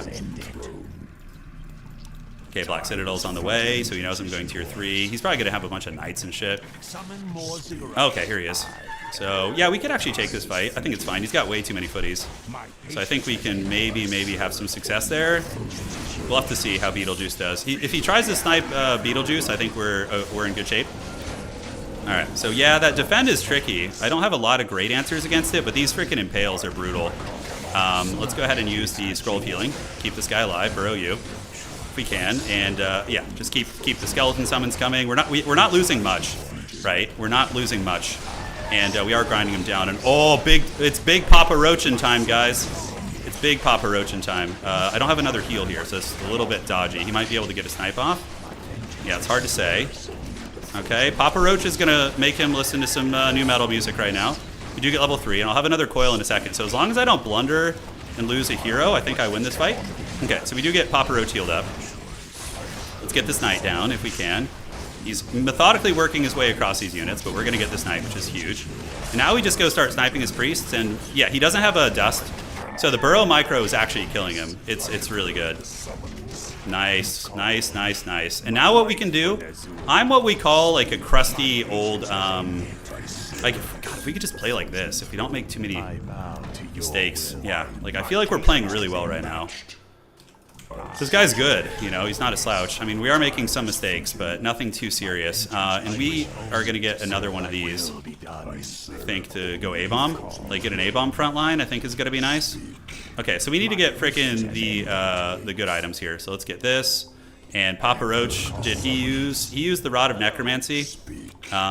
His items are pretty great. So we're just going to get double scroll on these guys and just expand again, you know, just keep the expansions going. Can anybody match a noob's might? No, dude, his might cannot be matched. Haven't you heard him? He is the Papa Roach. Okay, I need to get these rally points fixed up, man, because they're from the old lumber camp days. And let's get the creature upgrades going. Look at that. I'll grab the Slippers of Agility. We got double healing scroll. We're pretty sauced right now. All right. My might cannot be matched. Upgrade complete. I actually think I am legit the oldest player in the tournament. I think in Grubby's tournament, I'm the oldest and the crustiest. So I have to, okay, he's for sure going to come over here, right? Yeah, he is. Okay, let's go see if we can catch anything slipping. Yeah, I love the sound effect of those guys. It's so cool. All right, that's going to be a free pre-skill there, though. That's nice. Cool, and then we just kind of start methodically focusing down the knights. He's got a good economy, but I think our army's just too thick. And as long as we keep Lord Soul Render back. Okay, so we get that. We burrow you. We've already killed 2 knights. He does have Inner Fire, so we need to get destroyers. We might actually not trade super well here. Simply because he's got just so much stuff. Although, I don't know, we're doing pretty good. Let's get those upgrades going. And he's struggling to deal with the fiends. If he tries to snipe Beetlejuice, that's good. And yeah, he hasn't been able to get much. We've been able to burrow super hard. And we're going to pop another Scroll of Healing here. Oh, dude, absolute crushing victory for us. Okay, so now we just start feasting on his casters and get level 6. Yeah, that's going to be good. And we're in high upkeep, so that's kind of stupid. Let's cancel all that. And we just need to get the, yeah, A-bomb upgrade, destroyers. Oh, I look away for 1 second. Okay, Scroll of Healing is good. We need to save the Death Knight. Come on, come on, come on, come on, come on. Oh, Chad. All right. Okay, so he's going to run to the base. We're going to target the Mountain Chad. See if we take him down. And maybe we will be able to. I don't know. I do have the Impale. Oh, he has an Ankh reincarnation. That sucks. Okay. So let's get an Impale here on these guys and see if we can get level 6. Oh, level 6 Beetlejuice. Oh, it's on, dude. It's on. All right. Hell yeah, let's go. All right, that was good. We actually didn't play like an idiot for once, which is pretty rare for me. But the practice is paying off. Level 4 Death Knight. Let's get him nice and healed up here. Look at that. We managed to save some of the beetles too by burrowing them in the ground. Oh, dude. So good and tasty. All right, so now what we do is we just consolidate our expansion here. And we're gonna just get a little bit of this. Heal up. I could go for that creep. I need to redo my control groups, by the way. They're totally screwed up. Get you there. And you guys there too. Okay, cool. So now we can get the abominations, and we can start on the upgrades. Yeah, so let's get the advanced upgrades. We can get another graveyard over here, actually, just to pound out those upgrades. And we have another expansion ready to go. Yeah, statue's going now. Okay, so homie's there. Let's go buy some items, and then we can go push in again. We have the abominations coming and the ghouls. The ghouls we could use for a little bit of split pushing, actually. Wouldn't be a bad idea. We can just kind of grab Ghoul Frenzy real quick and use them to push in. All right, so we got this, and let's get Papa Roach an item too. Get a scroll protection. Okay, he's back again. We probably don't want to fight him until we get our ult, because he's got a shitload of knights. So yeah, we pop 2 of you guys out. We are in high upkeep, which is a little haggard, but it's fine. We'll make it work. And do we have our ult? We do. Okay, great. So now we have our ult. He's teasing into the expansion. We need to get the Death Knight back. He's in a little bit of a precarious position. This choke point's sketchy as hell. With the Mountain King there, he could just like hammer time me. Okay, yeah, we got him in a better spot now. Oh, Papa Roach in time. Let's freaking get it. Oh, dude, look at Big Daddy Roach. Big Papa Roach. Oh, he re-tacked. I like that. That's actually pretty clever. Okay, Papa Roach is going hard in the paint, though. He's tanking it like a champ. My opponent keeps trying to snipe him, which I think is a mistake. We'll use Scroll of Healing. Oh, dude, he's getting Papa Roached right now. All right, let's fan you guys out this way. Coil a Nubarak. Keep going here. And all right, so now we just keep Papa Roach alive. We can TP worst case scenario, right? Yeah, worst case scenario we TP. His army is pretty strong though. He's actually got some scary shit. All right, so Potion of Invuln. And let's get Papa Roach and head back to the base with you. The destroyers are definitely carrying here. Let's keep focus firing if we can. We're gonna go heal up with you, and I think what we're gonna do actually is do this and this. Yeah, a little bit of dragon tech would basically counter him. Finish him. Okay, he had the freaking, oh shit, Death Knight's back. Okay, whoa, why did my map suddenly go super dark back there? Did you guys see that? Very weird. Okay, so Papa Roach needs to keep farming these guys. We've got him kind of low. Probably gonna want to TP here. Come on, Papa Roach, come on, get out of there. Great. And the Death Knight's there. How the hell do I change my map back to the... Oh my god, there we go. Okay, that was weird as hell. Alright, so statues. We're gonna need destroyers. Let's grab this, do that, and get a this, and Orb of Corruption. I forgot to split push with my ghouls, but we're gonna move them in there to just harass a little bit right now. And we're going into the dragon tech too. So the ghouls are gonna just feast back here, you know, harass his eco line while we chill. I don't know if it's safe to make a run for it right now with you guys. Let's get all these towers here. And, okay, he's thinking about moving in. We have a burrowed dude over there. And Papa Roach is going to need some reinforcements before he fights. Okay. Yeah, the ghouls are doing work, see? Yeah, they actually got his workers. See, it pulled his entire army back. Like, little plays like that just make all the difference, you know? Okay, so we got a lot of destroyers now, guys. We're going to be definitely cooking there. And let's get you over here. And we have another expansion in the works. So, yeah, we're in good shape. This guy's very good. This is a fearsome battle, fearsome opponent. Look at that. Look at these haggard ghouls. They laughed at the ghouls for too long. Okay, so we need to park some vision down here on the bottom. And I need to get a freaking third hero, by the way. So we have a 6 and a 5. We have very, very strong heroes. Look at the Frenzy Ghouls! Look at the Frenzy Ghouls! Yeah. Oh, I love it. They're such little trolls. And now this is going to be an uber hard base to hit. And as long as we keep him off that expansion out there and we get some like frostworms and shit, I think we're cooking. Okay, so Papa Roach is healthy, but I think we need a mana statue. So we're going to get a mana statue, and we do have the big boys here. We'll do one more A-bomb, and then I'm thinking frostworms from there. Does he have a third base? That's what we need to shut down. Because we're on double expansion here. He's scouting now, but... Okay, he's thinking about... Yeah, he wants to expand. He wants to expand. Okay, so do we have a big enough army yet? I don't think we're, like, quite ready to push. Could we win this fight? I mean, we do have a 6 and a friggin' 5, and we have an ult off cooldown. And plenty of anti-air now, so let's get the frostworms coming. And Papa Roach needs to just get ready to go. Okay. Oh, yeah. That's going to get all his workers. Nice. Nice. Papa Roach level 7. Oh, yes. So we just got all his workers he was going to expand with, and then we could just retreat back. Yeah, let's do this. We don't have enough for the Anubarak ult there, but we do have the destroyers, which are quite strong. And the are we attacking our own unit there? It kind of looked like it. Okay, that was great. And let's get another Frostworm. Once we get the 2 Frostworms, we should melt his Night-based army, like 100%. Do this. Let's get the full upgrades. Okay, looking good. Let's get you back. He's going to want to snipe the Death Knight. Oh, he might actually get me here. Well played. Well played. All right. Yeah, I think we stay and fight. Can we get you out? Ooh, boy. No, he got him. Okay, we could just buy him back, though. It's not the end of the world. All right, so Papa Roach in a little bit of danger here. But we do have a lot of knights, so let's go ahead and get the resurrection going here. So where's that? That's here. Papa Roach does have that beetle healing, and you know we got all these big scary flyers, which are going to be a menace. So let's move down and make sure he doesn't expand. That's going to be the jam. Yeah, his army's really actually kind of small. I don't have enough for another Beetlejuice slam here. Do we have anything we want to devour here? Yeah, if he tries to snipe Beetlejuice, I think we're cooking. I think we're good. Beetlejuice is very tanky, and we could just TP. We have a lot of money. He's losing a lot of stuff as he tries to snipe Beetlejuice. Let's get him with an Impale and then just run Beetlejuice back. And just keep farming his army. GG, well played. Oh my god, what a freaking battle! That was so sweaty! That was so sweaty. Oh, that guy was good, man. That was good. Solid win. Solid little win there. The Beetle, we made one big mistake with losing the Death Knight at the end, but aside from that, that was a really sweaty one. All right, let's see what's cooking here.